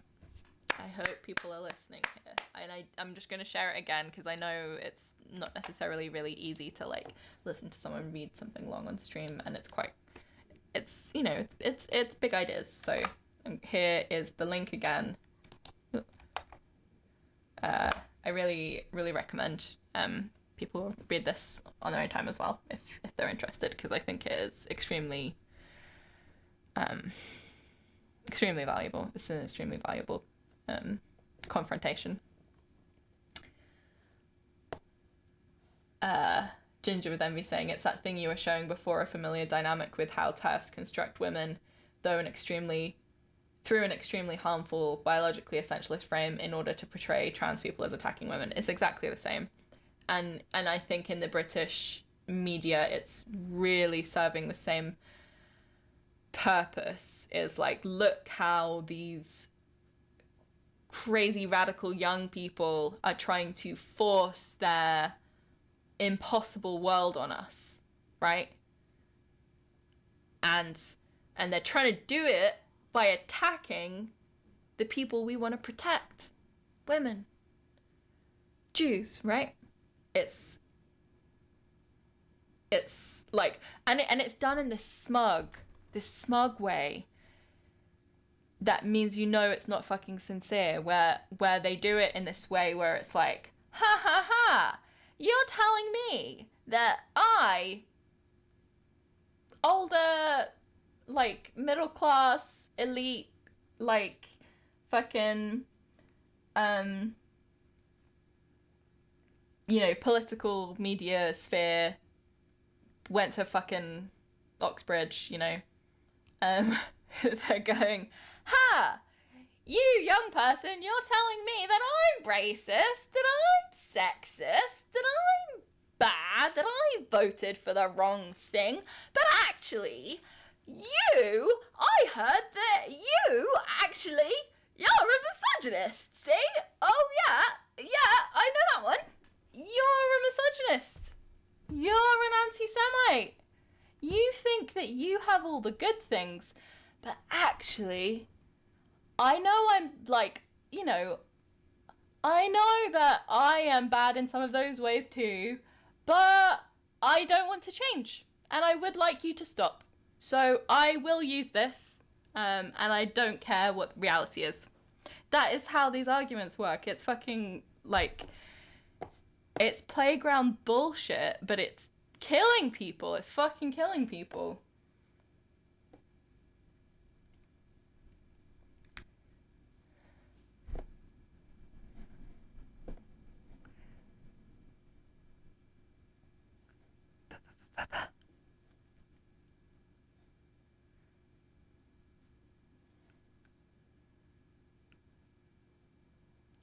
In the case of anti-Semitism, though, it is all too easy for people to misread the callous conscription of Jews to the panic as evidence of Jewish power in organising the whole thing. At the very least, it seems to suggest that Jews hold sufficient clout to be taken more seriously than other minority groups by official anti-racism.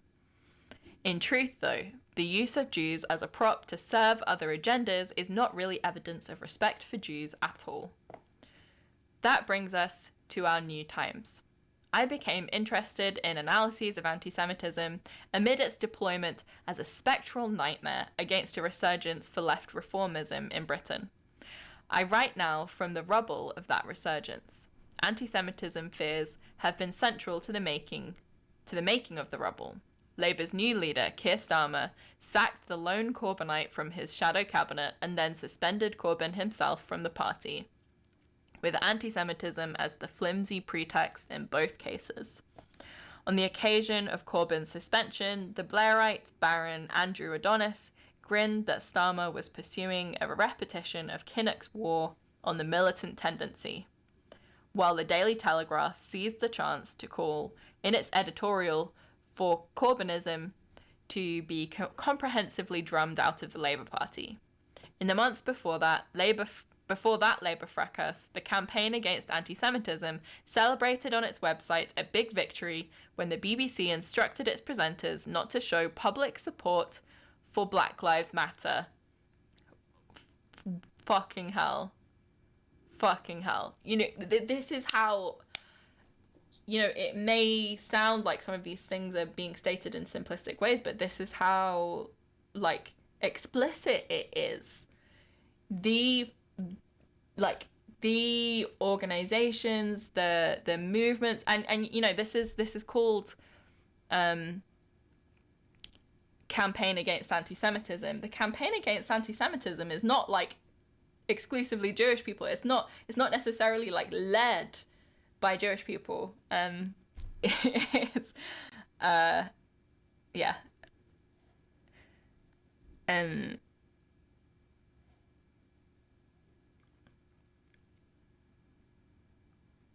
But yeah, just how explicit these wedging minority groups against each other about how this conversation about anti-Semitism is being used to dismiss and shut down liberatory politics to the detriment of Jews. Yeah.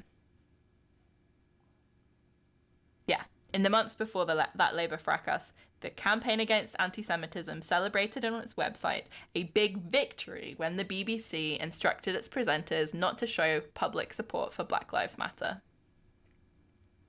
It's just unreal. The latter had tweeted their anti-Zionism in a manner labelled anti-Semitic by their critics, so the rhetoric of defending Jews was easily appended to lend a progressive hue to the predictable marginalisation of radical anti-racism by an ideological state apparatus. Frequent claims that anti-Semitism is being weaponised, though, tend to reveal little about why that process is possible. And when, like, specifically when people don't understand why and how, what it leads them to is anti-Semitism. What it leads them to is Jewish people are controlling this conversation to protect Israel. It leads them to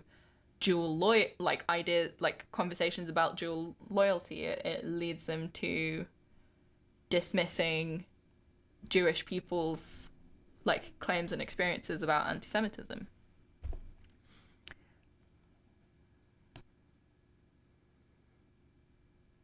And it also leads them to seeing people making claims about anti-Semitism as evidence that they are part of this group trying to control politics and shut down conversation.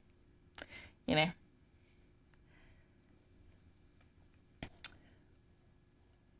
The idea of a moral panic, which takes real phenomena as fuel for its existing social angsts, can help in explaining why anti-Semitism becomes the particular tool of choice for burying the left, and, as Peter Mandelson had it, sealing the tomb. Rising anti-Semitism operates so effectively as a panic about rising radicalism, in part because subaltern anti-Semitism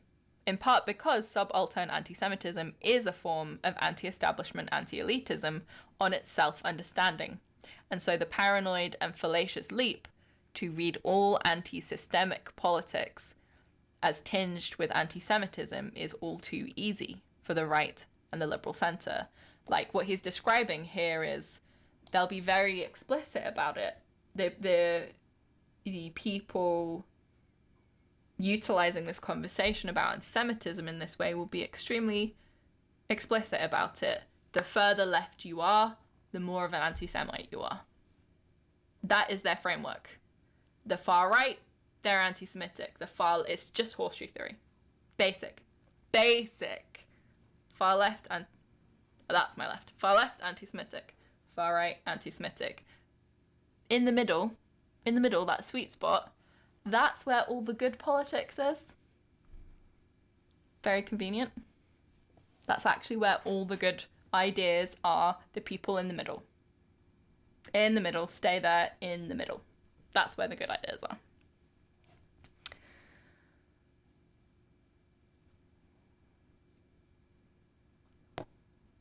Oh, which is exactly what he says. I keep talking on, and he goes on to say exactly what I'm about to say anyway. The idea of a moral panic which takes real phenomena as fuel for existing social angst can help in explaining why anti-Semitism becomes a tool of choice for burying the left. Rising anti-Semitism operates so effectively as a panic about rising radicalism, in part because blah blah blah. I read this already. Because subaltern anti-Semitism is a form of anti-establishment anti-elitism on its self-understanding, and so the paranoid and fallacious leap to read all anti-systemic politics as tinged with anti-Semitism is all too easy for the right and liberal centre.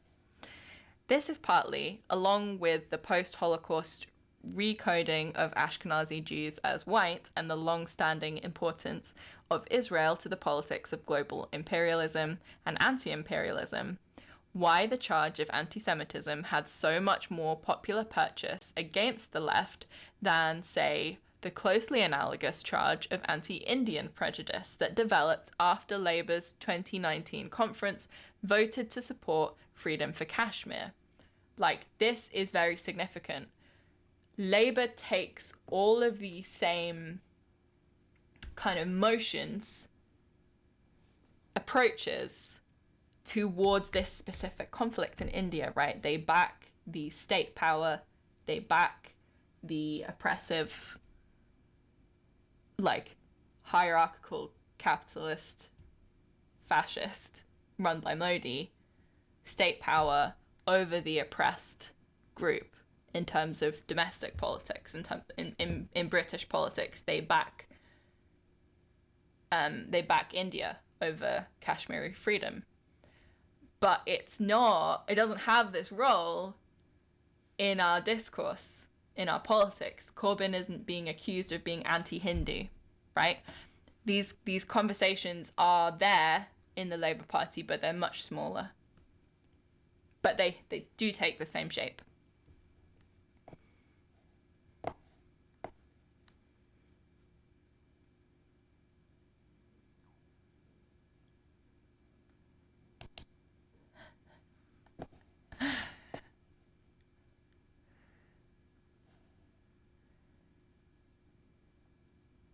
Also, do you remember, if you are enjoying the stream, you feel free to pay for the stream in some way.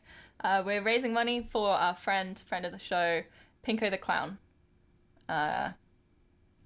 We want her back. She's part of the clown union. We gotta pay the good rates.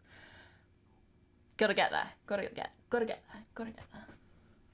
Okay. Sophie's watching me. Hey, lovely. I feel like I'm saying some sensible things, but I don't know how much like sensible stuff there is like interspersed with kind of rambling a little too much. So, you know, we'll see. I hope the lovely viewers are enjoying. I hope we're learning something together, because I do think this article is really good, and I'm just going to share it once again in the chat. I'm quite proud of myself, though, I'm not going to lie. I'm very proud of myself for doing a reasonably successful stream. So. The hardest thing is just simply remembering where I got in the article. Yes. The closely analogous charge of anti-Indian prejudice that developed after Labour's 2019 conference voted to support freedom for Kashmir. Indians are, like Jews, a group once maligned and systemically oppressed by European states. Like most Jews, most Indians tied security and emancipation in a post-colonial world to the construction of an independent nation-state, and then entangled in the oppression of others. In both cases, then, global concern for these new minorities, whose oppressors might yesterday have looked like abject victims, can be understood defensively and skeptically as a novel mask for the reproduction of old prejudices. He's very right to highlight this absolutely parallel situation that has markedly different role in our politics. It's a very similar dynamic, but in just a much less visible sphere. And also worth noting, you know, this is comparing a relationship to Israel, right, to domestic politics. Israel and India enormously share military resources, intelligence, training, weapons. Like, they absolutely have that relationship, because they are doing so many of the same things.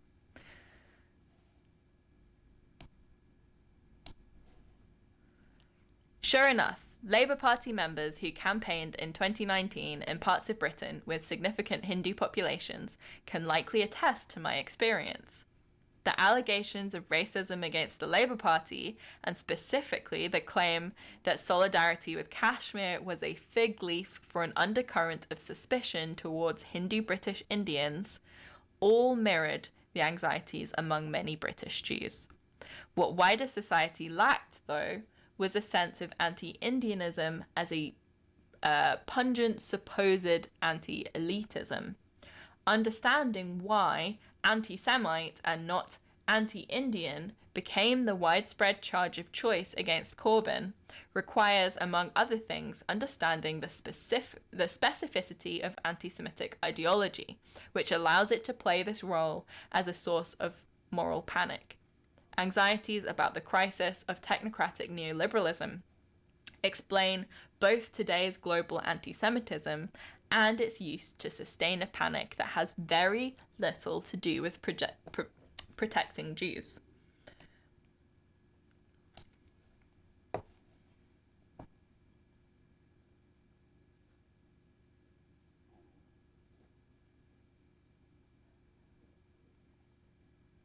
Oh, Sophie says it's like a podcast of my little wife. What the fuck? I'm glad you're enjoying it, Sophie.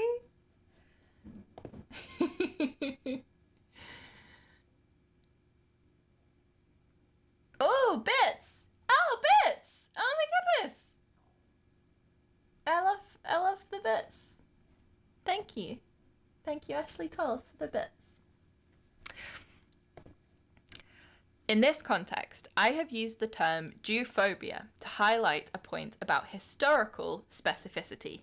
Anti-Semitism, that late 19th century term, identifies Jews as Semites at a moment of lurid Orientalism. This is, I think, only one way of marking and hating Jews, and it does not adequately describe the Jewphobia we face today. I think that's a really worthwhile point to make, because I think there's this frequent mistake made in talking about anti-Semitism as if it is the same thing throughout history, which is just so far away from the case.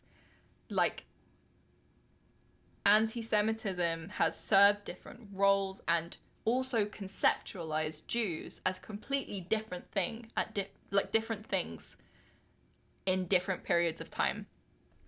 So I really like this point, like the kind of anti-Semitism that we are historically familiar with relies on specifically this kind of Orientalism that is quite changed in the way that anti-Semitism operates today.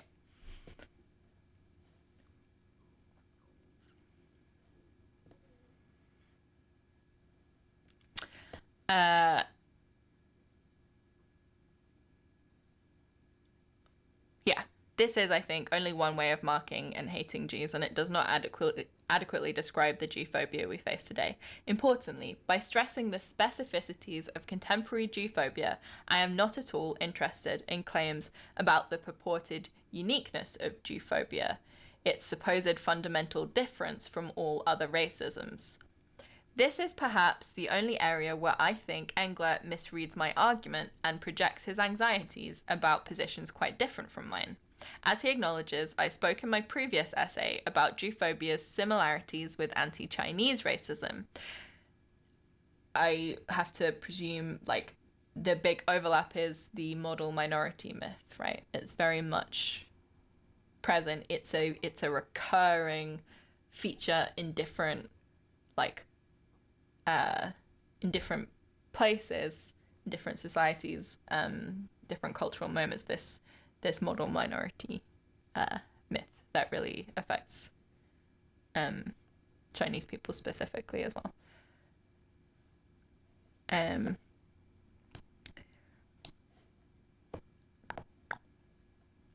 As he acknowledges, I spoke in my previous essay about Jewphobia's similarities with anti-Chinese racism and conspiracy theories about Russia, not now popular among American liberals. But I do think racism can be an insufficient catch-all term, since Jewphobia sometimes has more in common with, say, conspiracy theories about Freemasonry, not racism, than it does with most white supremacy racism. I'm not sure about that claim.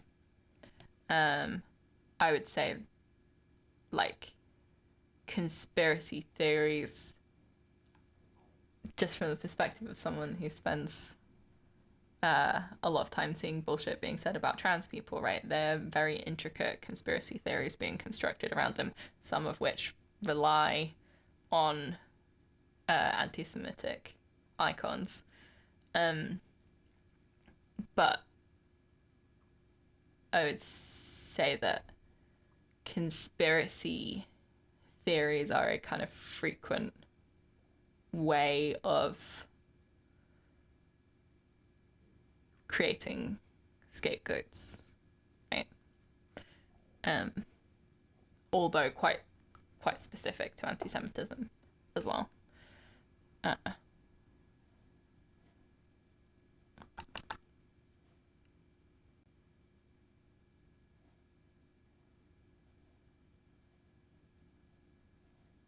Than it does with most white supremacism, racism.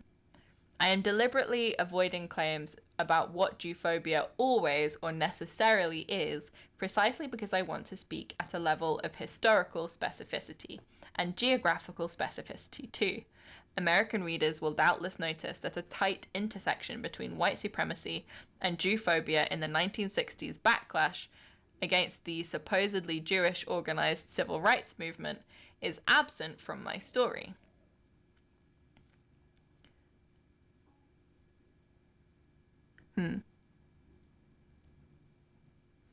Though it is a dynamic that now resurges in the United States through fears about Soros funding a migrant caravan to bring down white society. And this is why, this was the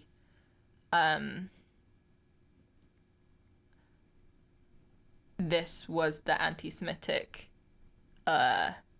claim that was being made that led to the shooting at the Tree of Life synagogue. This historical relationship between Jews and the civil rights movement, I guess. Indeed, today's scaremongering about cultural Marxist anti-racism on both sides of the Atlantic highlights the endurance of Jewphobic frames for cohering narratives about the fragility of the Western nation state on the right. But I have focused above all on explaining a particular process of subaltern Jewphobia, where the innate conservatism of this ostensibly anti-systemic politics is more veiled than in most Jewphobia on the right.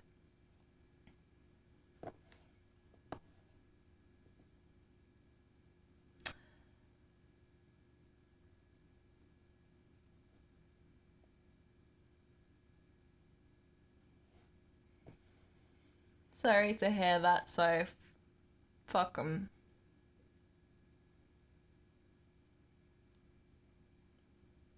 I'm mad.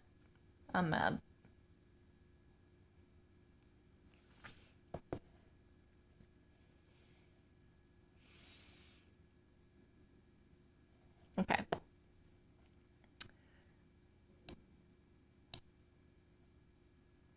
What differentiates this from Englert's account? I agree with the vast majority of what he writes. A concern with the hidden Jewphobic entailments of contemporary philo-Semitism from the imperialist and neoliberal right and centre drives both of our essays, and often we make the same arguments about these entailments.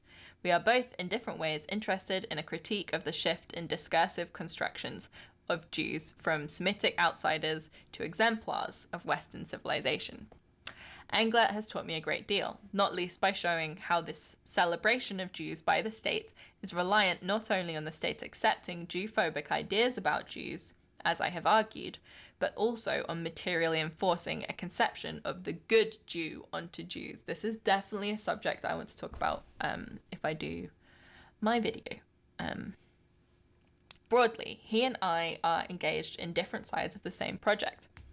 Englert wants to understand why state anti-Semitism becomes state philo-Semitism, and I want to understand why subaltern anti-Semitism persists by thinking through the forms of anti-elitist consciousness that people find appealing at different historical moments. To that extent, our analyses complement each other. Actually, I'm really glad that Soph's listening to this bit, because I've been wanting... I meant to send this article to her ages ago and I didn't get around to it, so she just gets to hear it now.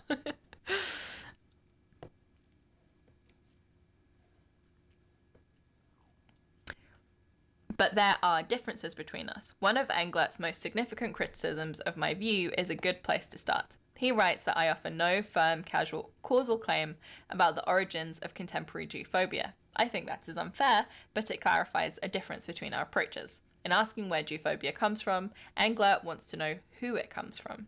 He suggests the post-1945 European state apparatus as the point of origin for contemporary Jew-phobia, since imperialist states have used a particular reading of the Holocaust and their support for Zionism to construct Jews as their model minority, both material and rhetorical shields when those states attacked the colonized at home and abroad. I agree with the picture he paints, but I don't think it can quite do the explanatory work he wants from it. That is, I do not think that something called the state created the ideological condition that Englert rightly and valuably pinpoints. One premise of the tradition of ideology critique that Marx inhabits, both in the German ideology and in Kapital, is that bad ideas do not always require a cunning hand to plant them. In some social conditions, bad ideas can feel much more intuitive than good ideas. This is how Marx treats both German idealism and classical political economy as ideology, and it also approximates those aspects of the commodity fetish that can properly be called ideational. In the 20th century, this is how critical social theorists saw Jew-phobia as a misguided form of subaltern consciousness. To take just one example among many, Fanon reads Negrophobia as a pathology of patriarchal society in which fears about male aggression and sexual violence are displaced by being projected onto black men. And so he says that Jew-phobia has an analogous function, where capitalist society displaces its anxieties about compulsive accumulation by projecting them onto the money-grubbing Jew. Marx's view on the Jewish question is very similar to this, absent the psychoanalytic influence. This is a really fascinating thing, because the function of anti-Semitism in modern history is simultaneously projecting onto Jews the image of the capitalist, the essence of everything that is wrong with capitalist bourgeois society, and simultaneously the communist, the rabble-rouser, the perverted, queer, failed man leftist, right? It's this simultaneous projection. These two completely inverse characters are always created out of Jews. And I shouldn't say always, because Barnaby is right to focus on this kind of like contextual historical moment.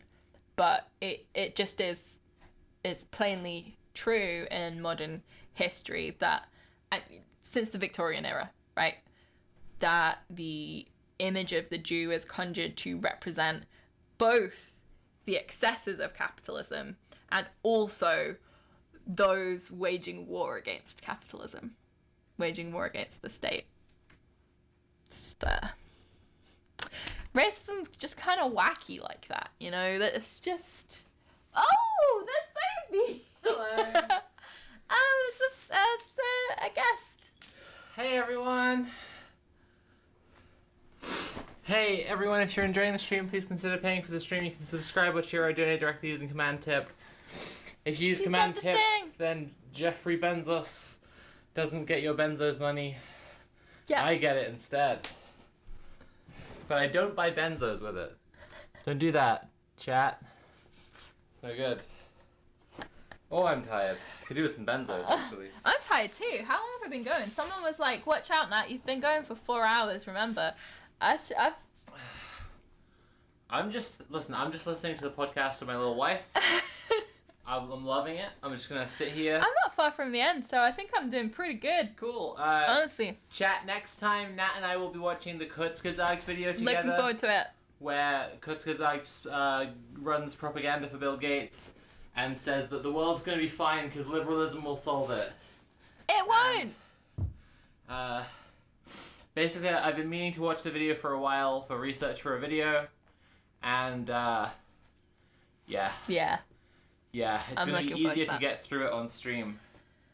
Especially on there. Yeah. Also, I just finished Uninhabitable Earth on the way home, so Oh, fantastic.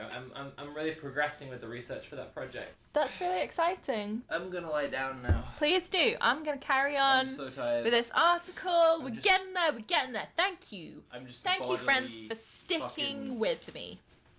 twatted. You're just bodily twatted. I'm bodily twatted. Okay. Okay. Just a warning for, anybody who might have come into the stream recently. We are British.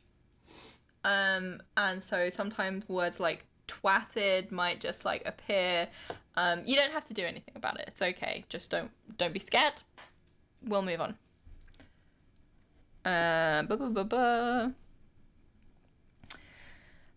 It is true that more agentic analyses of Jewphobia, which focus on identifiable actors generating the problem, also have a pedigree in Marxism.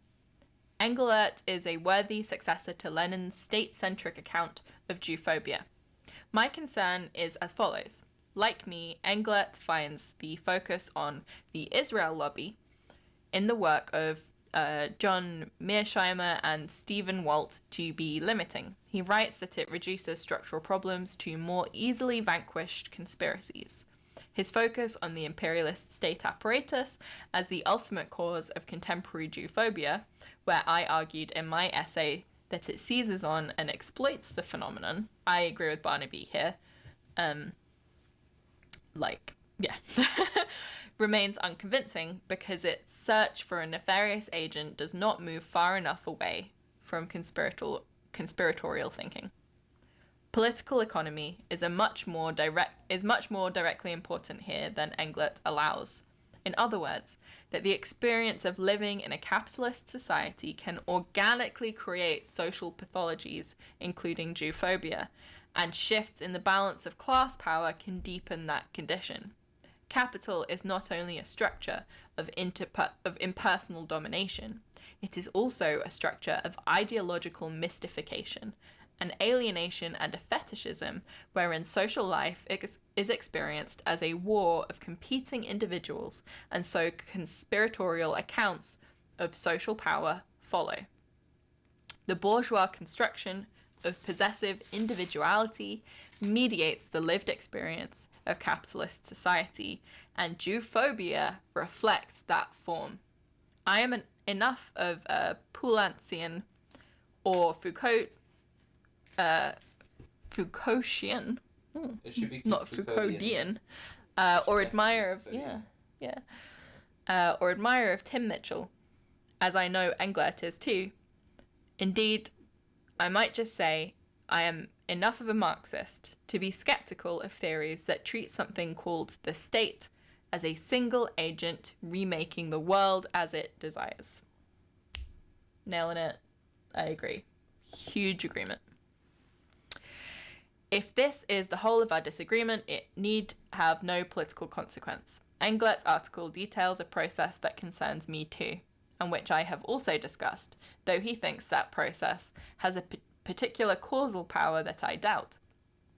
The strategic question is what the state's role in the reproduction of Jewphobia, whether that role is to fuel it, as I have argued, or its ultimate cause, as in Englert's account, means for anti-Jew-phobic politics.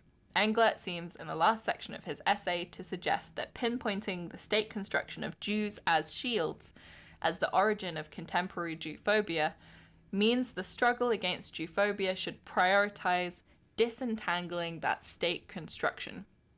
I too would like to see it undone, just as I would like to see the end of those features of capitalist society that I think produce Jewphobia.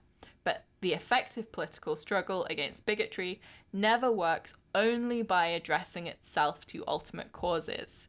We battle symptoms directly too.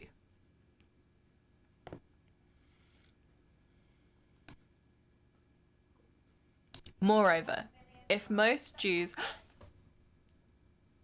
She's playing videos, so I'm trying to stream here.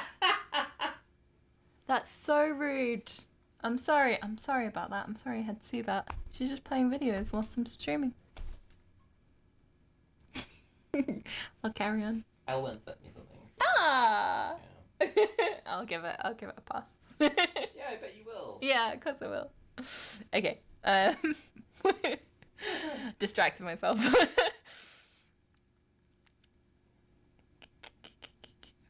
Moreover, if most Jews accept the state construction of them that Englert highlights, and if the battle against Jewphobia is to be overwhelmingly a battle against that state construction, can it be acceptable to say the fight against Jewphobia is a fight to tell Jews that they must think differently about themselves?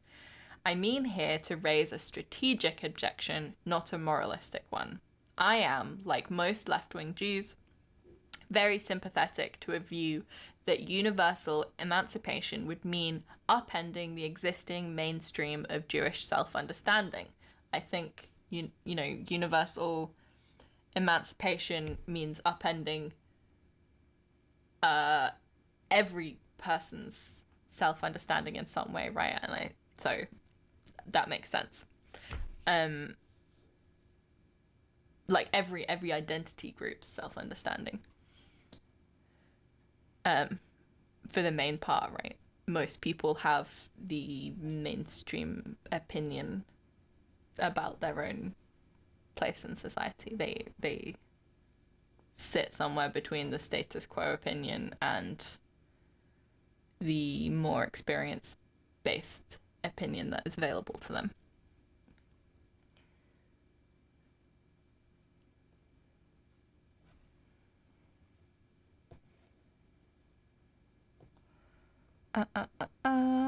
Like Englert, I consider the status quo in that regard to be deeply destructive, but I think that for the battle against Jewphobia to foreground a demand that Jews should change, even where this demand is placed at one by blaming the state for constructing Jews in a particular way, not Jews themselves, comes a little too close to quietism.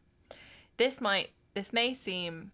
I've seen quietism somewhere else recently. I need to investigate what that means. If you, dear listener, are going, what is quietism? Me too. Me too. This may seem a surprising final charge to direct at an essay explicitly grounded in the imperatives of political struggle, as Englert says, but this is the counterintuitive sapping of energy from struggles that ensue when a radical says that phenomena must only be confronted at their roots. Struggles against symptoms arise and matter because ultimate causes are usually harder to overturn. We have to hone the language to fight Jewphobic ideology even under conditions where our fellow Jews are not all as we would wish. Absolutely. Failing to do so leaves the door open to a comforting sleight of hand, a theory of Jewphobia that tells us there is little we can or should do to challenge Jewphobia close to home, since there is no hope of denting its appeal without the end of imperialism and its states. Unlike Englert, I have concentrated heavily on the question, how does subaltern Jewphobia think? It seems to me that we require much better, more fine-tuned understandings of how and under what material conditions of possibility this worldview makes sense to its adherents if we are ever to confront it effectively. I hope that tracking a long loss of faith in comprehensive social transformation as a key condition for the resurgence of conservative discourses of opposition to concentrated power and the experience of powerlessness might serve to focus socialist minds on the depth, the nature, and the costs of our failure.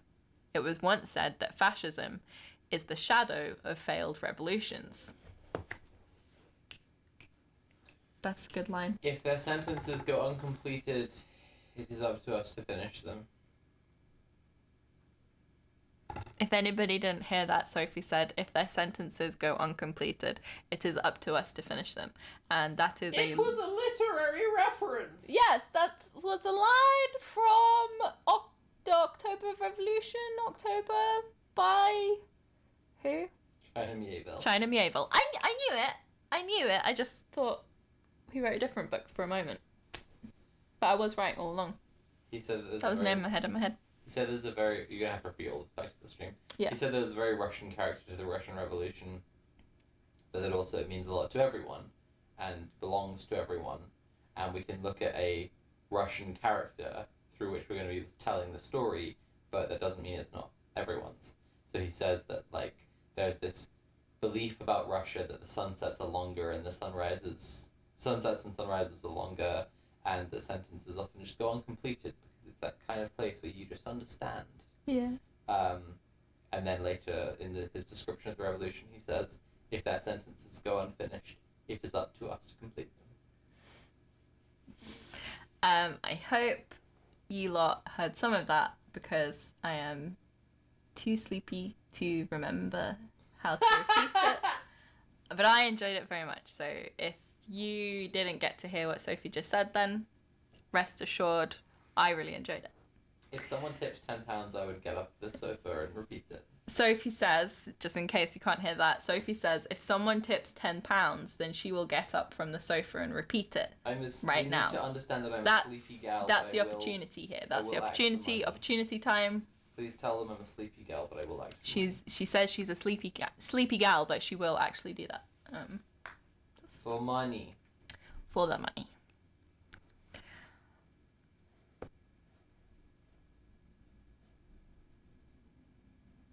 Where did I get to?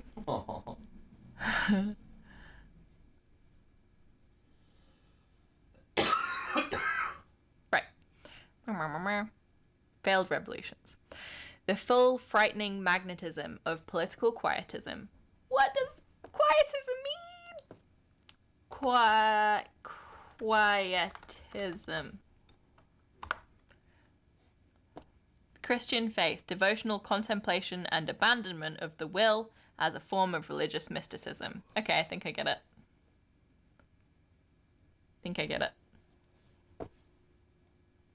This kind of like Nick Land position, right? Just like the AI is going to take care of it. There is nothing I can do.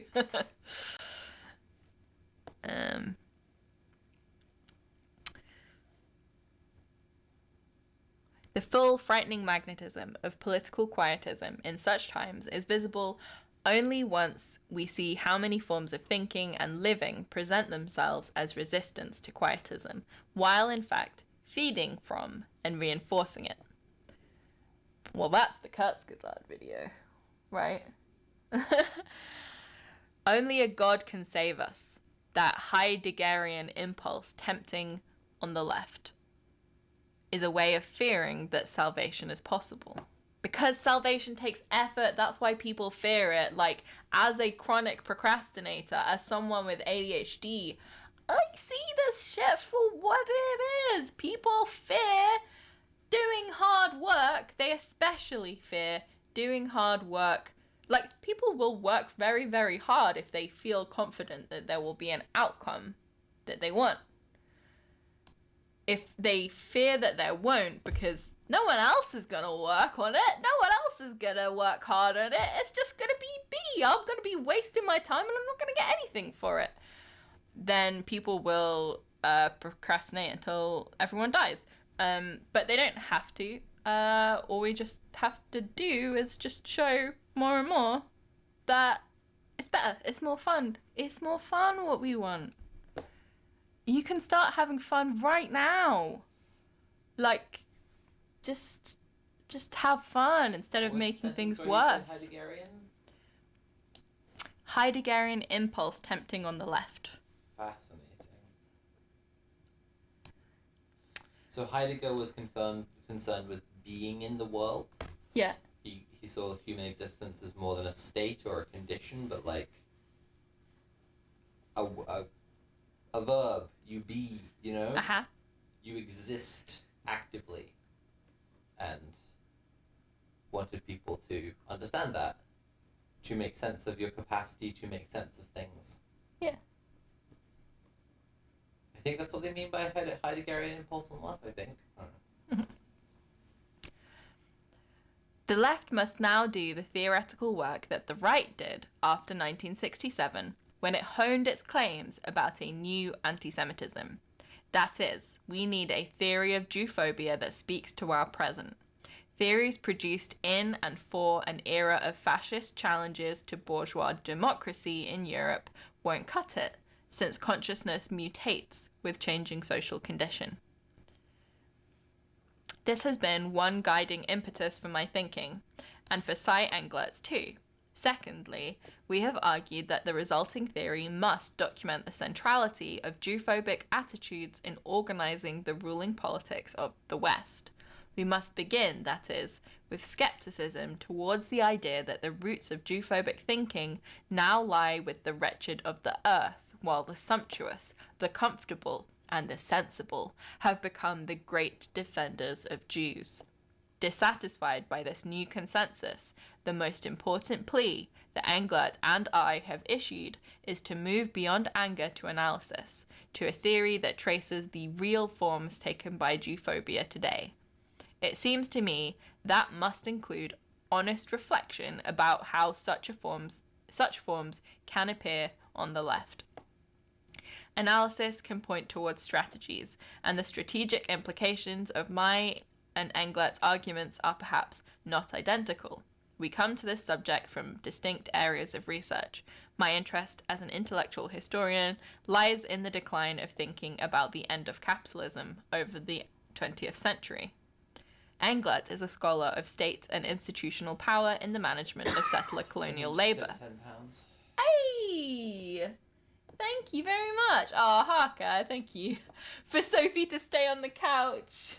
Oh. Okay. Okay, that's very cute. It will now cost £20 for me to get off the couch.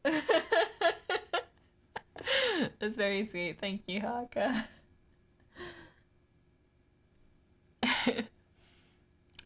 Where'd I get to? I'm right at the end. Okay. ABB. Analysis can point towards strategies, and the strategic implications of my and Englert's arguments are perhaps not identical. Oh, I read that bit. Settler colonial labour, and I suspect these different backgrounds help explain our differing emphases. But our most fundamental demand is the same. We demand that the first response to the Jewphobic critique of class, capital, the state, and Zionism should be to say something like, radicalize the critique. Talk of Rothschild and Soros is a conservative bid to save the image of capitalist society by reading its problems as external to it. And talk of Zionist lobbies can have the same conservative function. Absolutely true. If it is not tied to an understanding of colonial fantasies and an imperialist world system as the foundations of the dispossession of the Palestinian people. Absolutely. Subaltern Jewphobia is the miserable attempt at firebrand politics birthed by a deeply anxious, conservative age. Yes. To beat Jewphobic anti-capitalism, we need a world with more anti-capitalism, not less. In the face of Jewphobic anti-Zionism, salvation for all lies in more Zionism. In the face of Jewphobic anti-Zionism, salvation for all lies in more anti-Zionism, not less. Take the prevailing wisdom in Britain today, in other words, and assume the opposite. This is to illuminate a tougher task posed by resurgent Jewphobia, and to explain both the reluctance and necessity of talking about Jewphobia on the left. That difficult task is not simply to understand the world order that produces Jewphobia, but to ask why nobler forms of anti-capitalism and anti-imperialism ran up against deep reefs, and how they might be resuscitated or born anew. Thank you all so much for going through that all with me. I'm really chuffed that so many people stuck around to listen to that with me, because I know it kind of devolved into some kind of arguments with another scholar, right, that might have been a little difficult to follow along, but I think the central points are so fucking important to understanding how and why anti-Semitism functions, and that the answer is more radicalism, not less. The answer is more anti-capitalism, not less. The answer is more anti-Zionism, more anti-colonialism, more anti-imperialism, not less.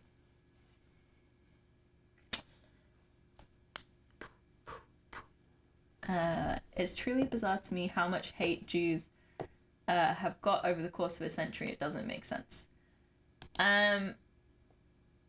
Yeah, they're a clearly marked out group, and thus easy to identify and attack. I think sometimes, a very important, just to come back to a really valuable, I think, an important thing that Barnaby Raine does here, because people find it much too easy to reify different groups of people by implying that there is this kind of unbroken history of a similar condition where they face the same conditions in place after place. And it's just not true, And so his specific goal is to historicize this moment of anti-Semitism. It has a time, it has a place, it has conditions that have produced it. It has a history that's produced it. Medieval anti-Semitism looked very different to Victorian anti-Semitism, right? Victorian anti-Semitism, pardon? More tips coming in. Ooh! Oh, shit! Disco Sophia says, poo-poo, pee-pee, fuck Starmer, workers' rights. I love it! Thank you so much. Thank you so much.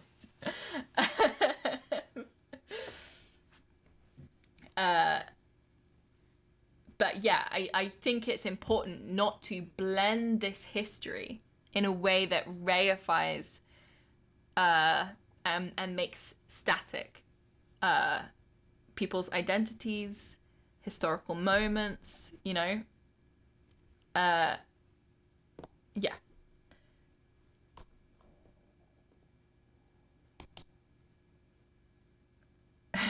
Shafiq Mugg says, this has been a fascinating evening. Thank you so much, Nat. Thank you so much. I'm really chuffed that that people feel like they're getting anything out of it, like they're enjoying it.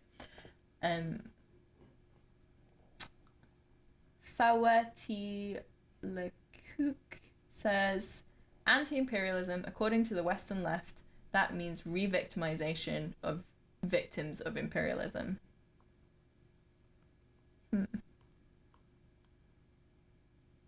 Interesting.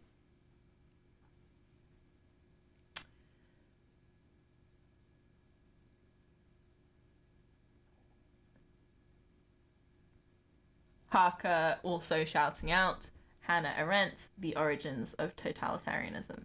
I have not read it, and I would like to. It's really good. It's really good. Shout out. I definitely want to read it for making this video. that I want to make, that I was prompted to wanting to make based on this fascinating conversation that we all watched together. I think I'm going to wrap it up now. Have I been streaming for 5 hours? Above the 6 chat hours? is the timer. Nearly 6 hours. God, I'm good. Look at me go. Look at me go. Tell them about the Kuzkazug thing again. So, Tell them to watch Red Planet tomorrow. watch Red Planet tomorrow, and before Red Planet. What? No, doing it before. No, okay. Watch Red Planet tomorrow. That's great. Red Planet on Twitch. Every week they're talking to activists about, capitalism has failed. Communism, it better be coming. So how are we gonna make that happen? That's what Red Planet's all about. And they're on Twitch every... shit, I froze again. Fuck. Damn it.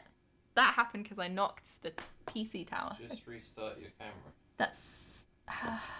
someone told me how to do that earlier, and I... Just click on the camera. Camera. No, click on the camera.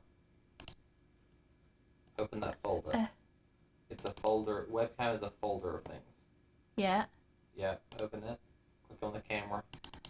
You're breaking the camera. You're breaking the camera. Hey! I'm back, baby! Okay. I'm saying goodbye. Let's close up.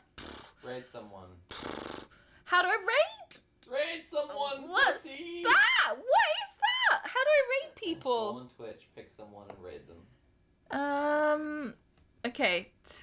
I'm learning new things. I'm learning new things. Okay. Tell them to the cuts, because no, do the raids first. Oh, Go on Twitch. Is this right? Pick someone. No, the regular Twitch website. Just twitch.tv. Twitch.tv. Yeah. On your stream or just Twitch? No, just Twitch. Okay, who's live right now in the sidebar? Peace chat. What's up? What's Gotta have my vape. What's up? Anybody good live? But I'm not seeing anyone, honestly. Oh, okay. I'm not gonna bother raiding. I'm not done. Okay, just tell them to check out the Kuzkazug stream when we do it. Check out, when are we gonna do it? Do we know when we're gonna do it? Just soon? Oh, geez, sometime in the next week. Don't worry about it. Next time you see me, basically. Probably. Next time you see me, Sophie and I. Yo, hey, what's up? What's bappin'? Oh, it's me. Hey, what's good, homies? Yo! We will be doing a stream about Kuzkazug and climate change and liberals and how they suck. It's gonna be fun. Hope you enjoy it.